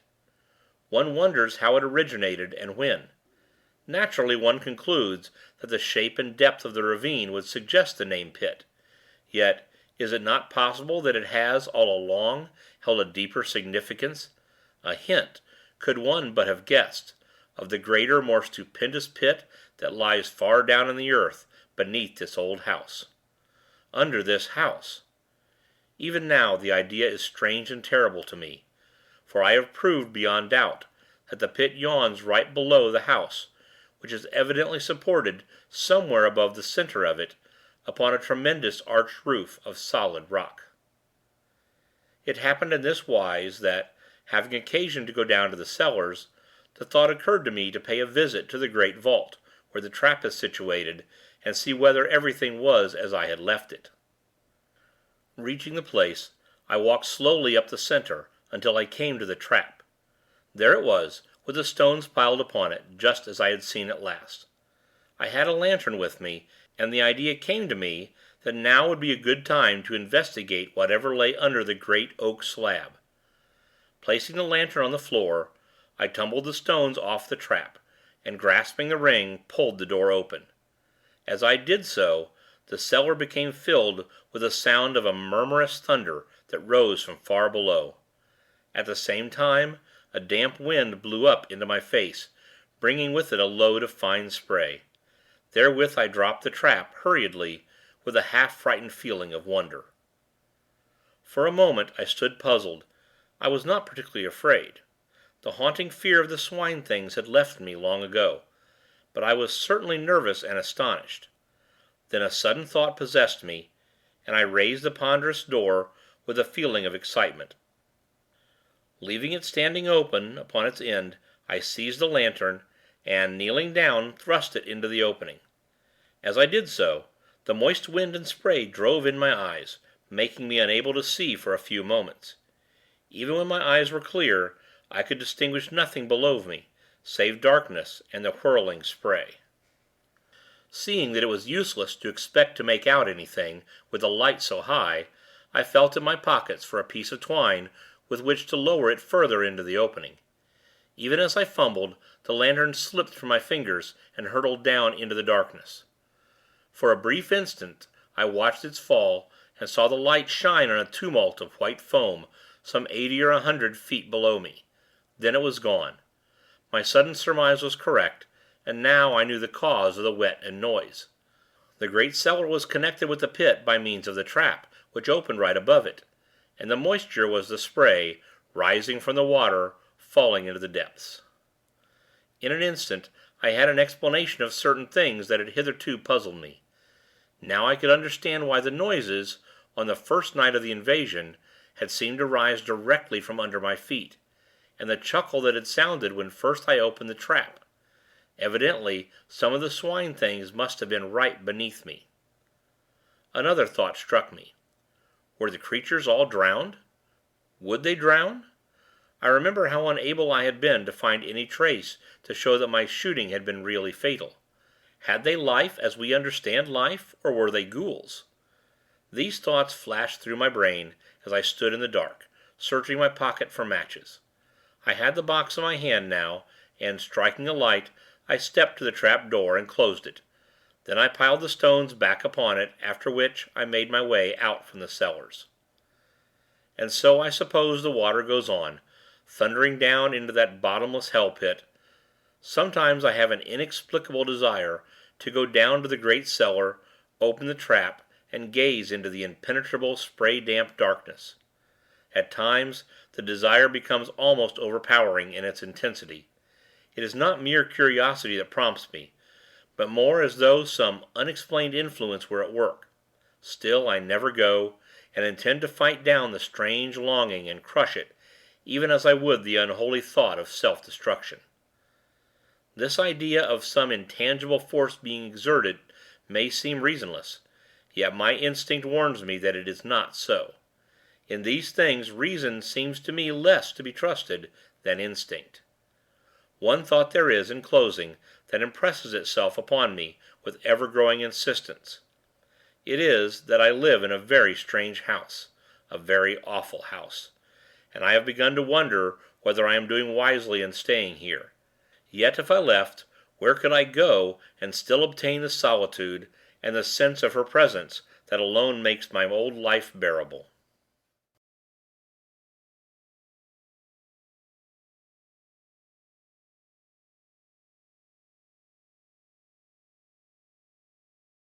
The Sea of Sleep. For a considerable period after the last incident which I have narrated in my diary, I had serious thoughts of leaving this house, and might have done so, but for the great and wonderful thing of which I am about to write. How well I was advised in my heart when I stayed on here, spite of those visions and sights of unknown and unexplainable things, for had I not stayed, then I had not seen again the face of her I loved. Yes, though few know it, none now save my sister Mary, I have loved and, ah me, lost. I could write down the story of those sweet old days, but it would be like the tearing of old wounds. Yet, after that which has happened, what need have I to care? For she has come to me out of the unknown. Strangely she warned me passionately against this house, begged me to leave it, but admitted, when I questioned her, that she could not have come to me had I been elsewhere. Yet, in spite of this, still she warned me earnestly, telling me that it was a place long ago given over to evil, and under the power of grim laws, of which none here have knowledge. And I just asked her again whether she would come to me elsewhere, and she could only stand silent. It was thus that I came to the place of the Sea of Sleep, so she termed it, in her dear speech with me. I had stayed up in my study reading, and must have dozed over the book. Suddenly I awoke, and sat upright with a start. For a moment I looked round with a puzzled sense of something unusual. There was a misty look about the room, giving a curious softness to each table and chair and furnishing. Gradually the mistiness increased, growing as it were out of nothing. Then slowly a soft white light began to glow in the room. The flames of the candles shone through it, palely. I looked from side to side, and found that I could still see each piece of furniture, but in a strangely unreal way, more as though the ghost of each table and chair had taken the place of the original article. Gradually, as I looked, I saw them fade and fade, until slowly they resolved into nothingness. Now I looked again at the candles. They shone wanly, and even as I watched, grew more unreal, and so vanished. The room was filled now with a soft yet luminous white twilight, like a gentle mist of lights. Beyond this I could see nothing. Even the walls had vanished. Presently I became conscious that a faint continuous sound pulsed through the silence that wrapped me. I listened intently. It grew more distinct until it appeared to me that I harked to the breathings of some great sea. I cannot tell how long a space passed thus, but after a while it seemed that I could see through the mistiness, and slowly I became aware that I was standing upon the shore of an immense and silent sea. This shore was smooth and long, vanishing to the right and left of me in extreme distances. In front swam a still immensity of sleeping ocean. At times it seemed to me that I caught a faint glimmer of light under its surface, but of this I could not be sure. Behind me rose up, to an extraordinary height, gaunt black cliffs. Overhead the sky was of uniform cold gray color, the whole place being lit by a stupendous globe of pale fire that swam a little above the far horizon, and shed a foam-like light upon the quiet waters. Beyond the gentle murmur of the sea, an intense stillness prevailed. For a long while I stayed there, looking out across its strangeness. Then, as I stared, it seemed that a bubble of white foam floated up out of the depths, and then, even now I know not how it was, I was looking upon, nay, looking into the face of her, aye, into her face, into her soul, and she looked back at me with such a commingling of joy and sadness that I ran toward her blindly, crying strangely to her in a very agony of remembrance, of terror and of hope, to come to me. Yet, spite of my crying, she stayed out there upon the sea, and only shook her head sorrowfully. But in her eyes was the old earth light of tenderness that I had come to know before all things, ere we were parted. At her perverseness I grew desperate, and essayed to wade out to her, yet though I would, I could not. Some invisible barrier held me back, and I was fain to stay where I was, and cry out to her in the fullness of my soul, "Oh, my darling, my darling!" but could say no more, for very intensity. And at that, she came over swiftly, and touched me, and it was as though heaven had opened. Yet, when I reached out my hand to her, She put me from her with tenderly stern hands, and I was abashed. The fragments. The legible portion of the mutilated leaves. Through tears, noise of eternity in my ears, we parted. She who I love. Oh my God! I was a great time dazed, and then I was alone in the blackness of the night. I knew that I journeyed back once more to the known universe. Presently I emerged from that enormous darkness. I had come among the stars, vast time, the sun, far and remote. I entered into the gulf that separates our system from the outer suns. As I sped across the dividing dark, I watched, steadily, the ever-growing brightness and size of our sun. Once I glanced back to the stars, and saw them shift, as it were, in my wake, against the mighty background of night, so vast was the speed of my passing spirit. I drew nigher to our system, and now I could see the shine of Jupiter. Later I distinguished the cold blue gleam of the earth-light. I had a moment of bewilderment. All about their sun there seemed to be bright objects, moving in rapid orbits. Inward, nigh to the savage glory of the sun, there circled two darting points of light, and further off there flew a blue shining speck that I knew to be the earth. It circled the sun in a space that seemed to be no more than an earth minute. Nearer with great speed I saw the radiances of Jupiter and Saturn spinning with incredible swiftness in huge orbits, and ever I drew more nigh, and looked out upon this strange sight, the invisible circling of the planets about the mother sun. It was as though time had been annihilated for me, so that a year was no more to my unfleshed spirit than is a moment to an earth-bound soul. The speed of the planets appeared to increase, and presently I was watching the sun, all ringed about with hair-like circles of different colored fire, the paths of the planets hurtling at mighty speeds about the central flame. The sun grew vast, as though it leapt to meet me, and now I was within the circling of the outer planets, and flitting swiftly toward the place where the earth, glimmering through the blue splendor of its orbit, as though a fiery mist, circled the sun at a monstrous speed.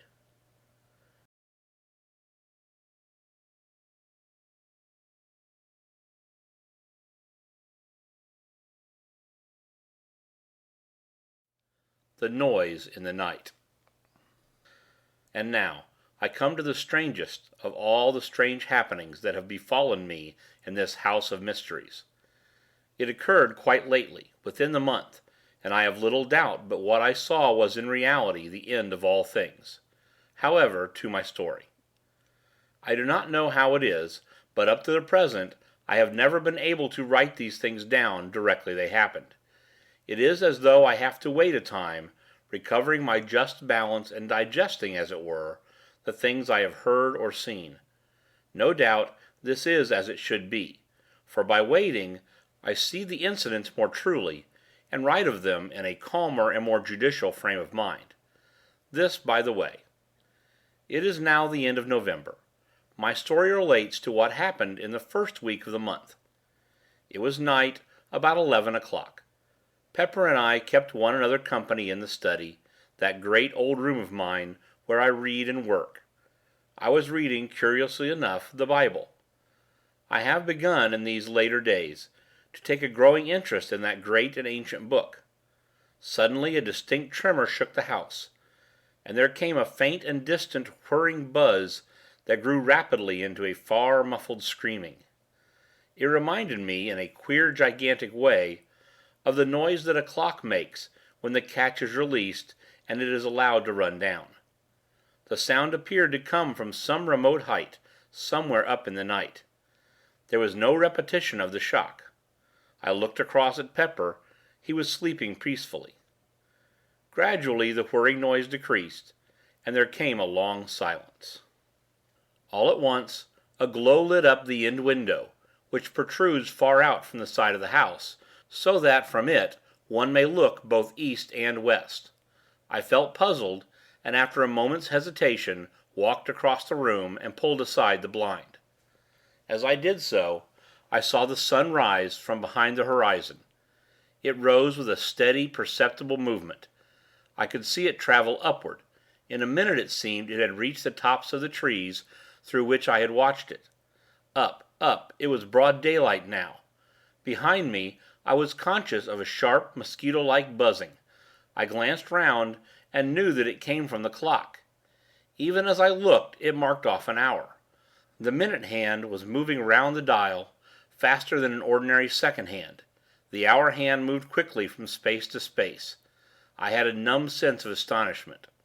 A moment later, so it seemed, the two candles went out almost together. I turned swiftly back to the window, for I had seen the shadow of the window frames traveling across the floor towards me as though a great lamp had been carried up past the window. I saw now that the sun had risen high into the heavens and was still visibly moving. It passed above the house with an extraordinary sailing kind of motion. As the window came into shadow, I saw another extraordinary thing. The fine weather clouds were not passing easily across the sky. They were scampering, as though 100-mile-an-hour wind blew. As they passed, they changed their shapes 1,000 times a minute, as though writhing with a strange life, and so were gone. And presently others came, and whisked away likewise.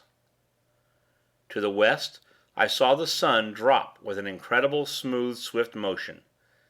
Eastward, the shadows of every seen thing crept toward the coming grayness. And the movement of the shadows was visible to me, a stealthy, writhing creep of the shadows of the wind-stirred trees. It was a strange sight. Quickly the room began to darken. The sun slid down to the horizon, and seemed, as it were, to disappear from my sight almost with a jerk. Through the grayness of the swift evening, I saw the silver crescent of the moon falling out of the southern sky toward the west. The evening seemed to merge into an almost instant night. Above me, the many constellations passed in a strange, noiseless circling, westward. The moon fell through the last 1,000 fathoms of the night gulf, and there was only the starlight. About this time the buzzing in the corner ceased, telling me that the clock had run down. A few minutes passed, and I saw the eastward sky lighten. A gray, sullen morning spread through all the darkness, and hid the march of the stars. Overhead there moved, with a heavy, everlasting rolling, a vast, seamless sky of gray clouds. A cloud sky that would have seemed motionless through all the length of an ordinary earth day. The sun was hidden from me, but from moment to moment the world would brighten and darken, between waves of subtle light and shadow. The light shifted ever westward, and the night fell upon the earth. A vast rain seemed to come with it, and a wind of most extraordinary loudness, as though the howling of a night-long gale were packed into the space of no more than a minute. The noise passed almost immediately, and the clouds broke, so that once more I could see the sky.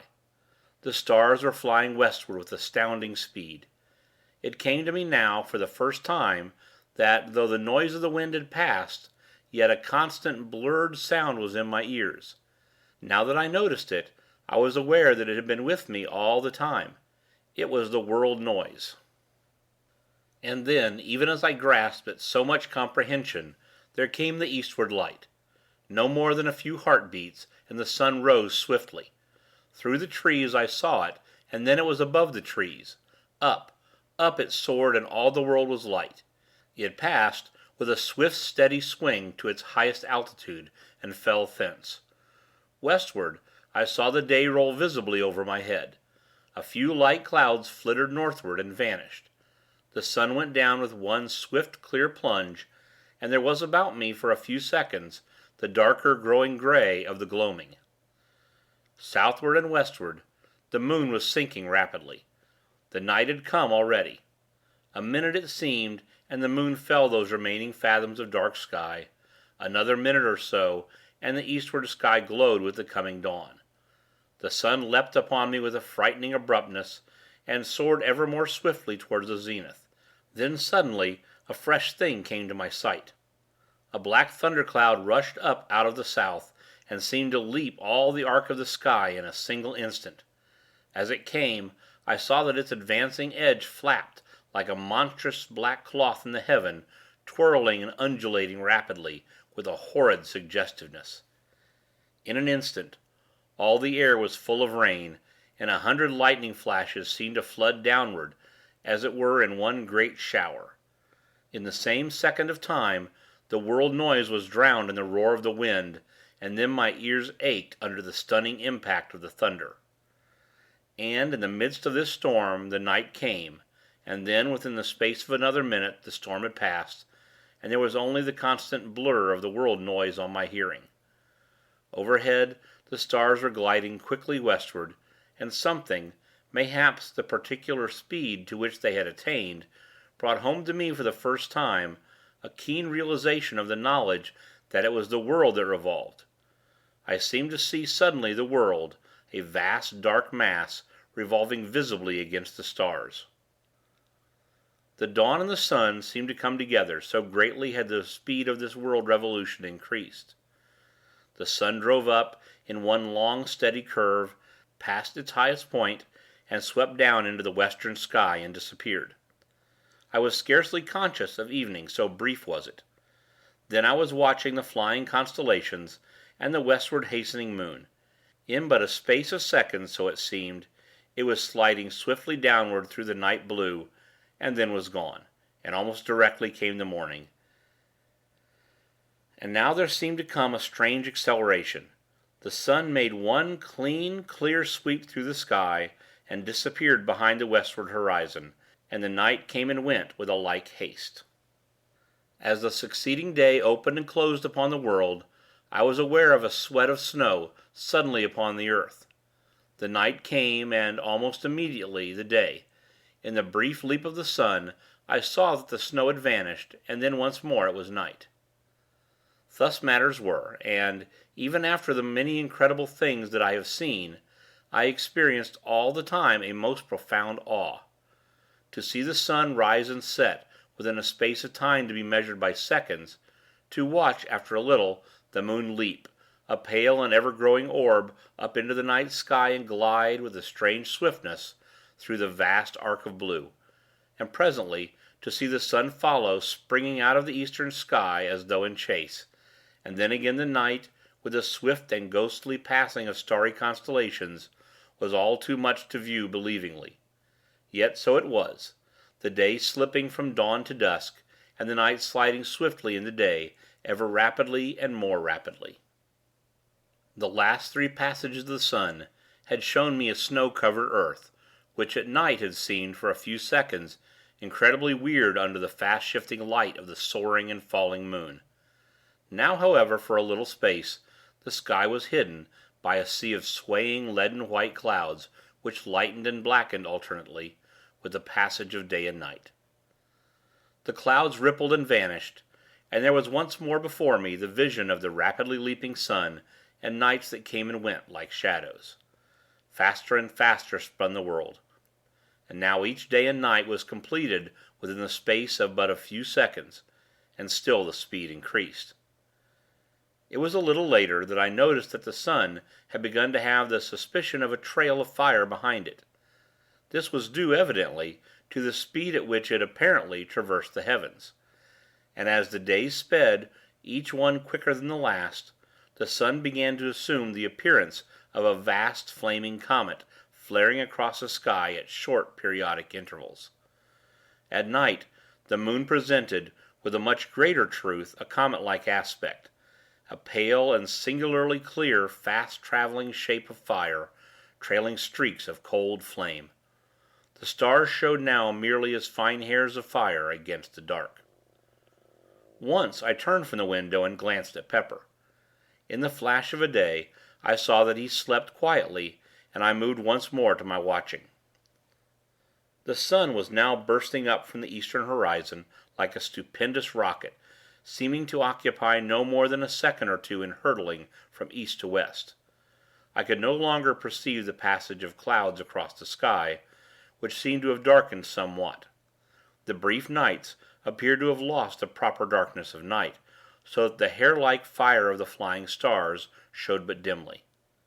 As the speed increased, the sun began to sway very slowly in the sky, from south to north, and then slowly again from north to south.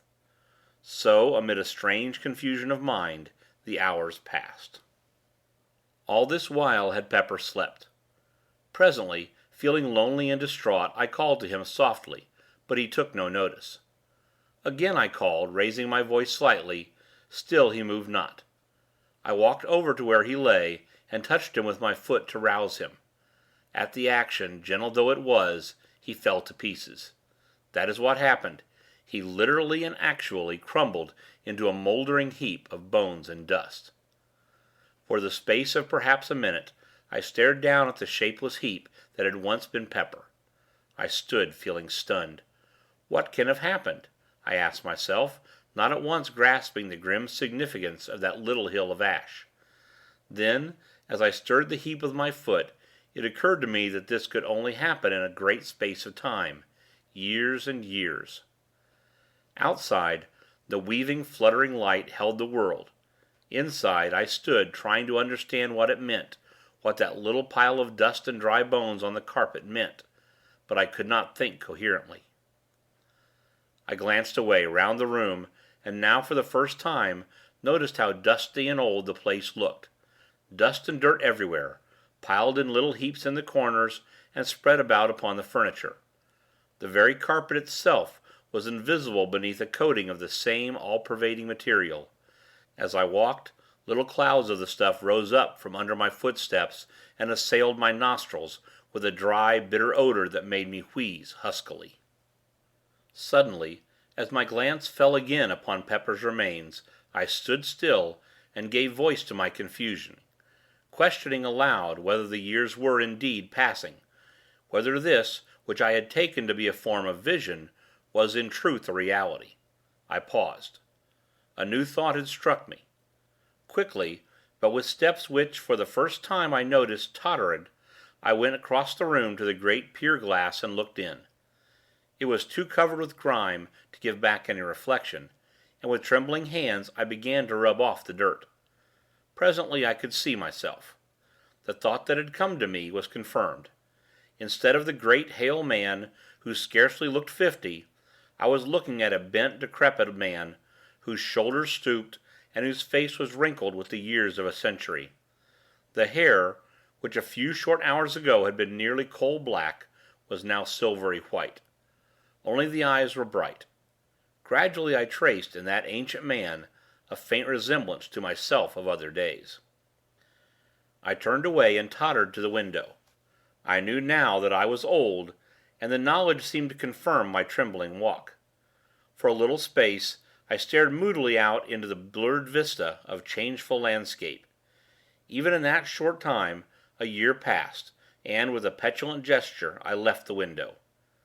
As I did so, I noticed that my hand shook with the palsy of old age, and a short sob choked its way through my lips. For a little while I paced, tremulously, between the window and the table. My gaze wandered hither and thither uneasily. How dilapidated the room was! Everywhere lay the thick dust, thick, sleepy, and black. The fender was a shape of rust. The chains that held the brass clock weights had rusted through long ago, and now the weights lay on the floor beneath, themselves two cones of verdigris. As I glanced about, it seemed to me that I could see the very furniture of the room rotting and decaying before my eyes. Nor was this fancy on my part, for all at once the bookshelf along the side wall collapsed with a cracking and rending of rotten wood, precipitating its contents upon the floor, and filling the room with a smother of dusty atoms. How tired I felt! As I walked, it seemed that I could hear my dry joints creak and crack at every step. I wondered about my sister. Was she dead as well as Pepper? All had happened so quickly and suddenly. This must be, indeed, the beginning of the end of all things. It occurred to me to go to look for her, but I felt too weary. And then, she had been so queer about these happenings of late. Of late! I repeated the words and laughed, feebly, mirthlessly, as the realization was borne in upon me that I spoke of a time half a century agone. Half a century! It might have been twice as long. I moved slowly to the window, and looked out once more across the world. I can best describe the passage of day and night, at this period, as a sort of gigantic, ponderous flicker. Moment by moment, the acceleration of time continued, so that, at nights now, I saw the moon only as a swaying trail of palish fire, that varied from a mere line of light to a nebulous path, and then dwindled again, disappearing periodically. The flicker of the days and nights quickened. The days had grown perceptibly darker, and a queer quality of dusk lay, as it were, in the atmosphere. The nights were so much lighter that the stars were scarcely to be seen, saving here and there an occasional hair-like line of fire that seemed to sway a little with the moon. Quicker and ever quicker ran the flicker of day and night, and suddenly, it seemed, I was aware that the flicker had died out, and instead there reigned a comparatively steady light, which was shed upon all the world from an eternal river of flame that swung up and down, north and south, in stupendous, mighty swings. The sky was now grown very much darker, and there was in the blue of it a heavy gloom, as though a vast blackness peered through it on the earth. Yet there was in it also a strange and awful clearness and emptiness. Periodically I had glimpses of a ghostly track of fire that swayed thin and darkly toward the sun-stream, vanished and reappeared. It was the scarcely visible moon-stream. Looking out at the landscape, I was conscious again of a blurring sort of flitter that came either from the light of the ponderous swinging sun-stream, or was the result of the incredibly rapid changes of the earth's surface. And every few moments, so it seemed, the snow would lie suddenly upon the world, and vanish as abruptly, as though an invisible giant flitted a white sheet off and on the earth. Time fled, and the weariness that was mine grew insupportable.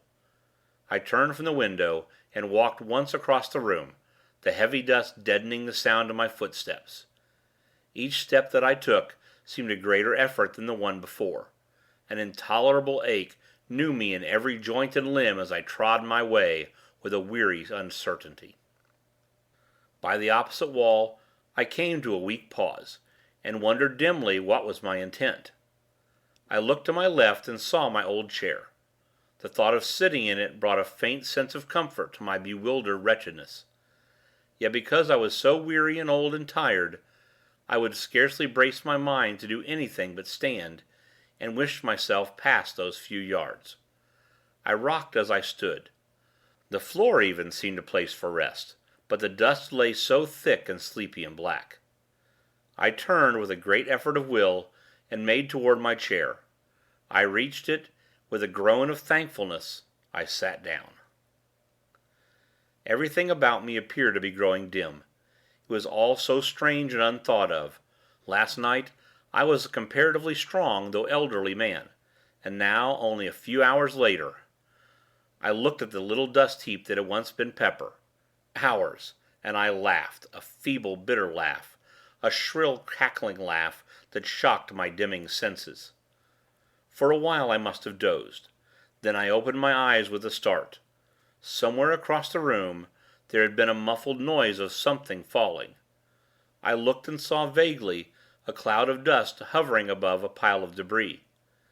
Nearer the door something else tumbled with a crash.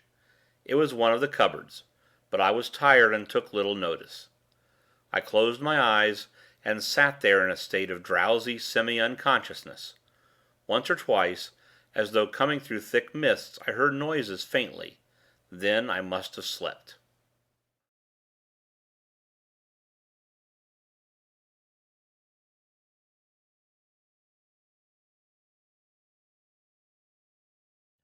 The Awakening. I awoke with a start. For a moment I wondered where I was. Then memory came to me. The room was still lit with that strange light, half sun, half moon light. I felt refreshed, and the tired, weary ache had left me. I went slowly across to the window and looked out. Overhead, the river of flame drove up and down, north and south, in a dancing semicircle of fire. As a mighty sleigh in the loom of time it seemed, in a sudden fancy of mine, to be beating home the picks of the years. For, so vastly had the passage of time been accelerated, that there was no longer any sense of the sun passing from east to west. The only apparent movement was the north and south beat of the sun stream, that had become so swift now as to be better described as a quiver. As I peered out, there came to me a sudden, inconsequent memory of that last journey among the outer worlds. I remembered the sudden vision that had come to me, as I neared the solar system, of the fast whirling planets about the sun, as though the governing quality of time had been held in abeyance, and the machine of a universe allowed to run down an eternity in a few moments or hours. The memory passed, along with a but partially comprehended suggestion that I had been permitted a glimpse into further time spaces. I stared out again, seemingly at the quake of the sun stream. The speed seemed to increase even as I looked. Several lifetimes came and went as I watched. Suddenly it struck me, with a sort of grotesque seriousness, that I was still alive.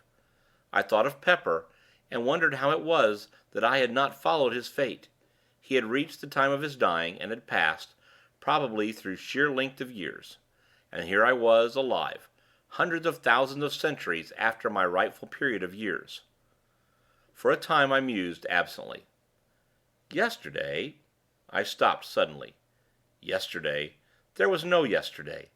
The yesterday of which I spoke had been swallowed up in the abyss of years, ages gone. I grew dazed with much thinking. Presently, I turned from the window, and glanced round the room.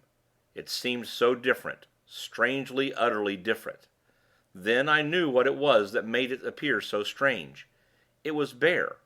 There was not a piece of furniture in that room, not even a solitary fitting of any sort. Gradually my amazement went, as I remembered that this was but the inevitable end of the process of decay which I had witnessed commencing before my sleep. Thousands of years, millions of years.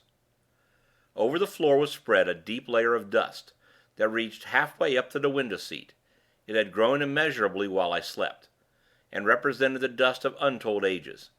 Undoubtedly atoms of the old decayed furniture helped to swell its bulk, and somewhere among it all mouldered the long-ago dead Pepper.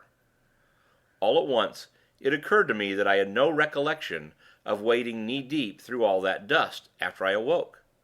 True, an incredible age of years had passed since I approached the window, but that was evidently as nothing compared with the countless spaces of time that, I conceived, had vanished whilst I was sleeping.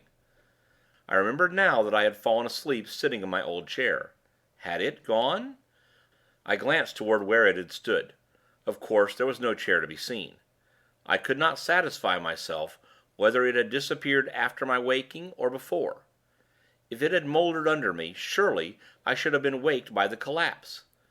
Then I remembered that the thick dust which covered the floor would have been sufficient to soften my fall, so that it was quite possible I had slept upon the dust for 1,000,000 years or more.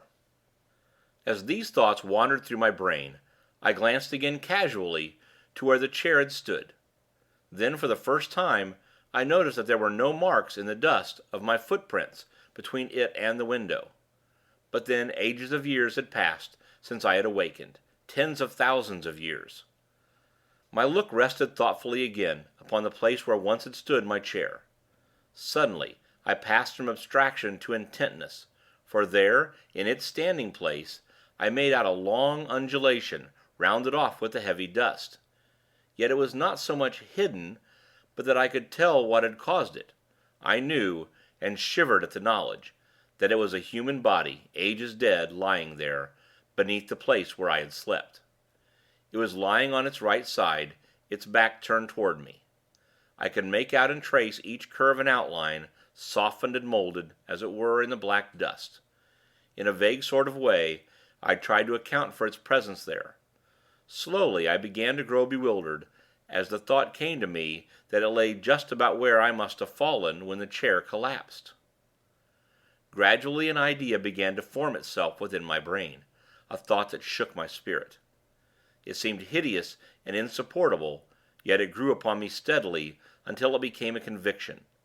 The body under that coating, that shroud of dust, was neither more nor less than my own dead shell. I did not attempt to prove it. I knew it now, and wondered I had not known it all along. I was a bodiless thing. A while I stood trying to adjust my thoughts to this new problem. In time, how many thousands of years I know not, I attained to some degree of quietude, sufficient to enable me to pay attention to what was transpiring around me. Now I saw that the elongated mound had sunk, collapsed, level with the rest of the spreading dust, and fresh atoms, impalpable, had settled above that mixture of grave powder which the aeons had ground. A long while I stood, turned from the window. Gradually I grew more collected, while the world slipped across the centuries into the future. Presently I began a survey of the room. Now I saw that time was beginning its destructive work, even on this strange old building. That it had stood through all the years was, it seemed to me, proof that it was something different from any other house. I do not think, somehow, that I had thought of its decaying, though why I could not have said. It was not until I had meditated upon the matter for some considerable time that I fully realized that the extraordinary space of time through which it had stood was sufficient to have utterly pulverized the very stones of which it was built, had they been taken from any earthly quarry. Yes, it was undoubtedly mouldering now. All the plaster had gone from the walls, even as the woodwork of the room had gone many ages before. While I stood in contemplation, a piece of glass, from one of the small diamond-shaped panes, dropped, with a dull tap, amid the dust upon the sill behind me, and crumbled into a little heap of powder. As I turned from contemplating it, I saw light between a couple of the stones that formed the outer wall. Evidently the mortar was falling away. After a while, I turned once more to the window, and peered out. I discovered now that the speed of time had become enormous. The lateral quiver of the sunstream had grown so swift as to cause the dancing semicircle of flame to merge into, and disappear in, a sheet of fire that covered half the southern sky from east to west. From the sky I glanced down to the gardens. They were just a blur of palish, dirty green. I had a feeling that they stood higher than in the old days, a feeling that they were nearer my window, as though they had risen bodily. Yet they were still a long way below me, for the rock over the mouth of the pit on which this house stands arches up to a great height. It was later that I noticed a change in the constant color of the gardens. The pale, dirty green was growing ever paler towards white. At last, after a great space, they became grayish white, and stayed thus for a very long time. Finally, however, the grayness began to fade, even as had the green, into a dead white. And this remained constant and unchanging, and by this I knew that, at last, snow lay upon all the northern world. And so, by millions of years, time winged onward through eternity, to the end of which in the old earth days I had thought remotely, and in hazily speculative fashion, and now it was approaching in a manner of which none had ever dreamed. I recollect that, about this time, I began to have a lively though morbid curiosity as to what would happen when the end came, but I seemed strangely without imaginings. All this while, the steady process of decay was continuing. The last few remaining pieces of glass had long ago vanished, and every now and then a soft thud and a little cloud of rising dust would tell of some fragment of fallen mortar or stone. I looked up again to the fiery sheet that quaked in the heavens above me and far down into the southern sky. As I looked, the impression was borne in upon me that it had lost some of its first brilliancy, that it was duller, deeper hued. I glanced down once more to the blurred white of the worldscape. Sometimes my look returned to the burning sheet of dulling flame that was, and yet hid, the sun. At times I glanced behind me into the growing dusk of the great silent room, with its aeon carpet of sleeping dust. So I watched through the fleeting ages, lost in soul-wearing thoughts and wonderings, and possessed with a new weariness.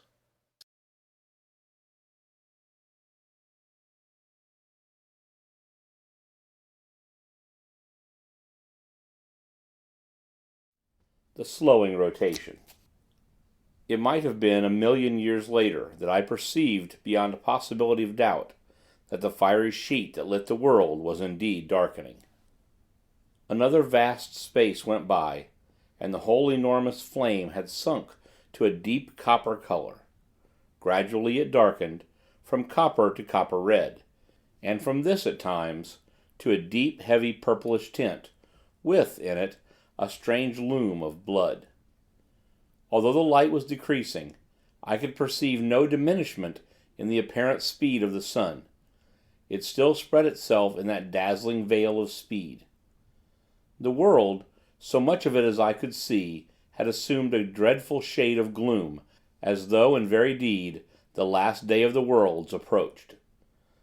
The sun was dying, of that there could be little doubt, and still the earth whirled onward through space and the eons. At this time, I remember, an extraordinary sense of bewilderment took me. I found myself later wandering mentally amid an odd chaos of fragmentary modern theories and the old biblical story of the world's ending. Then, for the first time, there flashed across me the memory that the sun, with its system of planets, was, and had been, traveling through space at an incredible speed. Abruptly the question rose, where?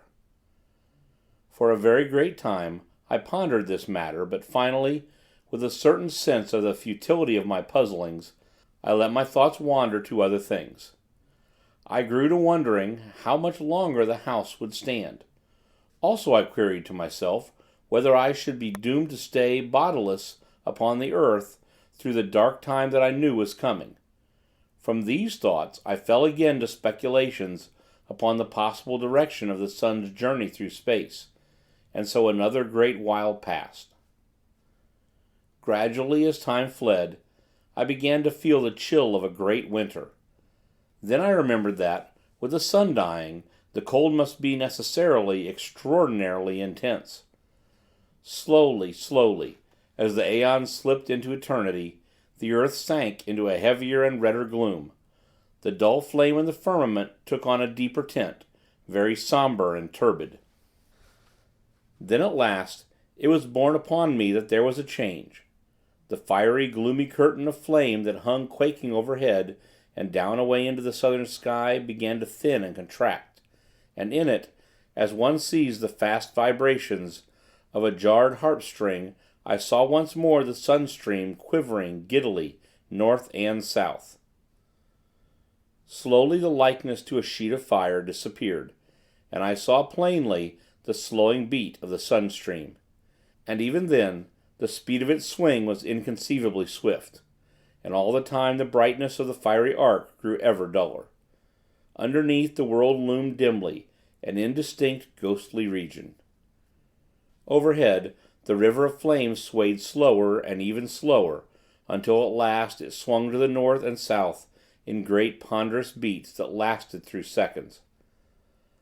A long space went by, and now each sway of the great belt lasted nigh a minute, so that after a great while I ceased to distinguish it as a visible movement, and the streaming fire ran in a steady river of dull flame across the deadly-looking sky. An indefinite period passed, and it seemed that the arc of fire became less sharply defined. It appeared to me to grow more attenuated, and I thought blackish streaks showed occasionally. Presently, as I watched, the smooth onward flow ceased, and I was able to perceive that there came a momentary but regular darkening of the world. This grew until once more night descended, in short but periodic intervals, upon the wearying earth. Longer and longer became the nights, and the days equaled them, so that at last the day and the night grew to the duration of seconds in length, and the sun showed once more like an almost invisible coppery red colored ball within the glowing mistiness of its flight. Corresponding to the dark lines showing at times in its trail, there were now distinctly to be seen on the half-visible sun itself great dark belts. Year after year flashed into the past, and the days and nights spread into minutes. The sun had ceased to have the appearance of a tail, and now rose and set, a tremendous globe of a glowing copper-bronze hue, in parts ringed with blood-red bands, in others with the dusky ones that I had already mentioned. These circles, both red and black, were of varying thicknesses. For a time I was at a loss to account for their presence. Then it occurred to me that it was scarcely likely that the sun would cool evenly all over, and that these markings were due, probably, to differences in temperature of the various areas. The red representing those parts where the heat was still fervent, and the black those portions which were already comparatively cool. It struck me as a peculiar thing that the sun should cool in evenly defined rings, until I remembered that, possibly, they were but isolated patches, to which the enormous rotary speed of the sun had imparted a belt-like appearance. The sun itself was very much greater than the sun I had known in the old world days, and from this I argued that it was considerably nearer. At nights the moon still showed, but small and remote, and the light she reflected was so dull and weak that she seemed little more than the small dim ghost of the olden moon that I had known. Editor's note: no further mention is made of the moon. From what is said here, it is evident that our satellite had greatly increased its distance from the earth. Possibly, at a later age, it may even have broken loose from our attraction. I cannot but regret that no light is shed on this point.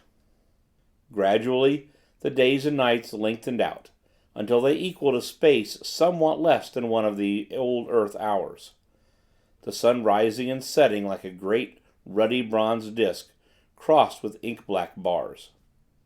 About this time, I found myself able once more to see the gardens with clearness, for the world had now grown very still and changeless. Yet I am not correct in saying gardens, for there were no gardens, nothing that I knew or recognized. In place thereof, I looked out upon a vast plain, stretching away into distance.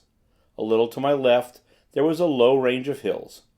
Everywhere there was a uniform, white covering of snow, in places riding into hummocks and ridges. It was only now that I recognized how really great had been the snowfall. In places it was vastly deep, as was witnessed by a great upleaping wave-shaped hill away to my right, though it is not impossible that this was due in part to some rise in the surface of the ground.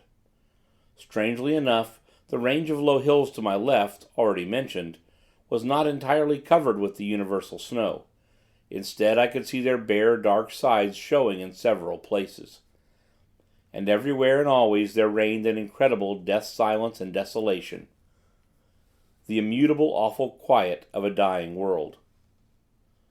All this time the days and nights were lengthening perceptibly. Already each day occupied, maybe, some 2 hours from dawn to dusk.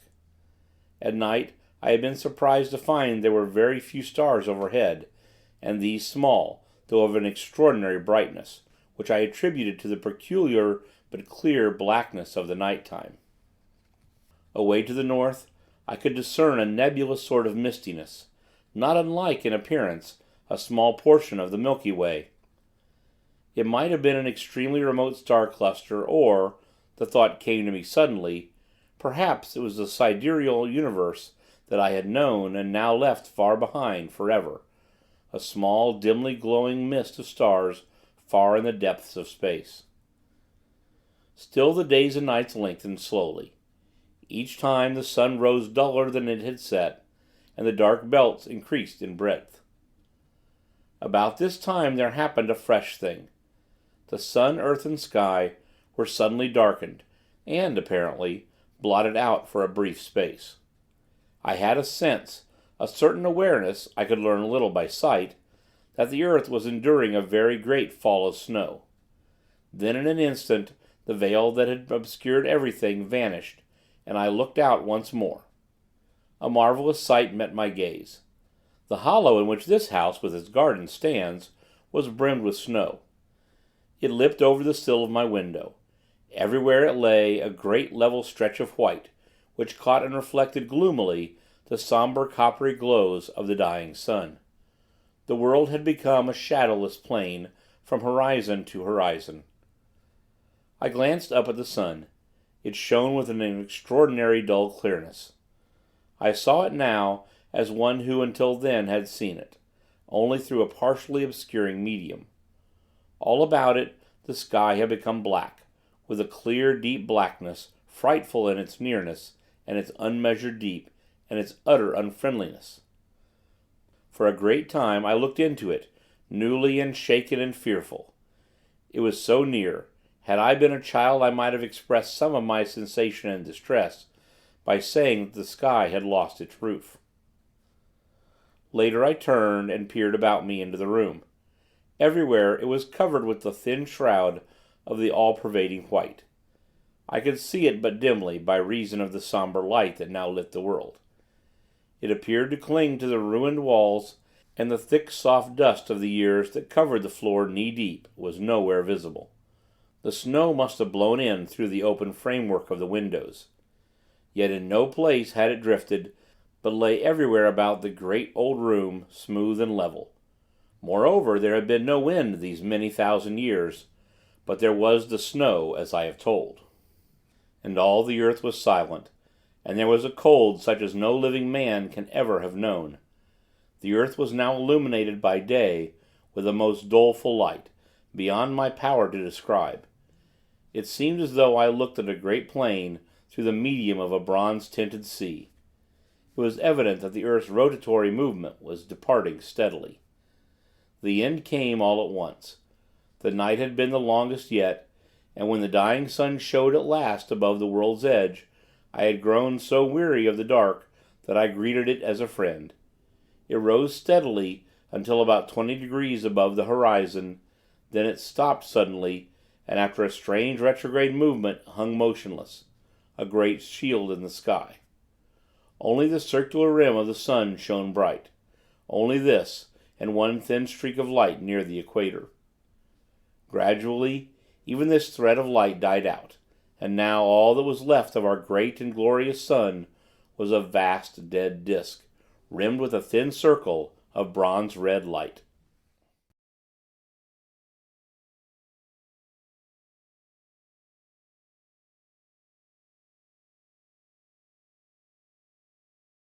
The Green Star.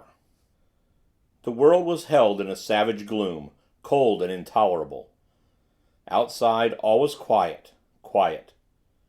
From the dark room behind me came the occasional soft thud of falling matter, fragments of rotting stone. So time passed, and night grasped the world, wrapping it in wrappings of impenetrable blackness. There was no night sky as we know it.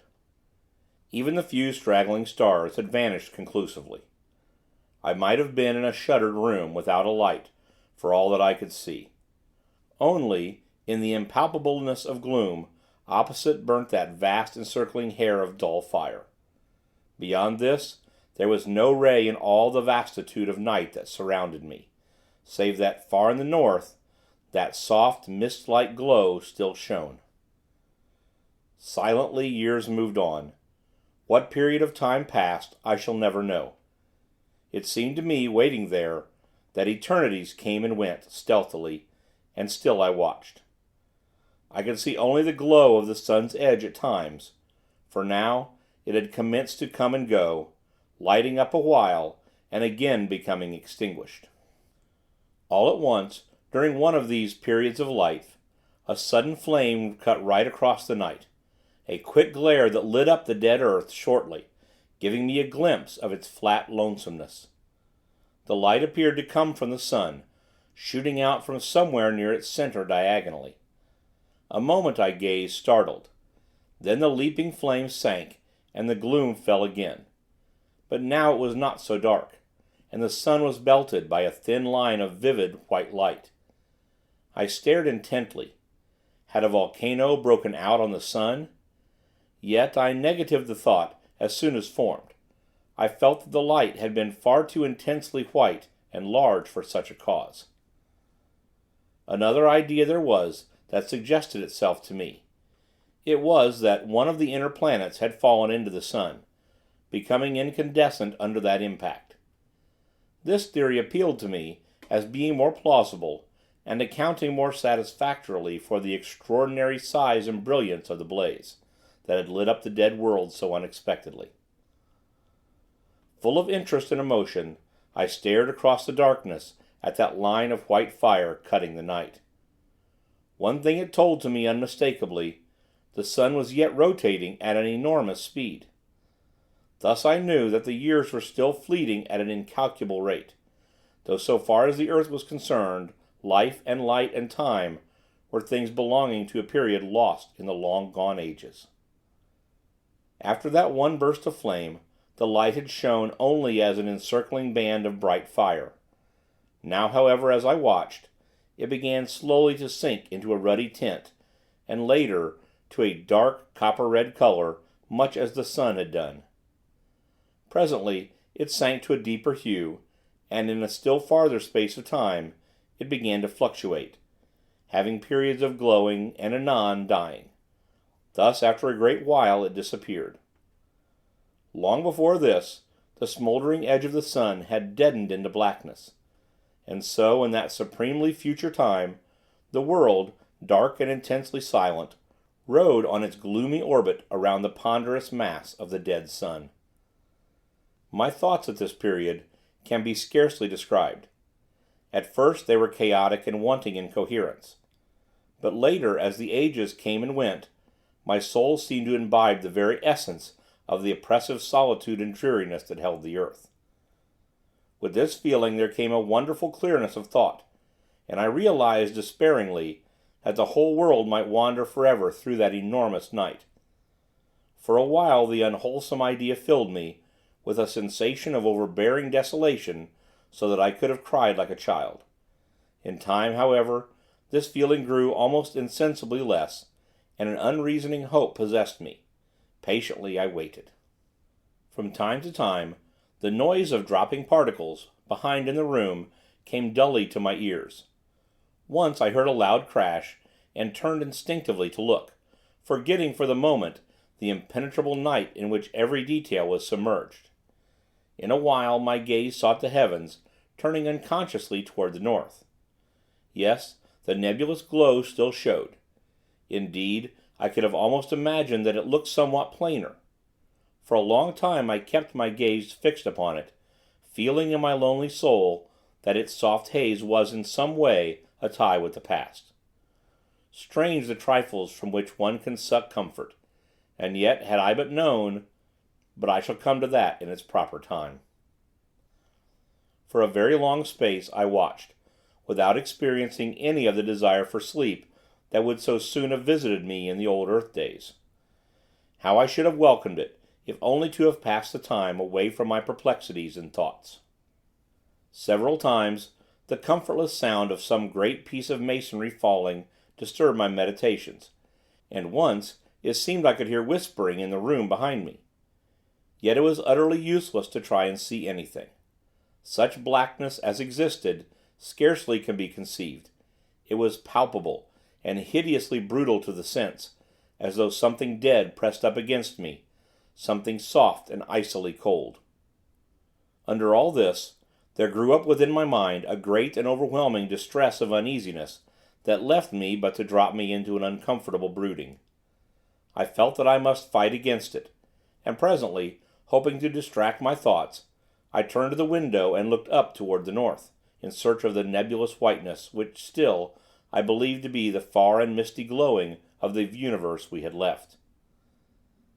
Even as I raised my eyes, I was thrilled with a feeling of wonder, for now the hazy light had resolved into a single great star of vivid green.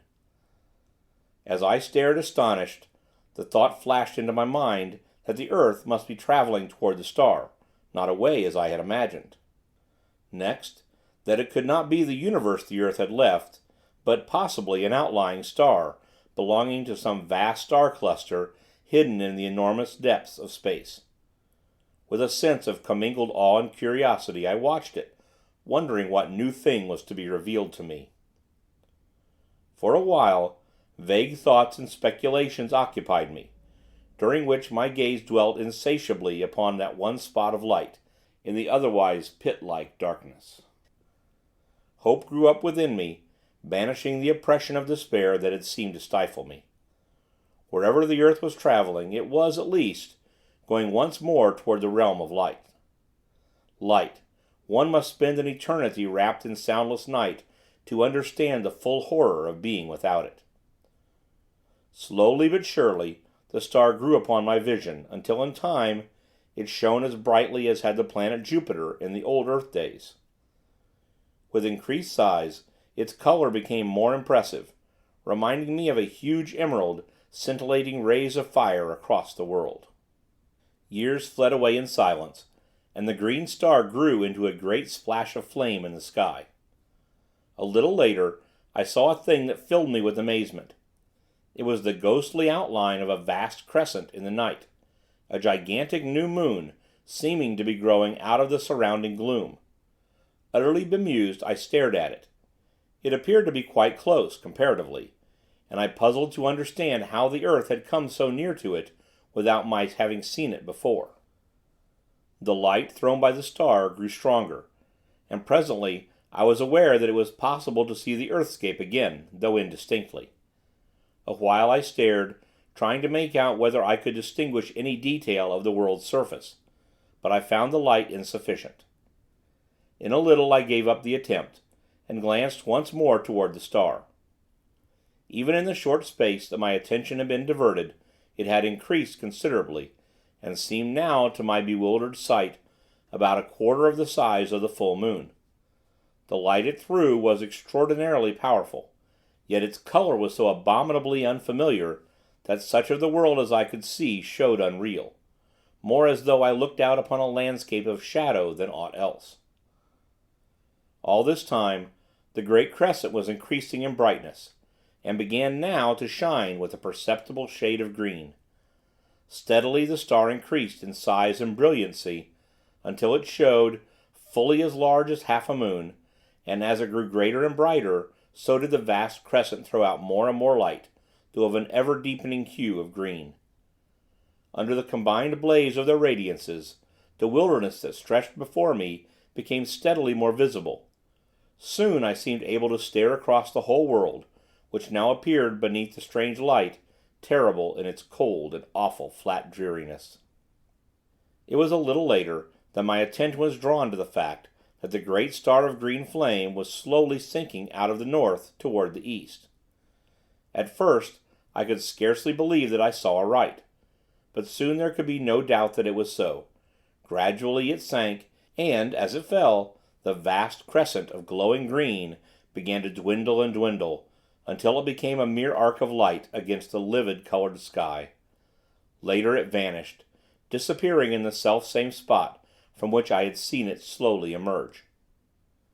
By this time the star had come to within some 30 degrees of the hidden horizon. In size it could now have rivaled the moon at its full, though even yet I could not distinguish its disk. This fact led me to conceive that it was, still, an extraordinary distance away, and, this being so, I knew that its size must be huge, beyond the conception of man to understand or imagine. Suddenly, as I watched, the lower edge of the star vanished, cut by a straight dark line.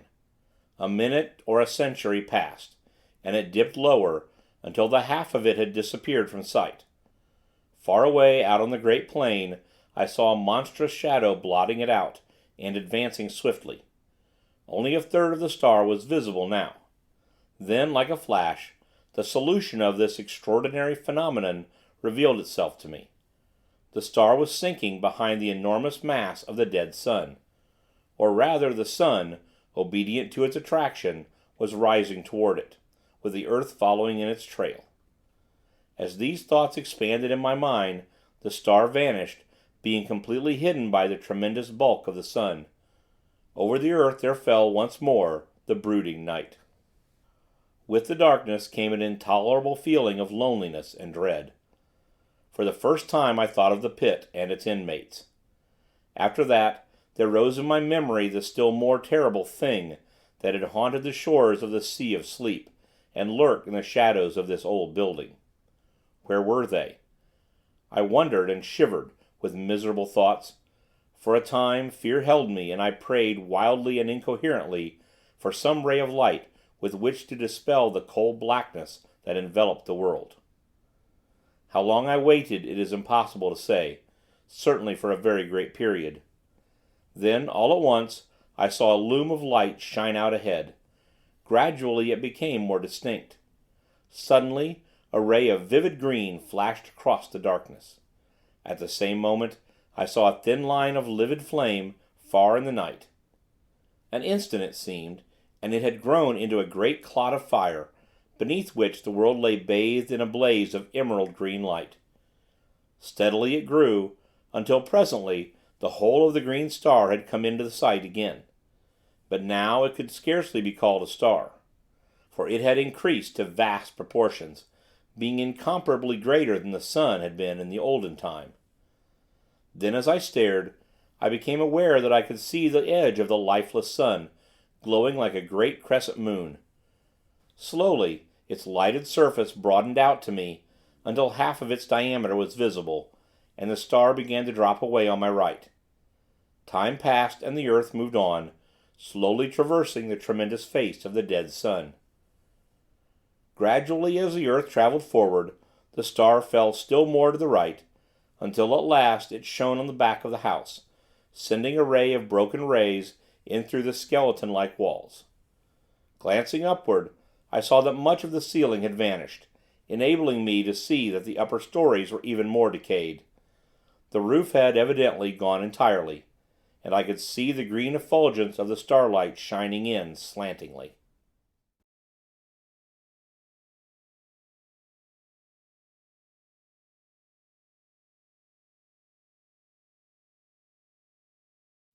The end of the solar system.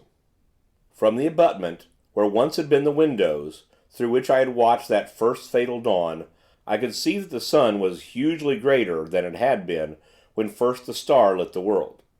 So great was it, that its lower edge seemed almost to touch the far horizon.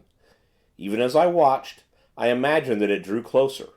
The radiance of green that lit the frozen earth grew steadily brighter. Thus for a long space things were. Then on a sudden I saw that the sun was changing shape, and growing smaller, just as the moon would have done in past time. In a while, only a third of the illuminated part was turned toward the earth. The star bore away on the left. Gradually, as the world moved on, the star shone upon the front of the house once more, while the sun shone only as a great bow of green fire. An instant it seemed, and the sun had vanished. The star was still fully visible. Then the earth moved into the black shadow of the sun, and all was night. Night, black, starless, and intolerable. Filled with tumultuous thoughts, I watched across the night, waiting. Years it may have been, and then, in the dark house behind me, the clotted stillness of the world was broken. I seemed to hear a soft padding of many feet, and a faint, articulate whisper of sound grew on my sense. I looked round into the blackness, and saw a multitude of eyes. As I stared, they increased, and appeared to come toward me. For an instant I stood, unable to move. Then a hideous swine noise rose up into the night, and at that, I leapt from the window out onto the frozen world. I have a confused notion of having run a while, and, after that, I just waited.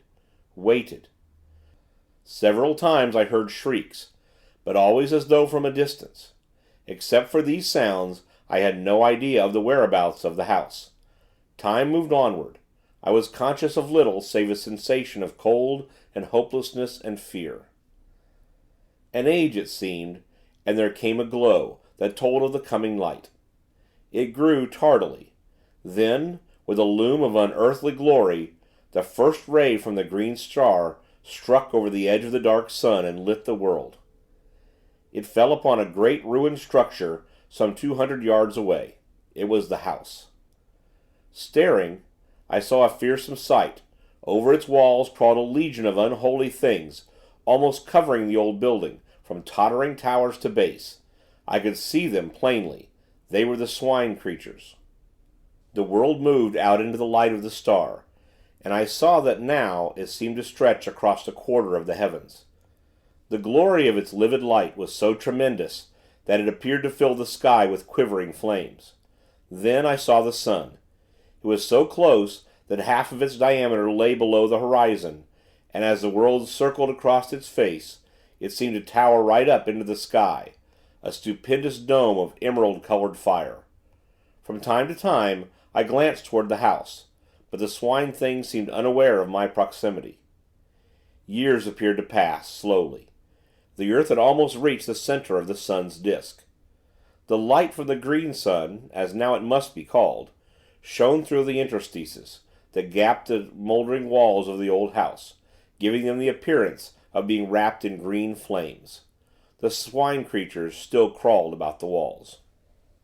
Suddenly, there rose a loud roar of swine voices, and up from the center of the roofless house shot a vast column of blood-red flame. I saw the little twisted towers and turrets flash into fire, yet still preserving their twisted crookedness. The beams of the green sun beat upon the house, and intermingled with its lurid glows, so that it appeared a blazing furnace of red and green fire. Fascinated, I watched, until an overwhelming sense of coming danger drew my attention. I glanced up, and at once it was borne upon me that the sun was closer, so close, in fact, that it seemed to overhang the world.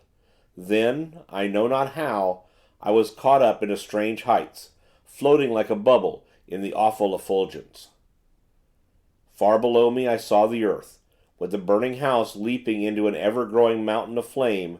Round about it the ground appeared to be glowing, and in places heavy wreaths of yellow smoke ascended from the earth. It seemed as though the world were becoming ignited from that one plague spot of fire. Faintly I could see the Swine-Things.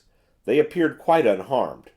Then the ground seemed to cave in suddenly, and the house, with its load of foul creatures, disappeared into the depths of the earth, sending a strange blood-colored cloud into the heights.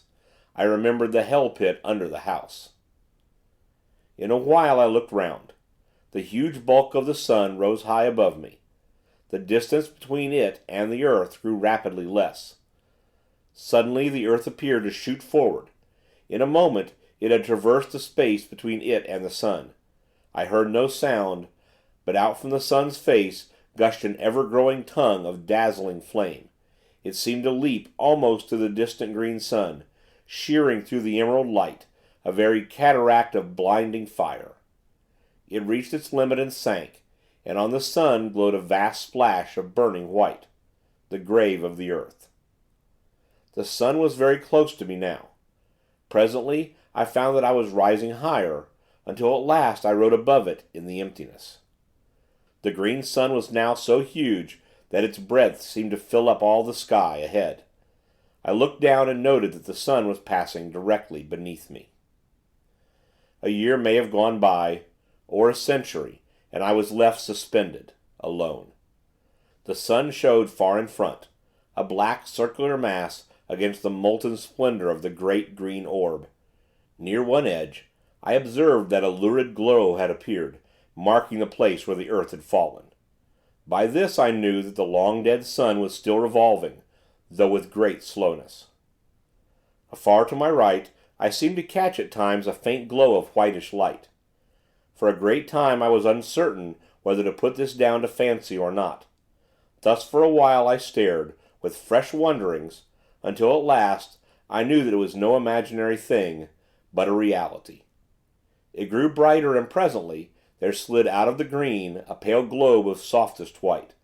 It came nearer, and I saw that it was apparently surrounded by a robe of gently glowing clouds. Time passed. I glanced toward the diminishing sun. It showed only as a dark blot on the face of the green sun. As I watched, I saw it grow smaller, steadily, as though rushing toward the superior orb at an immense speed. Intently I stared. What would happen? I was conscious of extraordinary emotions, as I realized that it would strike the green sun. It grew no bigger than a pea, and I looked with my whole soul to witness the final end of our system, that system which had borne the world through so many aeons, with its multitudinous sorrows and joys, and now... Suddenly, something crossed my vision, cutting from sight all vestige of the spectacle I watched with such soul interest. What happened to the dead sun I did not see, but I have no reason, in the light of that which I saw afterward, to disbelieve that it fell into the strange fire of the green sun, and so perished. And then, suddenly, an extraordinary question arose in my mind, whether this stupendous globe of green fire might not be the vast central sun, the great sun, round which our universe and countless others revolve. I felt confused. I thought of the probable end of the dead sun, and another suggestion came dumbly. Do the dead stars make the green sun their grave? The idea appealed to me with no sense of grotesqueness, but rather as something both possible and probable.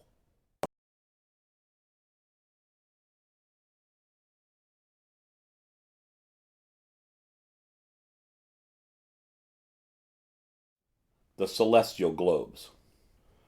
For a while, many thoughts crowded my mind, so that I was unable to do aught save stare blindly before me. I seemed whelmed in a sea of doubt and wonder and sorrowful remembrance. It was later that I came out of my bewilderment. I looked about dazedly. Thus, I saw so extraordinary a sight that, for a while, I could scarcely believe I was not still wrapped in the visionary tumult of my own thoughts. Out of the reigning green had grown a boundless river of softly shimmering globes, each one enfolded in a wondrous fleece of pure cloud. They reached, both above and below me, to an unknown distance, and not only hid the shining of the green sun, but supplied, in place thereof, a tender glow of light that suffused itself around me, like unto nothing I have ever seen before or since. In a little, I noticed that there were about these spheres a sort of transparency, almost as though they were formed of clouded crystal, within which burned a radiance, gentle and subdued. They moved on, past me, continually floating onward at no great speed, but rather as though they had eternity before them. A great while I watched, and could perceive no end to them. At times I seemed to distinguish faces, amid the cloudiness, but strangely indistinct, as though partly real, and partly formed of the mistiness through which they showed. For a long time I waited, passively, with a sense of growing content. I had no longer that feeling of unutterable loneliness, but felt rather that I was less alone than I had been for kalpas of years. This feeling of contentment increased, so that I would have been satisfied to float in company with those celestial globules forever. Ages slipped by, and I saw the shadowy faces with increased frequency, also with greater plainness. Whether this was due to my soul having become more attuned to its surroundings, I cannot tell. Probably it was so. But however this may be, I am assured now only of the fact that I became steadily more conscious of a new mystery about me, telling me that I had, indeed, penetrated within the borderland of some unthought of region, some subtle, intangible place or form of existence. The enormous stream of luminous spheres continued to pass me at an unvarying rate, countless millions, and still they came, showing no signs of ending, nor even diminishing. Then, as I was borne silently upon the unbuoying ether, I felt a sudden irresistible forward movement toward one of the passing globes. An instant, and I was beside it. Then I slid through into the interior without experiencing the least resistance of any description. For a short while I could see nothing, and waited curiously. All at once I became aware that a sound broke the inconceivable stillness. It was like the murmur of a great sea at calm, a sea breathing in its sleep. Gradually the mist that obscured my sight began to thin away, and so in time my vision dwelt once again upon the silent surface of the sea of sleep. For a little I gazed, and could scarcely believe I saw aright. I glanced round. There was the great globe of pale fire, swimming, as I had seen it before, a short distance above the dim horizon. To my left, far across the sea, I discovered presently a faint line, as of thin haze, which I guessed to be the shore, where my love and I had met during those wonderful periods of soul wandering that had been granted to me in the old earth days. Another, a troubled memory came to me, of the formless thing that haunted the shores of the Sea of Sleep, the guardian of that silent, echoless place. These and other details I remembered, and knew, without doubt, that I was looking out upon the same sea. With the assurance, I was filled with an overwhelming feeling of surprise, and joy, and shaken expectancy, conceiving it possible that I was about to see my love again. Intently I gazed around, but could catch no sight of her. At that, for a little, I felt hopeless. Fervently I prayed, and ever peered anxiously. How still was the sea! Down, far beneath me, I could see the many trails of changeful fire that had drawn my attention formerly. Vaguely, I wondered what caused them. Also, I remembered that I had intended to ask my dear one about them, as well as many other matters, and I had been forced to leave her, before the half that I had wished to say was said. My thoughts came back with a leap. I was conscious that something had touched me. I turned quickly. God, thou wert indeed gracious. It was she. She looked up into my eyes with an eager longing, and I looked down to her with all my soul. I should like to have held her, but the glorious purity of her face kept me afar. Then, out of the winding mist, she put her dear arms. Her whisper came to me, soft as the rustle of a passing cloud. "Dearest," she said. That was all, but I had heard, and in a moment I held her to me, as I prayed for ever. In a little, she spoke of many things, and I listened. Willingly, I would have done so through all the ages that are to come. At times I whispered back, and my whispers brought to her spirit face once more an indescribably delicate tint, the bloom of love. Later I spoke more freely, and to each word she listened, and made answer delightfully, so that already I was in paradise. She and I, and nothing, save the silent, spacious void to see us, and only the quiet waters of the Sea of Sleep to hear us. Long before, the floating multitude of cloud-enfolded spheres had vanished into nothingness. Thus we looked upon the face of the slumberous deeps, and were alone. Alone, God, I would have been thus alone in the hereafter, and yet be never lonely. I had her, and, greater than this, she had me. I, aeon-aged me, and on this thought, and some others, I hope to exist through the few remaining years that may yet lie between us.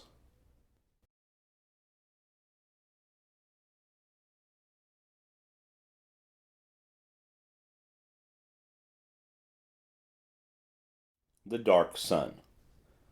How long our souls lay in the arms of joy, I cannot say, but all at once I was waked from my happiness by a diminution of the pale and gentle light that lit the Sea of Sleep. I turned toward the huge white orb, with a premonition of coming trouble. One side of it was curving inward, as though a convex black shadow were sweeping across it. My memory went back. It was thus that the darkness had come, before our last parting. I turned toward my love, inquiringly. With a sudden knowledge of woe, I noticed how wan and unreal she had grown, even in that brief space. Her voice seemed to come to me from a distance. The touch of her hand was no more than the gentle pressure of a summer wind, and grew less perceptible. Already, quite half of the immense globe was shrouded. A feeling of desperation seized me. Was she about to leave me? Would she have to go as she had gone before? I questioned her anxiously, frightenedly, and she, nestling closer, explained, in that strange, faraway voice, that it was imperative she should leave me, before the sun of darkness, as she termed it, blotted out the light. At this confirmation of my fears, I was overcome with despair, and could only look, voicelessly, across the quiet plains of the silent sea. How swiftly the darkness spread across the face of the white orb, yet in reality the time must have been long, beyond human comprehension. At last, only a crescent of pale fire lit the now dim Sea of Sleep. All this while she had held me, but with so soft a caress that I had been scarcely conscious of it. We waited there together, she and I, speechless for very sorrow. In the dimming light, her face showed shadowy, blending into the dusky mistiness that encircled us. Then, when a thin, curved line of soft light was all that lit the sea, she released me, pushing me from her tenderly. Her voice sounded in my ears. "I may not stay longer, dear one." It ended in a sob. She seemed to float away from me, and became invisible. Her voice came to me, out of the shadows faintly, apparently from a great distance. "A little while." It died away, remotely. In a breath, the sea of sleep darkened into night. Far to my left, I seemed to see, for a brief instant, a soft glow. It vanished, and in the same moment, I became aware that I was no longer above the still sea, but once more suspended in infinite space, with the green sun, now eclipsed by a vast, dark sphere, before me. Utterly bewildered, I stared, almost unseeingly, at the ring of green flames, leaping above the dark edge. Even in the chaos of my thoughts, I wondered dully at their extraordinary shapes. A multitude of questions assailed me. I thought more of her I had so lately seen, than of the sight before me. My grief, and thoughts of the future, filled me. Was I doomed to be separated from her always? Even in the old earth days, she had been mine, only for a little while. Then she had left me, as I thought, forever. Since then, I had seen her but these times upon the Sea of Sleep. A feeling of fierce resentment filled me, in miserable questionings. Why could I not have gone with my love? What reason to keep us apart? Why had I to wait alone, while she slumbered through the years on the still bosom of the Sea of Sleep? The Sea of Sleep! My thoughts turned, inconsequently, out of their channel of bitterness, to fresh, desperate questionings. Where was it? Where was it? I seemed to have just parted from my love, upon its quiet surface, and it had gone utterly. It could not be far away. And the white orb which I had seen hidden in the shadow of the sun of darkness? My sight dwelt upon the green sun, eclipsed. What had eclipsed it? Was there a vast, dead star circling it? Was the central sun, as I had come to regard it, a double star? The thought had come, almost unbidden, yet why should it not be so? My thoughts went back to the white orb. Strange that it should have been... I stopped. An idea had come suddenly. The white orb and the green sun, were they one and the same? My imagination wandered backward, and I remembered the luminous globe to which I had been so unaccountably attracted. It was curious that I should have forgotten it, even momentarily. Where were the others? I reverted again to the globe I had entered. I thought for a time, and matters became clearer. I conceived that, by entering that impalpable globule, I had passed at once into some further, and until then invisible, dimension. There the green sun was still visible, but as a stupendous sphere of pale white light, almost as though its ghost showed, not its material part. A long time I mused on the subject. I remembered how, on entering this sphere, I had immediately lost all sight of the others. For a still further period, I continued to revolve the different details in my mind.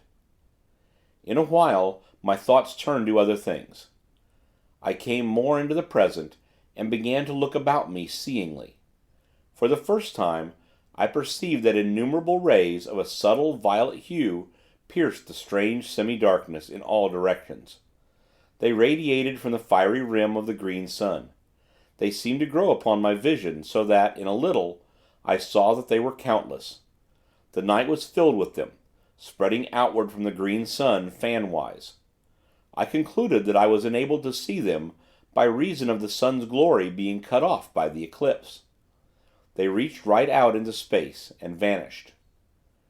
Gradually, as I looked, I became aware that fine points of intensely brilliant light traversed the rays. Many of them seemed to travel from the green sun into distance. Others came out of the void toward the sun, but one and all, each kept strictly to the ray on which it traveled.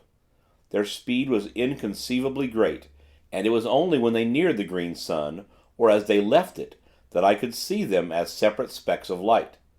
Further from the sun, they became thin lines of vivid fire within the violet. The discovery of these rays and the moving sparks interested me extraordinarily. To where did they lead in such countless profusion? I thought of the worlds in space, and these sparks. Messengers! Possibly the idea was fantastic, but I was not conscious of its being so. Messengers! Messengers from the central sun! An idea evolved itself slowly. Was the green sun the abode of some vast intelligence? The thought was bewildering. Visions of the unnameable rose, vaguely. Had I indeed come upon the dwelling place of the eternal? For a time I repelled the thought, dumbly. It was too stupendous. Yet huge, vague thoughts had birth within me. I felt suddenly terribly naked, and an awful nearness shook me. And heaven? Was that, too, an illusion? My thoughts came and went erratically. The sea of sleep, and she. Heaven? I came back with a bound to the present. Somewhere, out of the void behind me, there rushed an immense dark body, huge and silent. It was a dead star, hurling onward to the burying place of the stars. It drove between me and the central suns, blotting them out from my vision, and plunging me into an impenetrable night. An age, and I saw again the violet rays. A great while later, aeons it must have been, a circular glow grew in the sky ahead, and I saw the edge of the receding star show darkly against it. Thus, I knew that it was nearing the central suns. Presently I saw the bright ring of the green sun show plainly against the night. The star had passed into the shadow of the dead sun. After that, I just waited. The strange years went slowly, and ever I watched intently. The thing I had expected came at last, suddenly, awfully. The vast flare of dazzling light. A streaming burst of white flame across the dark void. For an indefinite while it soared outward, a gigantic mushroom of fire. It ceased to grow. Then, as time went by, it began to sink backwards, slowly. I saw now that it came from a huge glowing spot near the center of the dark sun. Mighty flames still soared outward from this. Yet, spite of its size, the grave of the star was no more than the shining of Jupiter upon the face of an ocean, when compared with the inconceivable mass of the dead sun. I may remark here, once more, that no words will ever convey to the imagination the enormous bulk of the two central suns.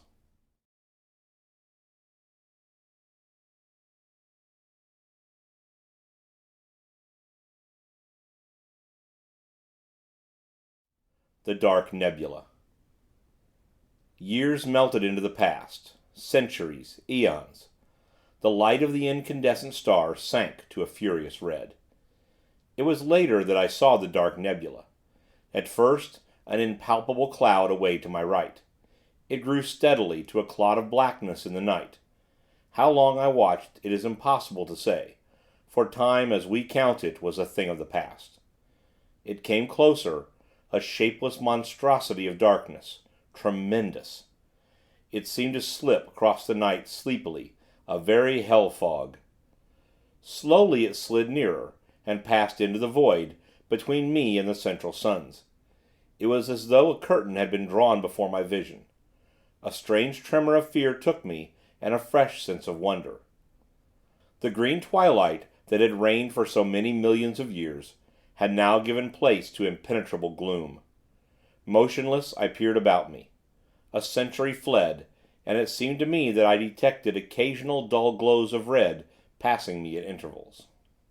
Earnestly I gazed, and presently seemed to see circular masses that showed muddily red within the clouded blackness. They appeared to be growing out of the nebulous murk. A while, and they became plainer to my accustomed vision.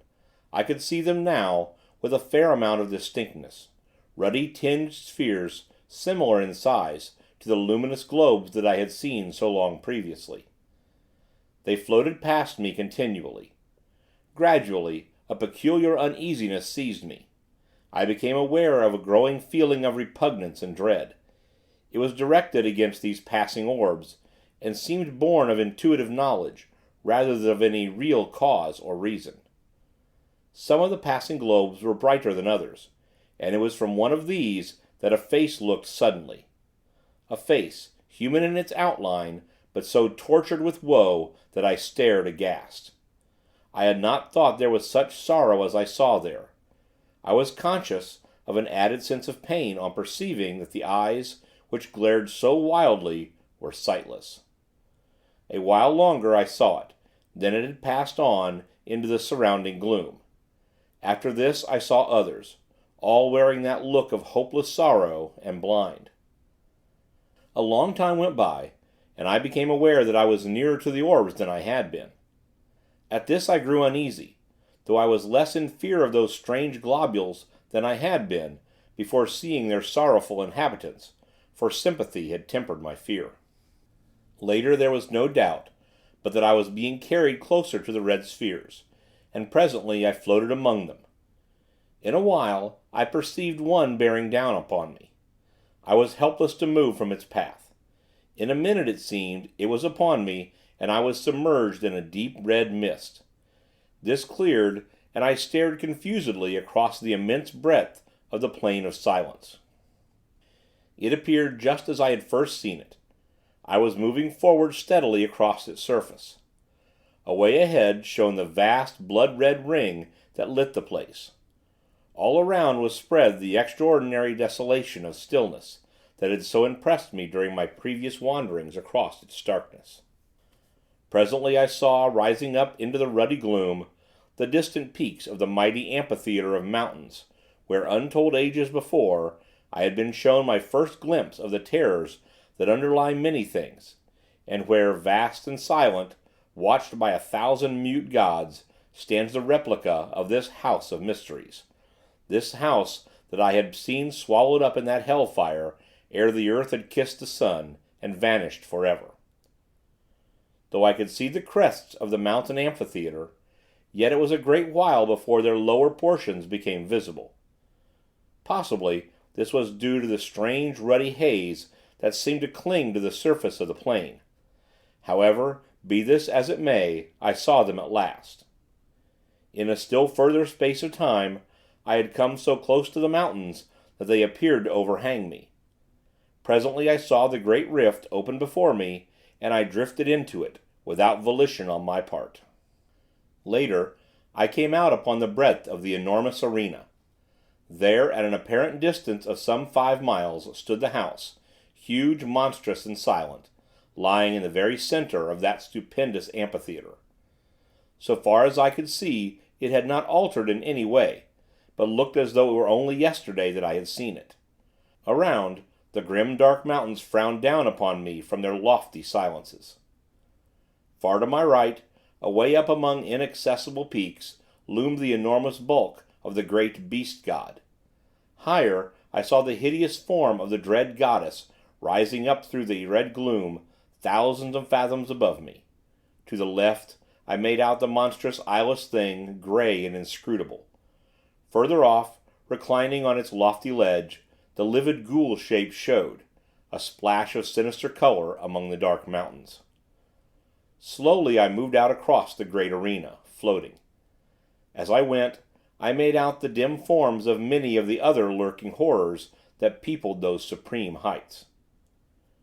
Gradually, I neared the house, and my thoughts flashed back across the abyss of years. I remembered the dread specter of the place.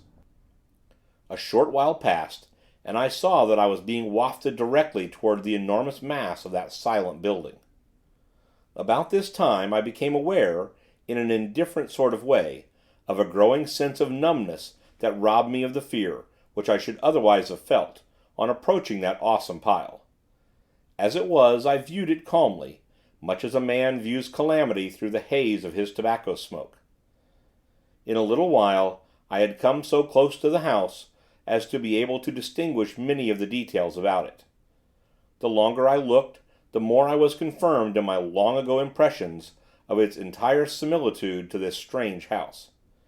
Save in its enormous size, I could find nothing unlike. Suddenly, as I stared, a great feeling of amazement filled me. I had come opposite to that part where the outer door, leading into the study, is situated. There, lying right across the threshold, lay a great length of coping stone, identical, save in size and color, with the piece I had dislodged in my fight with the pit creatures. I floated nearer, and my astonishment increased, as I noticed that the door was broken partly from its hinges, precisely in the manner that my study door had been forced inward, by the assaults of the Swine-Things. The sight started a train of thoughts, and I began to trace dimly that the attack on this house might have a far deeper significance than I had hitherto imagined. I remembered how, long ago, in the old earth days, I had half suspected that, in some unexplainable manner, this house in which I live was en rapport, to use a recognized term, with that other tremendous structure, away in the midst of that incomparable plain. Now, however, it began to be borne upon me that I had but vaguely conceived what the realization of my suspicion meant. I began to understand, with a more than human clearness, that the attack I had repelled was, in some extraordinary manner, connected with an attack upon that strange edifice. With a curious inconsequence, my thoughts abruptly left the matter, to dwell wonderingly upon the peculiar material out of which the house was constructed. It was, as I have mentioned earlier, of a deep green color, yet now that I had come so close to it, I perceived that it fluctuated at times, though slightly, glowing and fading, much as do the fumes of phosphorus, when rubbed upon the hand in the dark. Presently my attention was distracted from this, by coming to the great entrance. Here, for the first time, I was afraid, for all in a moment the huge doors swung back, and I drifted in between them, helplessly. Inside all was blackness, impalpable.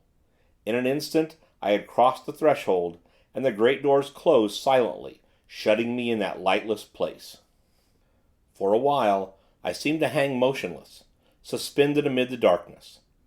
Then I became conscious that I was moving again, where I could not tell.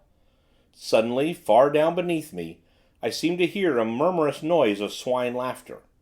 It sank away, and the succeeding silence appeared clogged with horror. Then a door opened somewhere ahead, a white haze of light filtered through, and I floated slowly into a room that seemed strangely familiar. All at once there came a bewildering screaming noise that deafened me. I saw a blurred vista of visions, flaming before my sight. My senses were dazed, through the space of an eternal moment. Then my power of seeing came back to me. The dizzy, hazy feeling passed, and I saw clearly.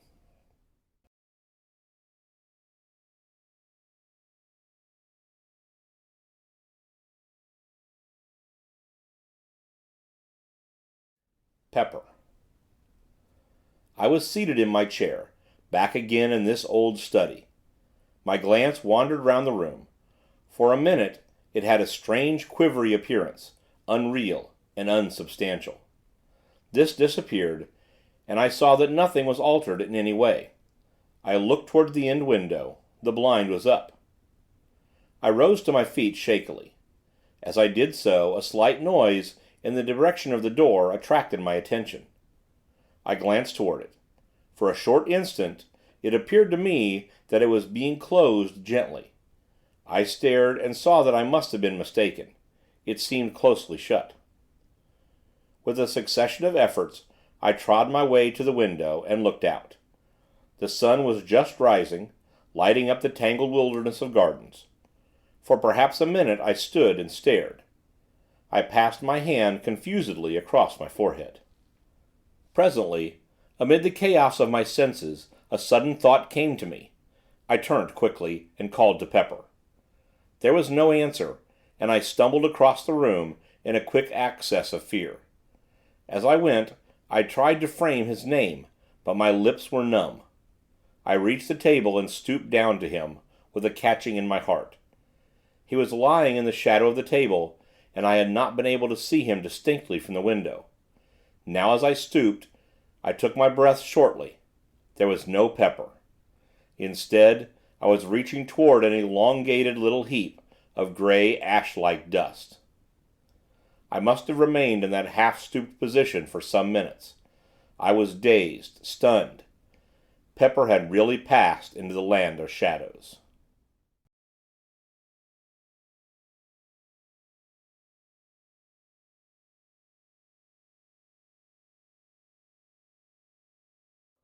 The footsteps in the garden. Pepper is dead. Even now at times I seem scarcely able to realize that this is so. It is many weeks since I came back from that strange and terrible journey through space and time. Sometimes in my sleep I dream about it, and go through in imagination the whole of that fearsome happening. When I wake, my thoughts dwell upon it. That sun! Those suns! Were they indeed the great central suns round which the whole universe of the unknown heavens revolves? Who shall say? And the bright globules, floating forever in the light of the green sun? And the sea of sleep on which they float? How unbelievable it all is! If it were not for Pepper, I should, even after the many extraordinary things that I have witnessed, be inclined to imagine that it was but a gigantic dream. Then, there is that dreadful Dark Nebula, with its multitudes of red spheres, moving always within the shadow of the dark sun, sweeping along on its stupendous orbit, wrapped eternally in gloom. And the faces that peer out at me. God, do they, and does such a thing really exist? There is still that little heap of gray ash on my study floor. I will not have it touched. At times, when I am calmer, I have wondered what became of the outer planets of the solar system. It has occurred to me that they may have broken loose from the sun's attraction, and whirled away into space. This is, of course, only a surmise. There are so many things about which I wonder. Now that I am writing, let me record that I am certain there is something horrible about to happen. Last night a thing occurred which has filled me with an even greater terror than did the pit fear. I will write it down now, and if anything more happens, endeavor to make a note of it at once. I have a feeling that there is more in this last affair than in all the others. I am shaky and nervous even now as I write. Somehow, I think death is not very far away. Not that I fear death, as death is understood. Yet, there is that in the air which bids me fear. An intangible, cold horror. I felt it last night. It was thus. Last night, I was sitting here in my study writing. The door leading into the garden was half open. At times, the metallic rattle of a dog's chain sounded faintly. It belongs to the dog I have bought since Pepper's death. I will not have him in the house, not after Pepper. Still, I have felt it better to have a dog about the place. They are wonderful creatures. I was much engrossed in my work, and the time passed quickly. Suddenly, I heard a soft noise on the path, outside in the garden. Pad, pad, pad it went, with a stealthy, curious sound. I sat upright with a quick movement, and looked out through the open door. Again the noise came. Pad, pad, pad. It appeared to be approaching. With a slight feeling of nervousness, I stared into the gardens, but the night hid everything. Then the dog gave a long howl, and I started. For a minute, perhaps, I peered intently, but could hear nothing. After a little, I picked up the pen, which I had laid down, and recommenced my work. The nervous feeling had gone, for I imagined that the sound I had heard was nothing more than the dog walking round his kennel at the length of his chain. A quarter of an hour may have passed. Then all at once the dog howled again, and with such a plaintively sorrowful note that I jumped to my feet, dropping my pen and inking the page on which I was at work. "Curse that dog!" I muttered, noting what I had done. Then, even as I said the words, there sounded again that queer pad, pad, pad. It was horribly close, almost by the door, I thought. I knew now that it could not be the dog. His chain would not allow him to come so near. The dog's growl came again, and I noted subconsciously the taint of fear in it. Outside on the windowsill, I could see Tip, my sister's pet cat. As I looked, it sprang to its feet, its tail swelling visibly. For an instant it stood thus, seeming to stare fixedly at something in the direction of the door. Then quickly it began to back along the sill, until, reaching the wall at the end, it could go no further. There it stood, rigid, as though frozen in an attitude of extraordinary terror. Frightened and puzzled, I seized a stick from the corner, and went toward the door, silently, taking one of the candles with me. I had come to within a few paces of it when, suddenly, a peculiar sense of fear thrilled through me. A fear palpitant and real, whence I knew not nor why. So great was the feeling of terror that I wasted no time, but retreated straightway, walking backward and keeping my gaze fearfully on the door. I would have given much to rush at it, fling it to, and shoot the bolts, for I have had it repaired and strengthened so that now it is far stronger than it ever has been. Like Tip, I continued my almost unconscious progress backwards, until the wall brought me up.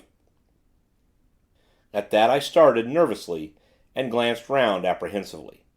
As I did so, my eyes dwelt momentarily on the rack of firearms, and I took a step toward them, but stopped, with a curious feeling that they would be needless. Outside in the gardens, the dog moaned strangely. Suddenly, from the cat, there came a fierce, long screech. I glanced jerkily in its direction. Something luminous and ghostly encircled it, and grew upon my vision. It resolved into a glowing hand, transparent, and with a lambent, greenish flame flickering over it. The cat gave a last, awful caterwaul, and I saw it smoke and blaze. My breath came with a gasp, and I leaned against the wall. Over that part of the window, there spread a smudge, green and fantastic. It hid the thing from me, though the glare of fire shone through, dully. A stench of burning stole into the room. Pad, pad, pad. Something passed down the garden path, and a faint, moldy odor seemed to come in through the open door, and mingle with the burnt smell. The dog had been silent for a few moments. Now I heard him yowl sharply, as though in pain. Then he was quiet, save for an occasional subdued whimper of fear. A minute went by, then the gate on the west side of the garden slammed, distantly. After that, nothing. Not even the dog's whine. I must have stood there some minutes. Then a fragment of courage stole into my heart, and I made a frightened rush at the door, dashed it to, and bolted it. After that, for a full half hour, I sat, helpless, staring before me, rigidly. Slowly my life came back into me, and I made my way shakily upstairs to bed. That is all.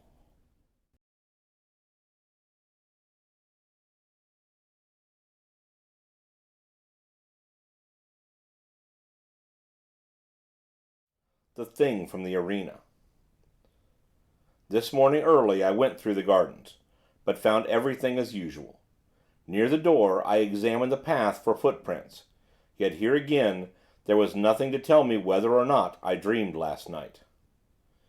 It was only when I came to speak to the dog that I discovered tangible proof that something did happen. When I went to his kennel he kept inside, crouching up in one corner, and I had to coax him to get him out. When finally he consented to come, it was in a strangely cowed and subdued manner. As I patted him, my attention was attracted to a greenish patch on his left flank. On examining it, I found that the fur and skin had been apparently burnt off, for the flesh showed raw and scorched. The shape of the mark was curious, reminding me of the imprint of a large talon or hand. I stood up, thoughtful. My gaze wandered toward the study window. The rays of the rising sun shimmered on the smoky patch in the lower corner, causing it to fluctuate from green to red, oddly. Ah, that was undoubtedly another proof, and suddenly the horrible thing I saw last night rose in my mind. I looked at the dog again. I knew the cause now of that hateful-looking wound on his side. I knew also that what I had seen last night had been a real happening, and a great discomfort filled me. Pepper? Tip? And now this poor animal? I glanced at the dog again, and noticed that he was licking at his wound. Poor brute, I muttered, and went to pat his head. At that, he got up on his feet, nosing and licking my hand wistfully. Presently I left him, having other matters to which to attend. After dinner, I went to see him again. He seemed quiet, and disinclined to leave his kennel. From my sister I have learned that he has refused all food today. She appeared a little puzzled when she told me, though quite unsuspicious of anything of which to be afraid. The day has passed uneventfully enough. After tea I went again to have a look at the dog. He seemed moody and somewhat restless, yet persisted in remaining in his kennel. Before locking up for the night, I moved his kennel out away from the wall so that I shall be able to watch it from the small window tonight. The thought came to me to bring him into the house for the night, but consideration has decided me to let him remain out. I cannot say that the house is, in any degree, less to be feared than the gardens. Pepper was in the house, and yet... It is now 2 o'clock. Since 8, I have watched the kennel from the small side window in my study, yet nothing has occurred, and I am too tired to watch longer. I will go to bed. During the night I was restless. This is unusual for me, but toward morning I obtained a few hours' sleep. I rose early, and, after breakfast, visited the dog. He was quiet but morose, and refused to leave his kennel. I wish there was some horse doctor near. I would have the poor brute looked to. All day he has taken no food, but he has shown an evident desire for water, lapping it up greedily. I was relieved to observe this. The evening has come, and I am in my study. I intend to follow my plan of last night, and watch the kennel. The door leading into the garden is bolted securely. I am consciously glad there are bars to the window. Night. Midnight is gone. The dog has been silent up to the present. Through the side window on my left I can make out dimly the outlines of the kennel. For the first time the dog moves, and I hear the rattle of his chain. I look out quickly.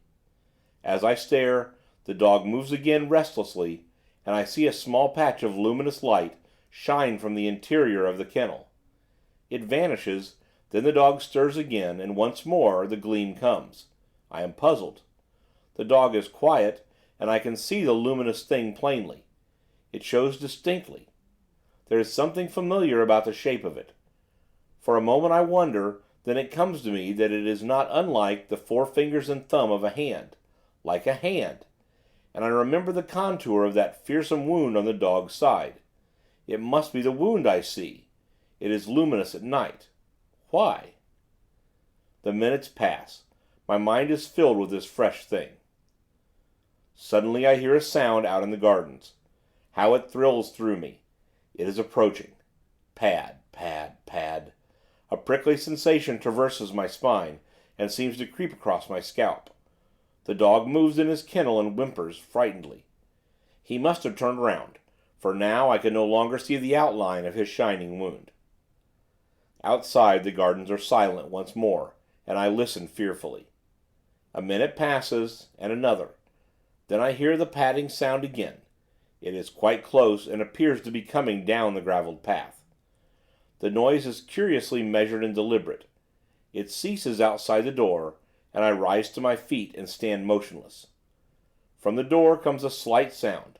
The latch is being slowly raised. A singing noise is in my ears, and I have a sense of pressure about the head. The latch drops with a sharp click into the catch. The noise startles me afresh, jarring horribly on my tense nerves. After that I stand for a long while amid an ever-growing quietness. All at once my knees begin to tremble, and I have to sit quickly. An uncertain period of time passes, and, gradually, I begin to shake off the feeling of terror that has possessed me. Yet still I sit. I seem to have lost the power of movement. I am strangely tired and inclined to doze. My eyes open and close, and presently I find myself falling asleep and waking in fits and starts. It is some time later that I am sleepily aware that one of the candles is guttering. When I wake again it has gone out, and the room is very dim, under the light of the one remaining flame. The semi-darkness troubles me little.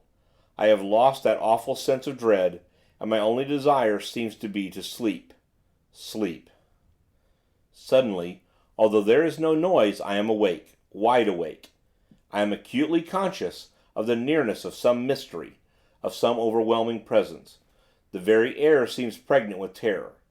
I sit huddled and just listen intently. Still there is no sound. Nature herself seems dead. Then the oppressive stillness is broken by a little eldritch scream of wind, that sweeps round the house and dies away remotely. I let my gaze wander across the half-lighted room. By the great clock in the far corner is a dark, tall shadow. For a short instant I stare, frightenedly. Then I see that it is nothing, and am momentarily relieved. In the time that follows, the thought flashes through my brain, why not leave this house of mystery and terror? Then, as though in answer, there sweeps up, across my sight, a vision of the wondrous Sea of Sleep.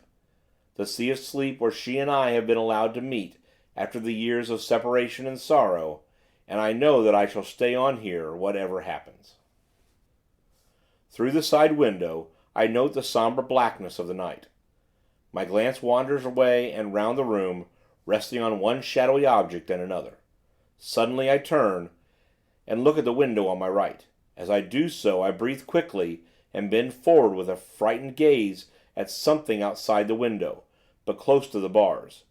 I am looking at a vast, misty swine face, over which fluctuates a flamboyant flame of a greenish hue. It is the thing from the arena. The quivering mouth seems to drip with a continual phosphorescent slaver. The eyes are staring straight into the room with an inscrutable expression.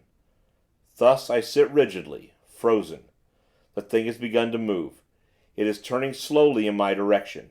Its face is coming round towards me. It sees me. Two huge, inhumanly human eyes are looking through the dimness at me. I am cold with fear, yet even now, I am keenly conscious, and note, in an irrelevant way, that the distant stars are blotted out by the mass of the giant face. A fresh horror has come to me. I am rising from my chair without the least intention. I am on my feet, and something is impelling me toward the door that leads out into the gardens. I wish to stop, but cannot. Some immutable power is opposed to my will, and I go slowly forward, unwilling and resistant. My glance flies round the room, hopelessly, and stops at the window. The great swine face has disappeared, and I hear again that stealthy pad, pad, pad. It stops outside the door toward which I am being compelled. There succeeds a short, intense silence. Then there comes a sound. It is the rattle of the latch being slowly lifted. At that, I am filled with desperation. I will not go forward another step. I make a vast effort to return, but it is as though I press back upon an invisible wall. I groan out loud in the agony of my fear, and the sound of my voice is frightening. Again comes that rattle, and I shiver clammily. I fight and struggle to hold back, but it is no use. I am at the door, and in a mechanical way I watch my hand go forward to undo the topmost bolt. It does so, entirely without my volition. Even as I reach up toward the bolt, the door is violently shaken, and I get a sickly whiff of moldy air, which seems to drive in through the interstices of the doorway. I draw the bolt back, slowly, fighting dumbly the while. It comes out of its socket with a click, and I begin to shake, aguishly. There are two more. One at the bottom of the door, the other, a massive affair, is placed about the middle. For perhaps a minute I stand with my arms hanging slackly by my sides. The influence to meddle with the fastening of the door seems to have gone. All at once there comes the sudden rattle of iron at my feet. I glance down quickly and realize, with an unspeakable terror, that my foot is pushing back the lower bolt. An awful sense of helplessness assails me. The bolt comes out of its hold with a slight ringing sound, and I stagger on my feet, grasping at the great central bolt for support. A minute passes, an eternity, then another. My God, help me! I am being forced to work upon the last fastening. I will not! Better to die than to open to the terror that is on the other side of the door. Is there no escape? God help me, I have jerked the bolt half out of its socket. My lips emit a hoarse scream of terror. The bolt is 3 parts drawn now, and still my unconscious hands work towards my doom. Only a fraction of steel between my soul and that. Twice I scream out in a supreme agony of my fear. Then, with a mad effort, I tear my hands away. My eyes seem blinded. A great blackness is falling upon me. Nature has come to my rescue. I feel my knees giving. There is a loud, quick thudding upon the door, and I am falling. I must have lain there at least a couple of hours. As I recover, I am aware that the other candle is burnt out, and the room is in an almost total darkness.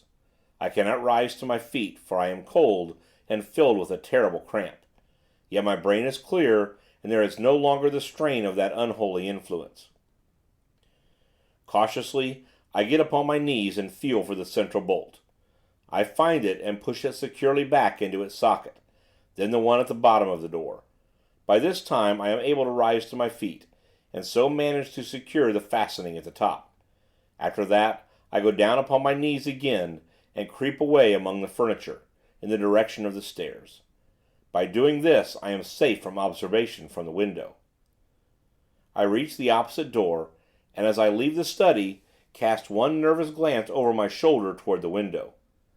Out in the night, I seem to catch a glimpse of something impalpable, but it may only be a fancy.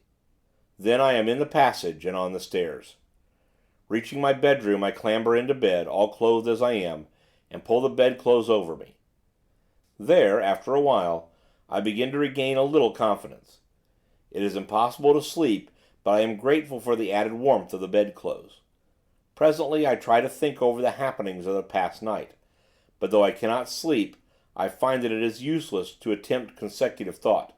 My brain seems curiously blank.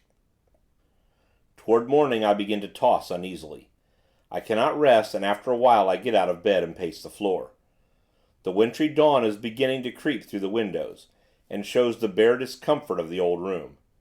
Strange that, through all these years, it has never occurred to me how dismal this place really is.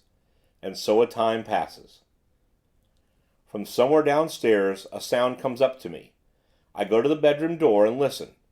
It is Mary, bustling about the great old kitchen, getting the breakfast ready. I feel little interest. I am not hungry. My thoughts, however, continue to dwell upon her. How little the weird happenings in this house seem to trouble her. Except in the incident of the pit creatures, she has seemed unconscious of anything unusual occurring. She is old, like myself, yet how little we have to do with one another. Is it because we have nothing in common, or only that, being old, we care less for society than quietness? These and other matters pass through my mind as I meditate, and help to distract my attention for a while from the oppressive thoughts of the night. After a time I go to the window, and, opening it, look out. The sun is now above the horizon, and the air, though cold, is sweet and crisp. Gradually my brain clears, and a sense of security for the time being comes to me. Somewhat happier, I go downstairs, and out into the garden to have a look at the dog. As I approach the kennel, I am greeted by the same moldy stench that assailed me at the door last night. Shaking off a momentary sense of fear, I call to the dog, but he takes no heed, and after calling once more, I throw a small stone into the kennel. At this he moves uneasily, and I shout his name again, but do not go closer. Presently my sister comes out and joins me in trying to coax him from the kennel. In a little the poor beast rises, and shambles out, lurching queerly. In the daylight he stands swaying from side to side, and blinking stupidly. I look, and note that the horrid wound is larger, much larger, and seems to have a whitish fungoid appearance. My sister moves to fondle him, but I detain her, and explain that I think it will be better not to go too near him for a few days. It is impossible to tell what might be the matter with him, and it is well to be cautious. A moment later she leaves me, coming back with a basin of odd scraps of food. This she places on the ground near the dog, and I push it into his reach with the aid of a branch broken from one of the shrubs. Yet, though the meat should be tempting, he takes no notice of it, but retires to his kennel. There is still water in his drinking vessel, so, after a few moments' talk, we go back into the house. I can see that my sister is much puzzled as to what is the matter with the animal, yet it would be madness even to hint the truth to her. The day slips away uneventfully, and night comes on. I have determined to repeat my experiment of last night. I cannot say that it is wisdom, yet my mind is made up. Still, however, I have taken precautions, for I have driven stout nails in the back of each of the 3 bolts that secure the door opening them from the study into the garden. This will, at least, prevent a recurrence of the danger I ran last night. From 10 to about 2:30 I watch, but nothing occurs, and finally I stumble off to bed, where I am soon asleep.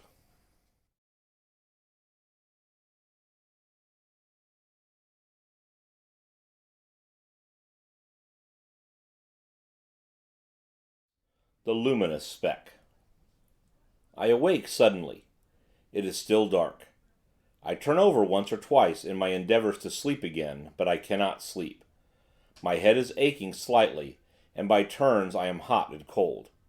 In a little I give up the attempt, and stretch out my hand for the matches. I will light my candle and read a while. Perhaps I shall be able to sleep after a time. For a few moments I grope. Then my hand touches the box, but, as I open it, I am startled to see a phosphorescent speck of fire shining amid the darkness. I put out my other hand and touch it. It is on my wrist. With a feeling of vague alarm, I strike a light hurriedly and look, but can see nothing save a tiny scratch. Fancy, I mutter, with half a sigh of relief. Then the match burns my finger and I drop it quickly.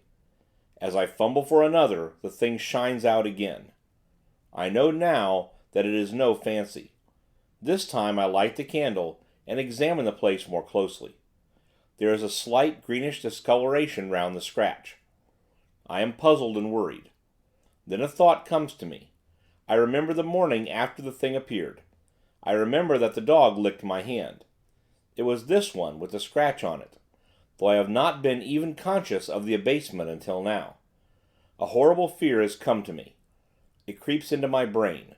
The dog's wound shines at night. With a dazed feeling, I sit down on the side of the bed and try to think, but cannot. My brain seems numbed with the sheer horror of this new fear. Time moves on unheeded. Once I rouse up and try to persuade myself that I am mistaken, but it is no use. In my heart, I have no doubt. Hour after hour, I sit in the darkness and silence and shiver hopelessly. The day has come and gone, and it is night again. This morning early, I shot the dog, and buried it away among the bushes. My sister is startled and frightened, but I am desperate. Besides, it is better so. The foul growth had almost hidden its left side, and the place on my wrist has enlarged perceptibly. Several times I have caught myself muttering prayers, little things learnt as a child. God Almighty, God help me, I shall go mad. 6 days, and I have eaten nothing. It is night. I am sitting in my chair. Ah, God, I wonder have any ever felt the horror of life that I have come to know? I am swathed in terror. I feel ever the burning of this dread growth. It has covered all my right arm and side, and is beginning to creep up my neck. Tomorrow, it will eat into my face. I shall become a terrible mass of living corruption. There is no escape, yet a thought has come to me, born of a sight of the gun rack on the other side of the room. I have looked again, with the strangest of feelings. The thought grows upon me. God, thou knowest, thou must know that death is better, aye, better 1,000 times than this. This! Jesus forgive me, but I cannot live. Cannot, I dare not. I am beyond all help. There is nothing else left. It will at least spare me that final horror. I think I must have been dozing. I am very weak and, oh, so miserable and tired. The rustle of the paper tries my brain. My hearing seems preternaturally sharp. I will sit a while and think. Hush! I hear something, down in the cellars. It is a creaking sound. My God, it is the opening of the great oak trap. What can be doing that? The scratching of my pen deafens me. I must listen. There are steps on the stairs, strange, padding steps, that come up nearer. Jesus, be merciful to me, an old man. There is something fumbling at the door handle. Oh, God, help me now. Jesus, the door is opening, slowly. Something... That is all.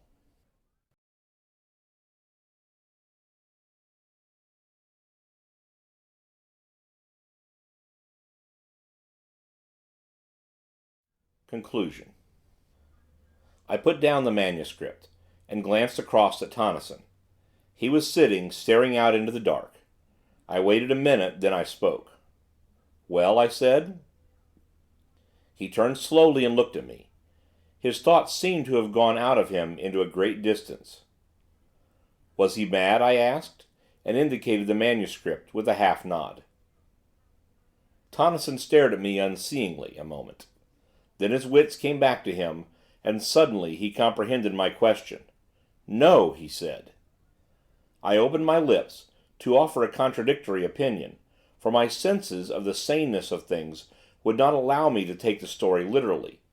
Then I shut them again, without saying anything. Somehow the certainty in Tonneson's voice affected my doubts. I felt, all at once, less assured, though I was by no means convinced as yet. After a few moments' silence, Tonneson rose stiffly and began to undress. He seemed disinclined to talk, so I said nothing, but followed his example. I was weary, though still full of the story I had just read.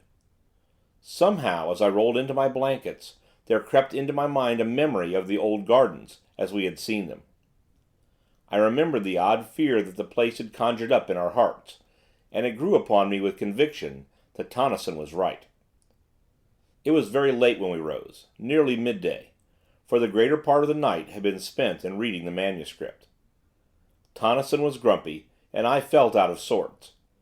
It was a somewhat dismal day, and there was a touch of chilliness in the air. There was no mention of going out fishing on either of our parts. We got dinner, and after that just sat and smoked in silence.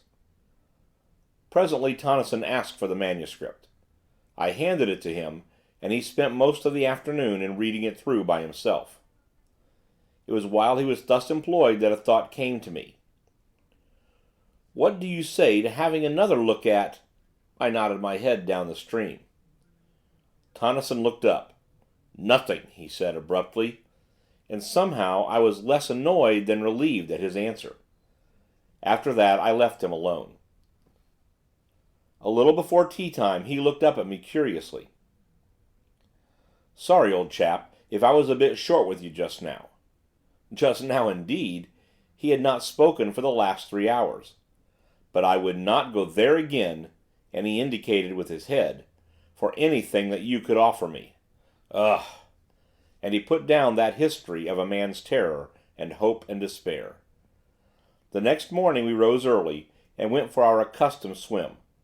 We had partly shaken off the depression of the previous day, and so took our rods when we had finished breakfast, and spent the day at our favourite sport. After that day, we enjoyed our holiday to the utmost, though both of us looked forward to the time when our driver should come, for we were tremendously anxious to inquire of him, and through him among the people of the tiny hamlet, whether any of them could give us information about that strange garden, lying away by itself in the heart of an almost unknown tract of country. At last the day came on which we expected the driver to come across for us. He arrived early while we were still abed, and the first thing we knew he was at the opening of the tent, inquiring whether we had had good sport. We replied in the affirmative, and then both together, almost in the same breath, we asked the question that was uppermost in our minds.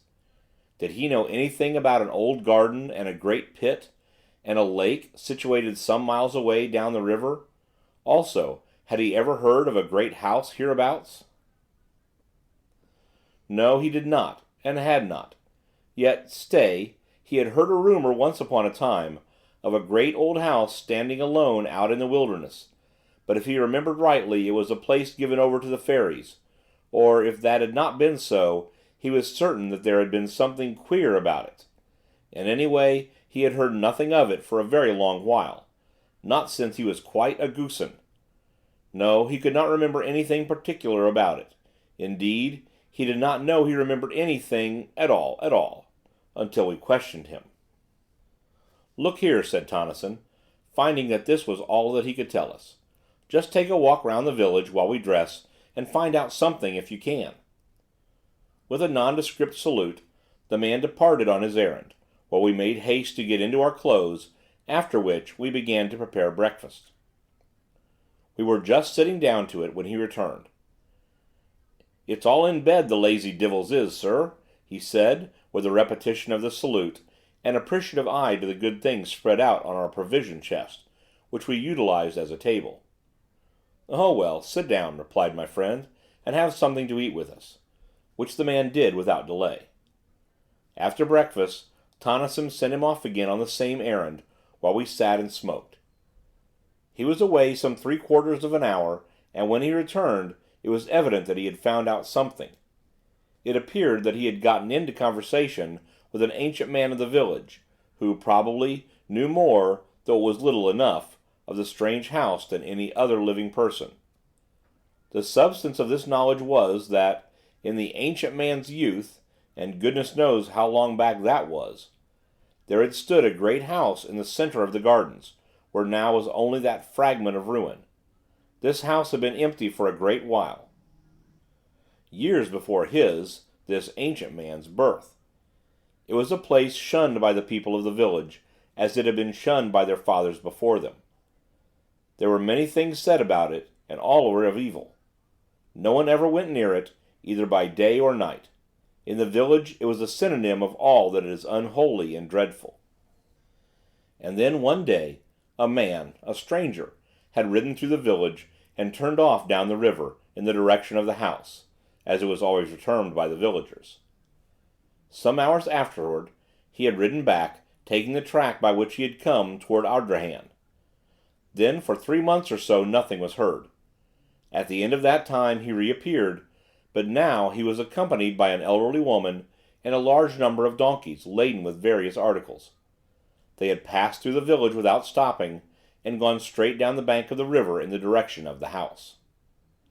Since that time no one, save the man whom they had chartered to bring over monthly supplies of necessities from Ardrahan, had ever seen either of them, and him none had ever induced to talk. Evidently he had been well paid for his trouble. The years had moved onward, uneventfully enough in that little hamlet, the man making his monthly journeys regularly. One day he had appeared as usual on his customary errand. He had passed through the village without exchanging more than a surly nod with the inhabitants, and gone on toward the house. Usually it was evening before he made the return journey. On this occasion, however, he had reappeared in the village a few hours later in an extraordinary state of excitement, and with the astounding information that the house had disappeared bodily, and that a stupendous pit now yawned in the place where it had stood.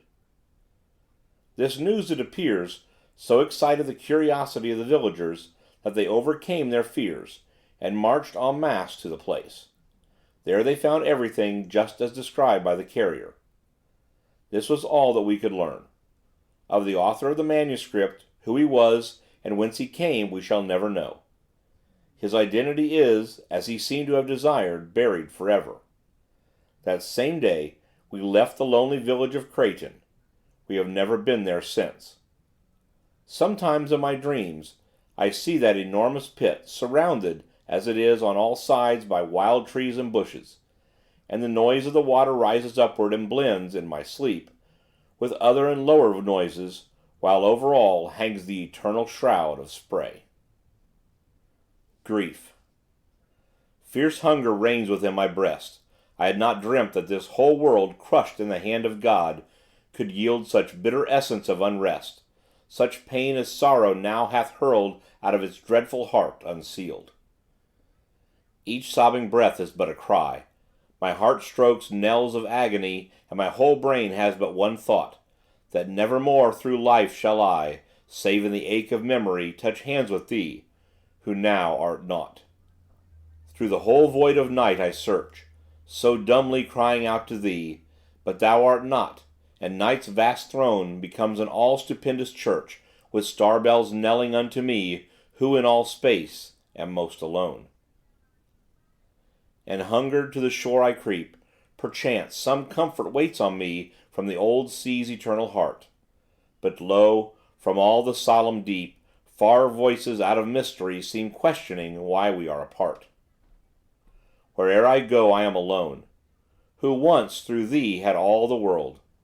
My breast is one whole raging pain for that which was, and now is flown into the blank where life is hurled, where all is not, nor is again.